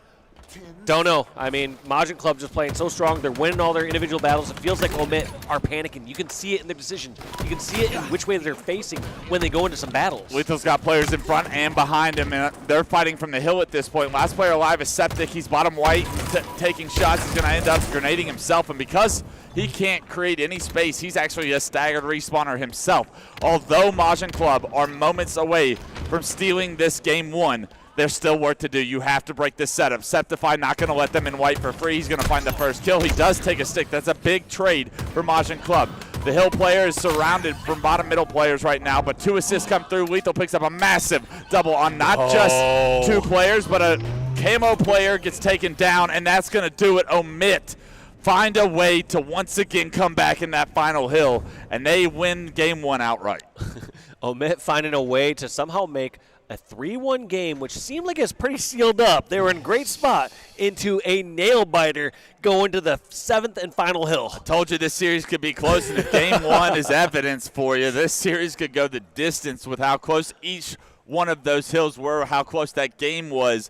Unbelievable ice showed from both sides, but it was Omit that broke the setup, the double kill from Lethal onto not just any 2 players, but one of them having the camo. You had to think that was the game changer for once they got that camo that they thought that they were going to win. But, I mean, Lethal, right place, right time, gets that double kill and earns Omit that first game victory. Yeah, a little panic from both teams at different times towards the end there. In the end, Omit able to clutch it up. I thought it was just Jover as soon as they had lost that 6th hill and then going 7. I'm like, dude, that one. It's one of those games that you kind of shake your heads like, guys, what happened? Why did we not win over on hill number 5? So easy to have momentum slip and you just not be able to regain it up until like game 2 starts or whatnot. Yeah. But a good job by Omit to find a way to close the door on that one. Finally, it probably feels like, considering the significant lead we saw them have up 3-1 with just a minute left. You think, all right, all we got to do is keep them out of the bottom mid-hill. But a perfect setup for Majin and back-to-back hills made that game 1 as interesting as it could be. Yeah, and final before we go out is shout out to Lethal there with most damage dealt there in the game, followed shortly behind by Mighty. But if you look at that, he's about, what, 1,500 damage, 1,600 damage-ish ahead of his next teammate, Spartan. Yeah, you can tell Lethal and Mighty's We're shooting in game 1. We'll be back, and we'll see who's shooting in game 2 here shortly.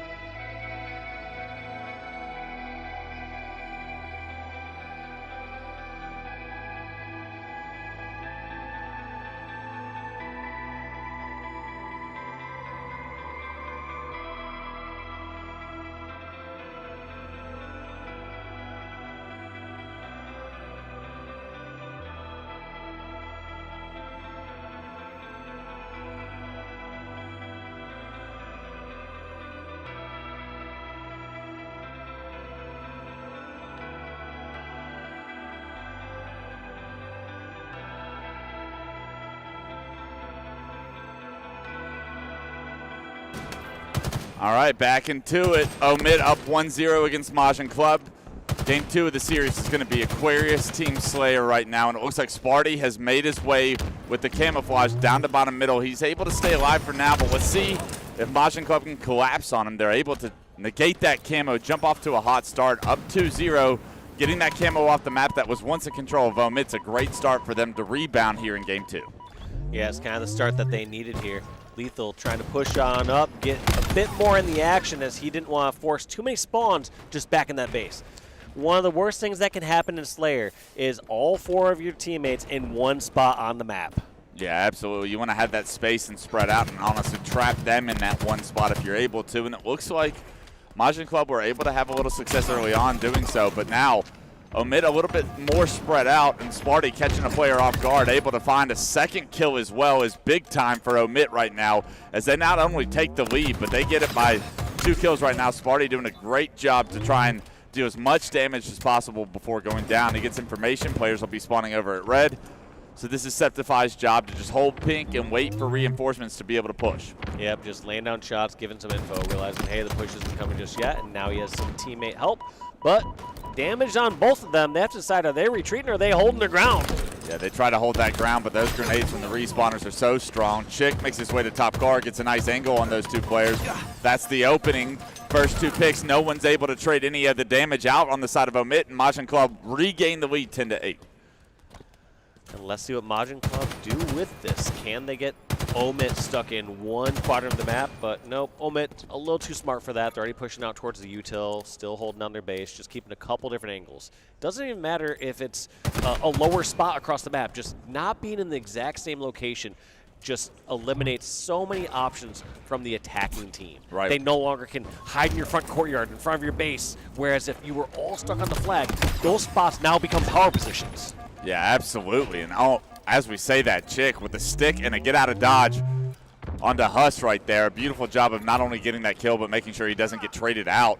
Because of it, now he's part of the push for the rest of Majin Club. They find a couple of assists. The last 2 players are going to be stuck on the flag. Huss trying to predict Chick with a grenade, but Chick too wise to the occasion, able to dodge the grenade, and those kills get cleaned up. It's a 4-0 sweep, 17-9 now. Majin Club starting to get a massive lead here. These can start to spiral out of control. I mean, on a map like this, yes, you can get a lead and roll those advantages and get some extra slays, but it's not quite the same as other maps where you have a sniper rifle or an overshield, which kind of have some more strong guarantees towards kills and no answering returns. Right, the power weapons, there's not really any power weapons. This is all teamwork trading out, and you have to think Majin Club have put themselves in such a fine position to tie this series up now. 21-10, a lot of game left, but 11 kill lead now for Majin Club is exactly what European fans wanted to see from this team. The pressure stays on. Mighty's able to get that first pick, able to stay alive, and we're continuously seeing how strong this Majin Club team is at finding that first pick, but making sure they don't trade it out. Yeah, and just like that, gosh, his sense is quick when he's whipping back and forth with that mouse and keyboard. On board with Chick now, spots a player across the map, but knows he has to worry about his own side right now. Weethel going to be trying to pressure him from the generator, but he's got a teammate that spawned right with him, so Weethel's going to have to back down, realizing that it's a 1v2, and unfortunately caught with his tail between his legs. Chick able to take down Weethel there. The rest of the team for Omid is going to be pink side, trying to push into red, but they're a little bit too late on this push, not able to capitalize on the focus that was once on Weethel. And let's see what they try to do now. They try to go back to pink. Lethal's able to respawn, able to at least trade a kill out, but trades are not going to get the job done. Down 19-30, make it 16-30, I'm sorry. Yeah, they have too much work cut out for them. I mean, once again, I almost called out Omit at the end of last game saying, all right, they kind of blew this one, this one's over, but you know, nothing's impossible. The biggest difference, though, in these Slayers is the opposing team that has a large lead has the option just to slow it down, play different, go for trades. You don't have that same luxury afforded to you in something like Objective. A bunch of unanswered kills go in Omit's favor here. Not just a 10-kill game. What was once a 14-kill game gets reduced to 11. As Omit flipped the map right now, it's very important that they find kills without trading, and unfortunately it looks like that's not going to be the case. A good job by Majin, like you said, Dave, to slow the game down and find kills where they're given the opportunity to, just to make sure there's some sort of trades going in their favor. Yeah, before there's a lot of times where it's, hey, back down, play your life a little bit more. Whereas Majin now in these situations is, if I'm close to you, they're pushing right up for that melee trade. Yeah. They're trying to put a 3-shot melee. Comfortable lead here, still at 10. Camo is up, but nobody quite in the position to go for it. It's a 3-on-3 on the map right now as 2 players are respawning on each side. Lethal's going to be top pink, but he didn't expect Septic to jump up here. Septic trying to focus on several different players, but unfortunately I think that's going to cost him his life there as Lethal enters the fight. Pink 1, he's able to get that kill, but immediately traded out. A great job by Majin to find opportunity where they can and continue the lead still at 11. Yeah, this is the same position they're kind of at before. It was 11-kill lead, but now it's at the 38 mark. They will happily climb closer and closer to that 50 number by just trading or keeping the lead that they have. So Majin doesn't have to do anything spectacular. They already did that earlier in this game. That's the thing you have to keep in mind is at certain points when you have 2 even or strongly contested teams, somebody's going to have to get the edge at one point. They did that in the first half of the game. The rest they get to ride out. Now it's up to Omit to pull off something miraculous. And if we're looking at anybody, it's Spartan with this camo needs to find a lot of success. A double kill is a good start. 9 kills separate the two. Make it 8. Spartan still with good time on this camo right now. Needs to get back involved in the combat loop. The camo does run out, actually, as he had to have it for the last 45 seconds. A little bit of the deficit made up, but you still have so much work to do, and unfortunately Husk goes down, and a split spawner over at Blue is going to make this even more difficult as they have angles from both windows now. Yeah, and I think that player at Blue kind of really threw a wrench into Omit's plans. They thought they had them trapped over at Yellow and over at Yellow Util. Instead, they have somebody back on their side, getting that opening kill, and even here, we didn't really get to find that player just yet. Spartan did a whole lap around the base, realized they bailed out towards Fridge, and it was over.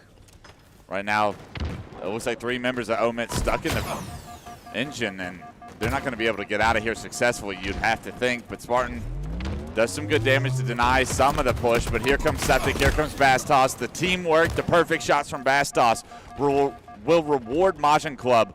47-36 is the lead. 3 kills to go, and they will tie this series up. Just like this, over and over again, these members of Omit are kind of going into a 2v1 over towards Util, and Bastos and crew said, yeah, we'll take that one again. Yeah. We'll happily fight 2v1. Yeah, we're pretty good in these situations. As like those Bastos odds. finds the double kill, finds the 50th kill for Majin Club. It's a 50-38 victory, and it was really all of Majin Club playing so well together in that game that it was never close. It was always Majin Club in the lead, and it was just a matter of by how much. Yeah, it was. They won it early on, as I said before. They got up by like that 10-14 mark, and throughout the rest of that game, from the 30 kill mark on, they went even. They just went even in Slaves of Omit and closed it out in a convincing fashion. Majin Club tying the series up. This is a series that could go the distance to end tonight. It's a 13-10-7 performance. It's a 15-7-7 performance from Septic and Bastos that were the standouts here in Game 2. We see Majin Club tie this series up, and both of these games have given you promise to believe that 3, 4, and 5 potentially are all going to be bangers. So stay tuned. We'll be back after the break.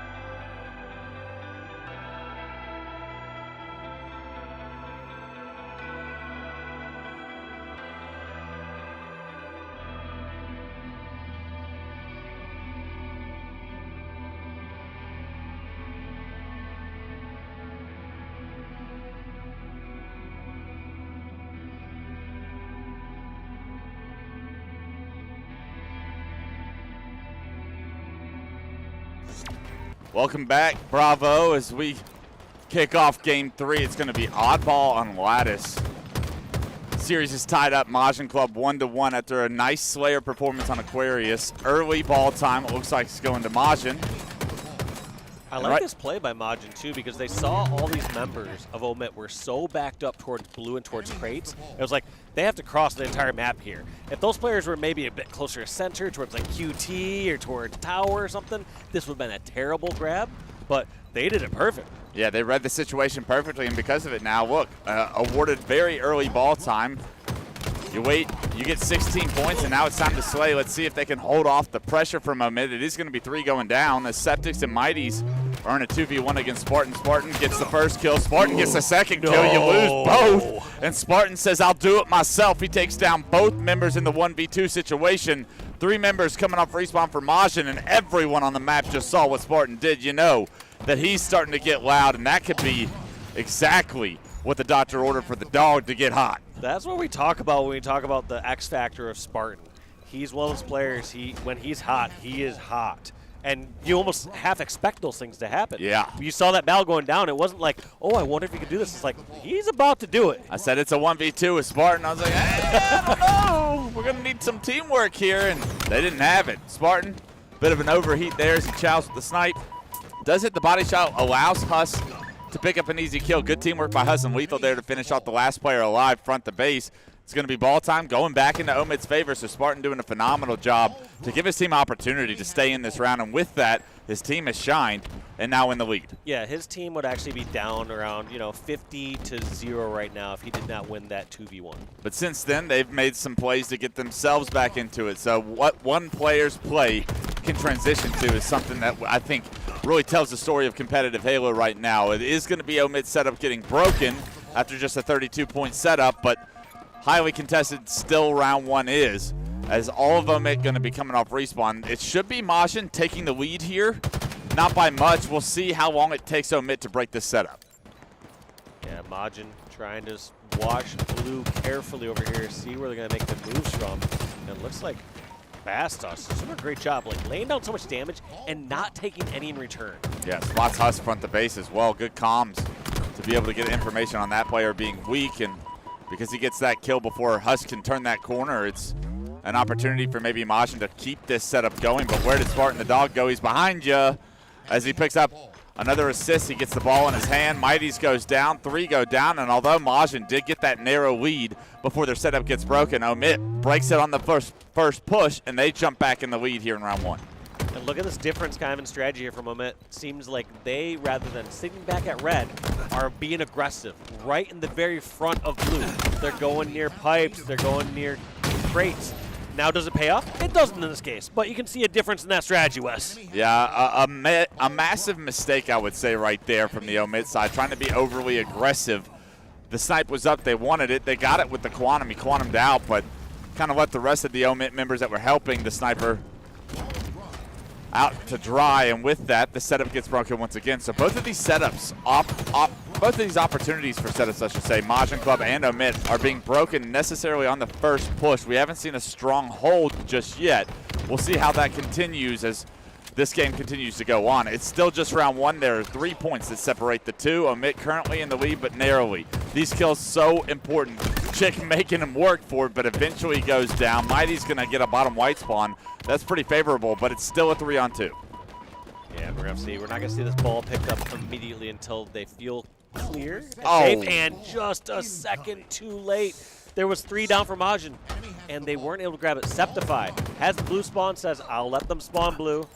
I'll sacrifice myself. We'll get the ball over here. But you got to wonder, this setup's kind of already broken. The fact that there was 1 free kill there, you're going to have other kills coming out from Omid, which they do answer with Mighties and Chick going down. That fraction of a second between the ball resetting and him being able to pick it up probably costed Omid about 20 seconds of ball time before a potential break of the setup. But the setup gets broken. No time was awarded to Omid throughout that process. They do have the ball in hand now, but what the lead could have been is the big question. Chick still trying to break into this setup. Unfortunately, a player front the base he doesn't expect to be there takes him out, and that's going to allow what really feels like the first setup hold is going to be here in this game 3. And And oh my God, some moves there. It's not just only Sparty that can pull off those plays. Bass toss, single shot left, takes down Spartan. The Lord giveth and he taketh away as Bastos wins that 1v2 situation and right back in the lead. His team is about to be Majin Club. Crossing that 73 mark, he's actually going to drop it and slay. He feels the pressure coming, but maybe not from the right direction. Huss behind enemy lines now towards red ramp. He is going to jump into this window and try to play his life, but eventually going to get hunted down before they can even take the lead. So these setups, not very strong for Majin Club, as we haven't seen them really be able to hold it. But this player on the back ramp, this is a massive 1v1, and he's got a little bit of help from his friends outside by Ice. And now finally, Majin Club with a little room to breathe. You would think take the lead, but they dropped the ball, just as I might say that. You know, they decide to just caster's curse you right there. They want to, you know, make you look a little We foolish. should just get that last point just before you do one it. point, just to make, you know, just here to gain the lead, Steitzer. instill that confidence in the team. Yeah. But these players, when in doubt, they want to slay it out. They're going to drop and make sure they get that first shot, because that's the difference maker in a lot of these battles. Sure, we've seen a couple turnaround fights here, which have been insane, where somebody's here, one shot, is able to hit that. But a lot of these other fights, you know, more than 50% of these fights, they're determined by who's getting that first shot at this level. Yeah, Huss doing a good job to take down Chick. Chick was starting to heat up with that snipe. Hit the first shot on the Sparty, but can't quite get the other kills. And now let's see what Huss is made of. Spots Bastos out in the open. That ball in a very neutralized location, so it's going to take a round of slays before anyone able to pick it up. It actually resets top middle, so once again the ball resetting. Who's it going to benefit? Two go down for Omit. You got to think Majin are going to be able to pick up this ball, and with only 13 points to win the round, your ticket to go right now for Omit has already been punched. Three go down for Omit. It's up to Sparty the dog. He's in no man's land, getting caught out from all sorts of angles, and it will be Majin Club taking the first round here in Game 3. Yeah, there's no one from Omit that's going to be in position to stop that one. Like you said, round one going in their favor. But a lot back and forth, and you're right there, Wes. I don't feel like we're really seeing either of these teams hold a elongated full setup. Yeah, and ball was predominantly over towards that red area. I'd be surprised if we don't see one of these teams switch it up and try and get this ball towards blue. Maybe a much better opportunity at actually holding some of these setups and playing your life a little bit stronger. But it really is all about those first picks. Once again, we see Majin Club winning the opening break, kind of prioritizing that oddball.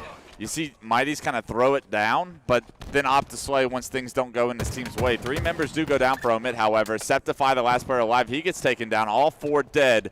And now Majin Club have an opportunity to say, where do we want this ball? Do we want to bring it towards blue? Sparty is going to spawn blue, so right back to red we go. I'm actually a little surprised. Mighty's was right near the QT, sees it once again, just says, nah, not worth it. I feel like I've heard differing opinions on this. I remember, you know, listening to LVT broadcast, and Eli was saying he thinks that this is the best map out of all of them for QT and its use. I kind of tend to agree with that. I don't know. What's your feeling on the value of QT on this map? I would absolutely agree, especially with like the size of the map and the routes that are taken. Like having that QT in order to be able to rotate to some of these positions that are so difficult to keep eyes on. Absolutely, you want to be able to cover as many lanes as possible, and I think that QT does allow players to relocate and have involvement in combat loops that are going around across the map. But you never want to like give up your life, and if you're not comfortable, you're not comfortable. So that's maybe what Mighty's is thinking right now. The setup once again gets broken over at red. Majin do get 23 points unanswered, but it is now Omit's time to shine here. If they want to push this to a round 3, they need to start holding some of these setups a little bit longer. Yeah, broken once again. And it does feel like some of these times there's, I don't want to say unnecessary deaths, but players that should be living a little longer or in stronger positions, like they're getting some early picks on the sniper as an example, and it's like, yes, they made a great play to get that sniper, but also at the same time, the sniper arguably caught off guard, didn't have the information, didn't know they were pushed that far out on ice. You can tell it's a new map by just the scrappiness. A lot of our oddball maps that you've seen in the past, the ones that have been played for 4 years, the setups are traditionally stronger by the pros that have been around for so long. But this being a new map mode combination introduced to the HCS for this event, still teams figuring out what they prioritize, how they want to hold some of these setups, and it's going to haunt whoever loses this game 3. Right now, it's a 19 lead, in favor of Majin. They did win round 1, so they're looking stronger here, and they're starting to pull away here in round 2. Omit on the ropes for game 3. Yeah, we're going to have to see what they can do here because Majin, they're seemingly slowly eking away with this. But Omit, I wouldn't say they're out yet, but we're also not really seeing the life out of them that we need to see. We saw some bark from Spartan early on. We saw some life. We saw Lethal putting up big numbers, but it hasn't really transpired into much else. Yeah, it can't be 1v2s that keep you in this game because that's not going to happen that's often. a once-in-a-while thing that you're like, all right, saved us that time. Yeah, we won't play in that position again, my guy. Relying on the Spartan 1v2s is not a recipe for success, but right now, they're able to get around the Slays. They have the ball into red, maybe get some information that Septify is using to maybe questionably rotate this ball across top middle back towards blue. The red setup has obviously been favoring Majin Club, having won round 1 predominantly with red setups. Right now, though, Mighties and Chicks, they find kills in the kill feed. A bit of a challenge from Septify. I don't hate that one, actually. Found out there's someone weak out there. You were going to get hunted in red. That, I think, is a calculated challenge. Wanted the double kill, but unfortunately left the player no shield. And that ball gets right back into red where it appears Majin prefer it to be. And with that, Septic starting to push out on some of the first initial pushers. Finds Lethal as well in beautiful rotation and heads up swivel here from Septify finding the double kill. The last 2 players are going to be towards the ball, however. The ball carrier does take him down, but look at this, Dave, 93-31. And that's Septic just playing his life knowing that they can play so slow in these situations. Does lose the big gunfight to Huss, but you need a lot more from Omid if they want to even come close to making this go to a round 3. Well, it was just perfect position there by Septic that entire time. Didn't have to do anything too flashy. Went in and out, just spaced himself perfectly. He was next to 2 different players throughout that time and backed away where he needed to, challenged where he needed to. And yes, maybe didn't execute on the fight against Huss, but like I would take better or perfect decision making over somebody who's hitting a couple extra shots sometimes. Fish in a barrel for Huss as he finds a double kill bottom river right there. And is that what the doctor ordered to maybe get Omit back into this round? 95. You got to play perfect from here. No time can be awarded to Majin if you want to win this round. And I like this aggressive play by Huss. He's going to push towards the boxes, and it rewards not just 1, but 2 kills. You got to come back towards your ball carrier now because overextenders on the other side have been the problem. Chick finds a kill, Sparty finds a kill. All 4 down for Majin. A quantum in your hands, and now all of a sudden this is a very doable round. One more rotation, one more set of kills here from Omit, and they have round 2. Can it strike twice? You are just there. I feel like you can't pull the same trick 2 times in a row like that. Huss was like, hey, this worked out great last time. You're getting hard cleared the second time, I promise you that. You've been called out. And because of it, he loses his life. A great attempt from Lethal to get not just 1 kill or an assist there, but Lethal able to pick up both of those kills. I'm sorry, Septify goes down, but great distraction, great way to buy time for Lethal to find that double, but still more work to do. The ball still on red ramp, but here comes Omid. Finding kills, making it difficult for these last 5 points. 92 and climbing now. Omid right back in this round. A couple of kills will make this round go in their favor. In fact, the ball in no man's land right now. The ball carrier does get taken down. Majin Club make it to the ball. 3 go down. Huss in no position to stop this ball from being captured right now. 7, 8, 9, and that's going to do it. Majin Club will win this round miraculously. You thought Omid climbed all the way back, but just like the Hill game, the team that was in the lead finds a way to close the door at the last second. Yeah, that desperation in the end from both sides, killing the ball carrier, killing the return ball carrier, and just was not able to work out in the end there for Omid. But, man, was it scary. They somehow pulled that back, but I think the bigger problem is that we're just seeing Omid put themselves in some very difficult positions that they have to work out of. Yeah, that ball being where it was at the end, I was very surprised that that was going to be like the idea of a rotation for Omid. Obviously, it doesn't work out for him. As we take a look at the stats, it's really Bastos that popped off, 31-19.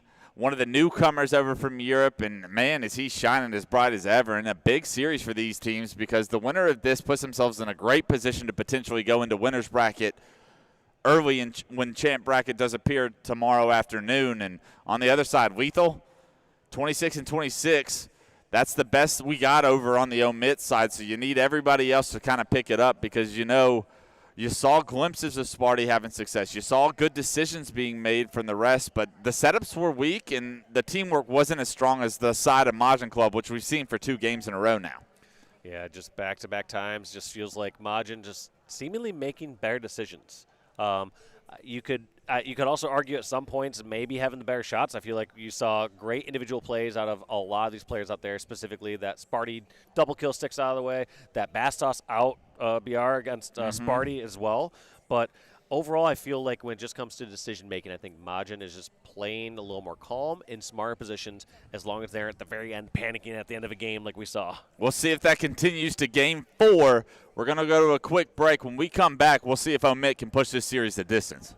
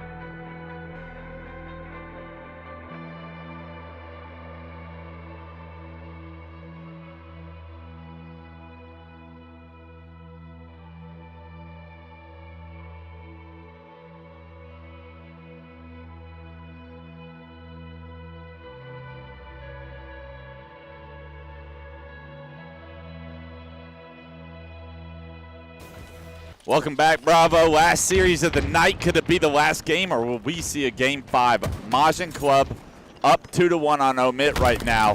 And let's see if Omit have any fight back in him. Right now, we're on board with Chick. He's going to get taken down. A good job by the members on Omit there to kill that overextender. But in the meantime, Septic has found himself the sniping on a mouse and keyboard. The S7 can be so deadly if this player can catch fire. Let's see what Septic has in his bag of tricks for us here. Now that he's got A under his belt, it is going to be early control for Omit, but still you got to worry about this S7 anchoring the back of house. Just playing real patient there. I like that play from Septic. Just letting Omit come to him, taking his time. Another thing I'm just noticing a lot here from Majin versus Omit is Majin are making themselves difficult kills. They're buying that extra 2 or 3 seconds every single death, whereas it feels like a lot of times Omit are just committing, and they're out in the open. They're saying, all right, I'm fighting this one to the death, and hopefully I win this fight. Interesting decision by Septic here. He actually drops the snipe for Bastos, so that tells you a little bit about Bastos just here and there, right? Like, he must be the predominant sniper for his team. And he has camo. I guess that's another. That's another factor. I'm not dropping it for anybody. I don't care what power up you have. I also notice whenever someone has that camo and they're like, oh, give me the snipe, they never say how much camo they have left. Yeah. You're like, all right, you have 3 seconds left. Do I really need to drop this? What's the point, man? Go take up some more ground somewhere. Hell, if that Kick works, rocks. I'll just say I had camo last life. Drop me the snipe.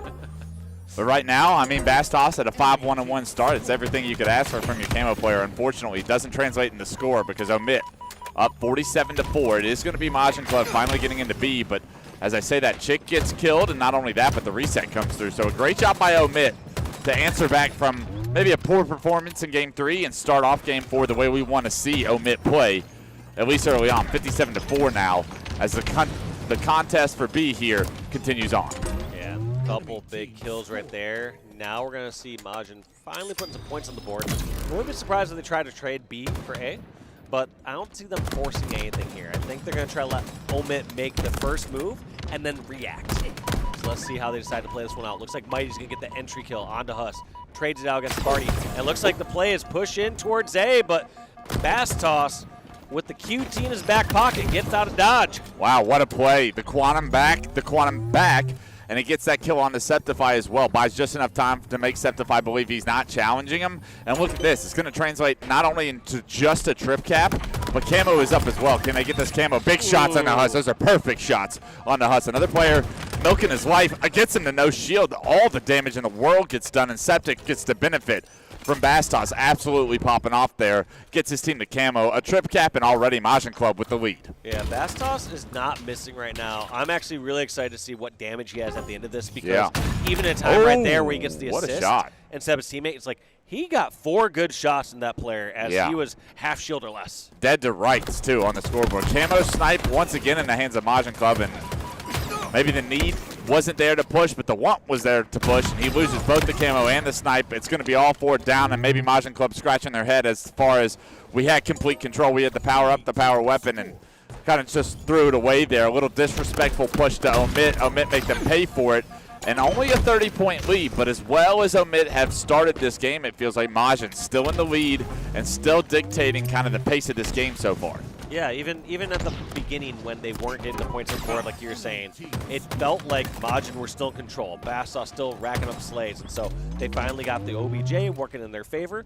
But we're going to have to see if Omit can start to answer back some of these kills. I mean, some of these times when players are running hot, they can only run hot for so long. You can't expect it all game, all series, every single moment, every single fight. Yeah, unless they're on Optic Gaming or Shopify Rebellion, then those players never stop getting hot. But right now, we're seeing some great play from these lower tier teams, we'll call it. And Septic able to jump into the hill, get a contest, but Lethal able to find not one, but knocks another player to no shield. But that player is going to be able to play his life and keep control of B. Gets the reset, gets the Quantum. Bass Toss once again at 11-4-3. Continues control for Majin Club. And argue again, that's just better positioning, better decisions there from Majin. Yeah. Like, they didn't do anything spectacular there in B. Turned, they rotated when they had the numbers, traded out a melee, traded out a shot, got the reset. Doesn't have to be flashy. Yeah. Camo coming up here shortly, and the battle for Camo right now, Septic versus Huss. Huss is going to be forced to back down. He was knocked to no shield. He's going to relocate towards the key door. The timing is going to be there. You have to think for Septic to know that Huss has got to be playing around this. They're not just going to give this Camo up, and there he is. Huss gets spotted. Another player can't quite get the melee, but the damage gets done. 3 go down. Septify, the last player alive, can't deny the Camo from going over towards Majin Club. Septify in a very difficult position here as he has to fight yet another player. Everyone on his team coming off respawn. They do jump into A, but as well, Majin Club will jump into B to just flip the map. Yep, perfect help there too from Bastos.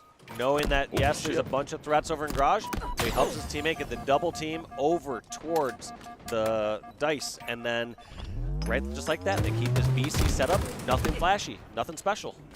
I love the juke where he acted like he was going to drop down bottom middle, able to get nice shots on the Lethal, maybe lessen the push that was going to go on to B right now, and immediately has his eyes set over towards A. Lethal's going to be forced to try to come back to A, but dealing with this Camo player is going to be so difficult, and already Bastos able to transition A into his team's favor and then relocate top middle. Does challenge Huss there. Huss gets the better of him for what feels like the first time Bastos has lost a fight here in just a little bit. 3 go down for Majin Club, and finally, although the lead is 100 points in Majin's favor, we see Omit with a trip cap. Yeah, trip caps can get out of control real quick, especially if they're able to secure a couple of these kills right away, just like that. Septify, help his team get back into this. Just like that, was a 100-point lead, now only a 60-point lead, and it continues. Yeah, they're staggered respawns right now. You got 2 players in A. They're going to choose to back up. I like interesting that decision. I like to be able to push the gas, in all honesty, but if they don't have the numbers or the shield, then I do like that call, and let's see if it pays off. Chick going to get caught with his pants down bottom middle. Septify able to take advantage of spotting him from the hole, able to drop down, but somehow they lose B without losing really the numbers right now. You don't want that transition because these points are so crucial, every single one of them. They do jump right back into B after getting a couple of kills, so a good job by Omit to retain B. It's a BC hold for now. Camo not up for a few more seconds. Let's see if they can transition this into camo control, which would really benefit Omit to get back in. Yeah, and I agree with you that entire time. It felt like it's okay to pump on the brakes. You lost to somebody. You don't need to throw away your trip cap and just give them the free kills. But losing B, which felt like kind of, hey, you're playing defense at this point. Yeah. You should be defending the areas At that you still have. some point, you got to defend something. Yeah, you can't just run away until one person's gone. Oh, that's tough. Huss trying to maybe potentially dictate some of the camo play, but not only does Mighty's get away with camo, but he gets flanked and therefore gives Majin Club a control as well. So it's an AC hold. Untraditional, but it can work, especially when you have camo in Mighty's. It'll be a temporary hold. They'll eventually give up one of these strongholds, whether it's A or C, in order to capture B. But one thing we have to give credit to is Omit closing that gap. They were down by 100, now it's only down by 30 because they did a strong 3-cap and a 2-cap hold. Damage is done. That's exactly what you're looking for when you get control like that. It's okay to go on a 70 or 80 point run. That's perfect. Spartan shooting a ghost, and Casper, the friendly, gives you a stick on his way out. A double kill was massive from Septic. You could tell Spartan knew he was there, but he couldn't land any of the shots onto the camo player, and because of it, 2 kills go in favor of Majin, and all of a sudden now the time is ticking, Dave. They're over 200 points. You're down 50 plus, and these lives are going to be the last lives you have tonight, and potentially gets into the elimination bracket if you can't make a play from here. Yeah, Chick trying to desperately push it back towards A, recapture this one. But looks like they're going for their own trip cap temporarily. Let's see how long they can hold this for. Omit, this is not what they want to see. They thought they were getting back into this one, but all of a sudden, trip cap, they need to stop the bleeding. Oh, Chick with 4 shots, couldn't get the 5th one off. They are going to give up A, but it's a BC hold for Majin Club. 30 points is all they need. A 1 round of slays, and I swear this series is going to be over in favor of Majin. I don't know what they need to do to get out of this one. Last time they tried the pushes all the way towards cut and all the way towards C, but I don't think they have that sort of time. Seems like they gotta force it towards B at this time. But when they're going out through that little garage door, it can be so difficult from Nest. Yeah, Huss able to get that kill and able to get into the stronghold immediately. Stops the scoring for Majin Club. Starts the scoring for Omit. 163 and climbing. You got to be nearly perfect at this point. You get 2 kills in your favor right now. Do they push the trip cap is the question. Camo will be coming up, so another obstacle to try and juggle on this comeback. I don't think you force the trip cap, but as soon as the opportunity presents itself, you go for it. it. You got to go for it because you can't just hold a double cap for 80 points if you haven't done the rest of this game. That might have been a big 1v1 won by Mighty's. I know he had the first couple shots, but great job by him to find himself in that position to be able to get A in their favor. It is going to be Septify jumping into C, but the reinforcements for Majin Club off respawn are going to be able to defend C. They're going to get the resets. 10 points in climbing, and now Omit have to make a decision. Is it A or C? We got to get in something. Septic able to defend both right now. Knows that they're going towards A. Tries to help his teammate Chick. Not able to stop them in this case. Omit, at least extend the game a little further. They do have 2 down, however. It's up to Sparty and Lethal to try and make a play here. B is going to be converted. 4 points is all they need. Sparty gets taken down as he glides through the air. He gets removed from the map, removed from the series, and it's Majin Club upsetting Omit 3-1 here to end the night. You know, it's got to argue, maybe not much of an upset. I mean, the seeds might be true. You got the 7 seed versus 11 seed.